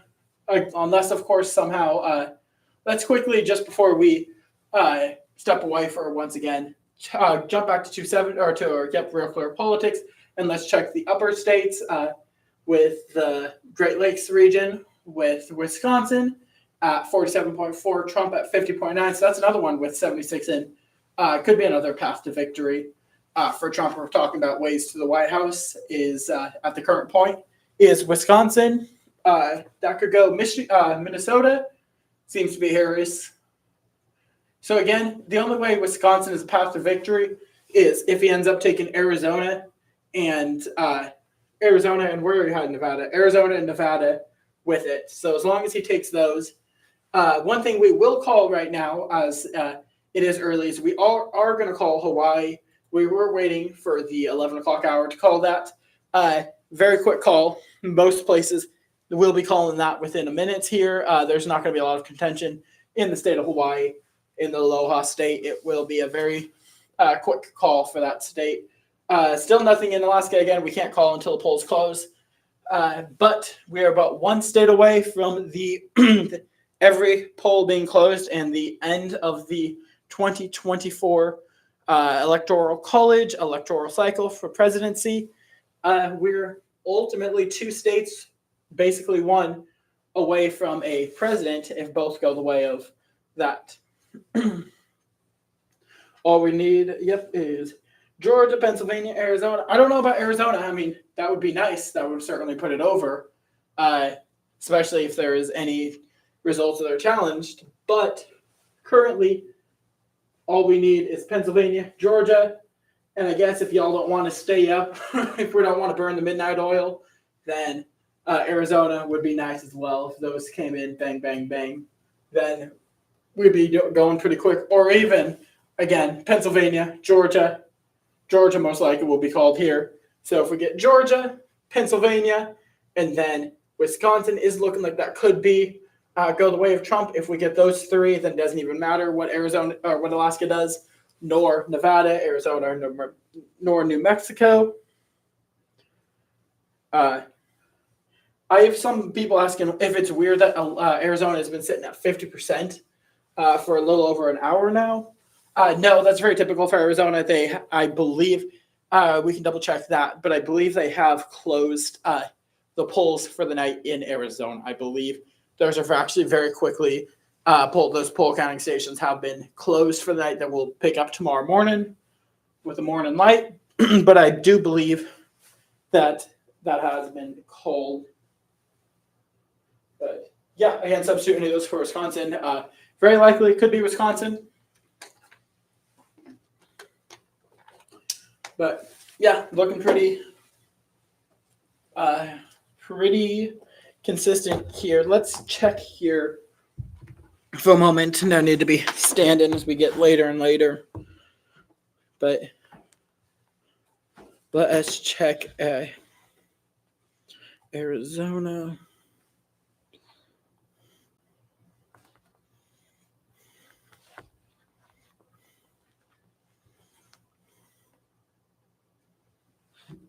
Nope. So it seems that it is a fluke right now that Arizona's taking at 50. Let's see. Another site here, Washington Post.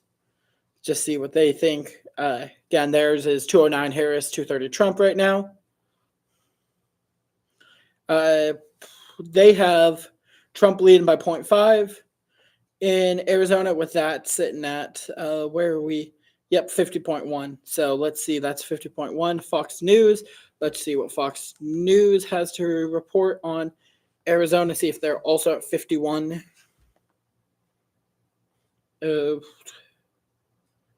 Yeah, it's looking like it's around 51% in. So Arizona is one that's probably going to be stagnant for a while. Whenever I think of states that go quickly, Arizona never tops that list. But again, this is how it's going to be for a while before we let go.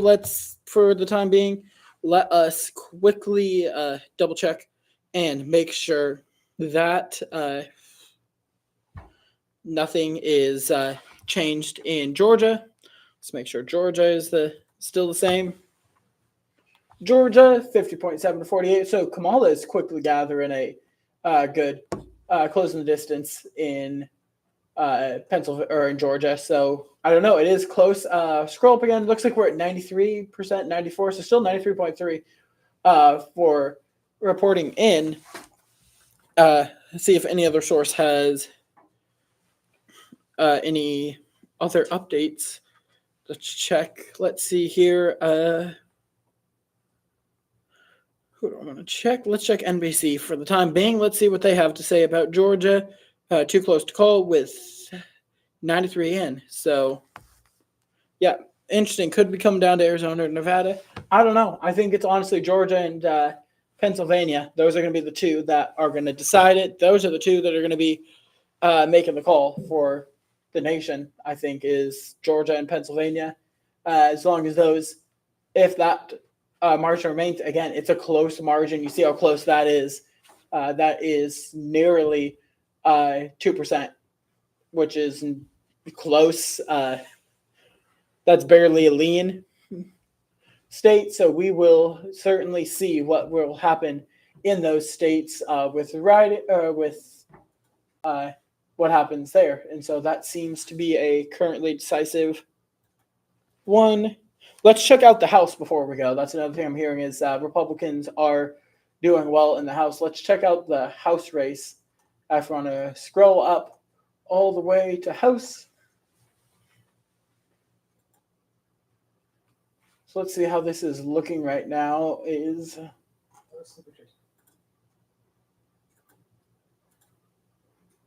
election results. Live result. So that is 180 to 157. So still close for the House. 98 still up for grabs. That's interesting to see how that ends up going. I don't know if that's going to be. I have a friend saying that Republicans are about to win the House. It doesn't look like it. It still looks like that's very competitive, especially in those key areas of Maine, Arizona, New Mexico.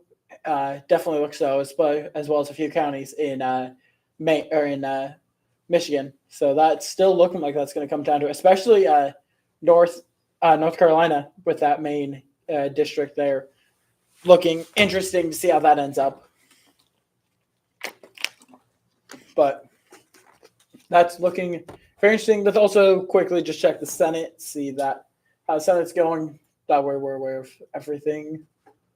Before we call it live results, we got 41, 51. So interesting. So Republicans have taken officially a majority of the Senate. So Republicans have captured the Senate, not with the Democrats look like they did have it last time around. So Republicans, there will be a Republican Senate in 2024. Does look like with 38 no election and 13 gained. Looks like there was 28 no election for Democrats and 13 as well. So it was 13-13, still 8, but enough for Republicans to take it. So some last of that big news to end the evening is going to be Republicans winning the Senate. Still interesting to see who's going to win the House. I believe that I would not be surprised if because Republicans won the House, or because Republicans won the Senate, rather, that they're going to win the House. So, that Democrats will win the House because it always goes opposite. So I wouldn't be surprised if it ends up with Democrats winning the Senate or winning the House because of it. So that's basically where we stand as of 11:15 on Tuesday, November 5th, election night of 2024, decision day. We are going to actually leave it there. We encourage y'all, keep an eye on the states of Georgia and keep the eye on the states of Pennsylvania. Those are the two key ones that are going to be. Again, don't just listen to one source. Confer with multiple different sources, what we've been doing here all night. So we've been checking with not just one source. Again, multiple times we've called it too early, which using something just like Newsmax or RCP, we always try and use various different sources, make sure multiple different sources confirm these states before we officially call them. And so one thing that will happen overnight, and I don't know if it's going to be, I don't think there will be another major state. The only other states that will most likely be called overnight are going to be the Alaska, and again, Hawaii was already called. So the only thing that's only going to happen overnight, most likely, is going to be Trump gaining Alaska. Let's quickly, one last time, jump back to our presidential map, put that in there because that will happen overnight. So let's officially do that. That way we can end things off with our official map.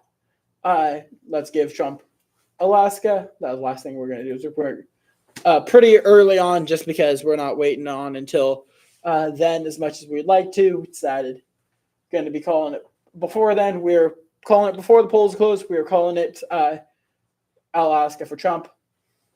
One thing might be lazy for doing, but we are going to do nevertheless. I'd be surprised if it goes any other way. We're calling that. So we're leaving it tonight at 216 Harris, 235 Trump. And that is how it was, how the state or how the nation is shaping up come 11:15 Central Time on Tuesday, November 5th. So definitely, I'd say a lot of this is to be expected for what we are seeing. Remainder, maybe Michigan or Wisconsin might be biggest question marks, but again, to be expected for the rest of the nation. Not a whole lot of surprises here or there. I'm sure coming in the next few days, 5th or 6th, they're going to smooth things out, have some of these recounts occur, and then be able to establish some definity from there. But all that being said, we are going to shut down the studio here at with Turning Point USA at Union University. Thank you to everyone who was involved, all of our various researchers who have come and helped us out on the back, to my wonderful co-host and Vice President Jonathan Sanders, and to everybody who tuned in. A big thank you for y'all for choosing a small source like us, choosing local for your election coverage as opposed to national. We do appreciate it. Anyways, thank you all for tuning in.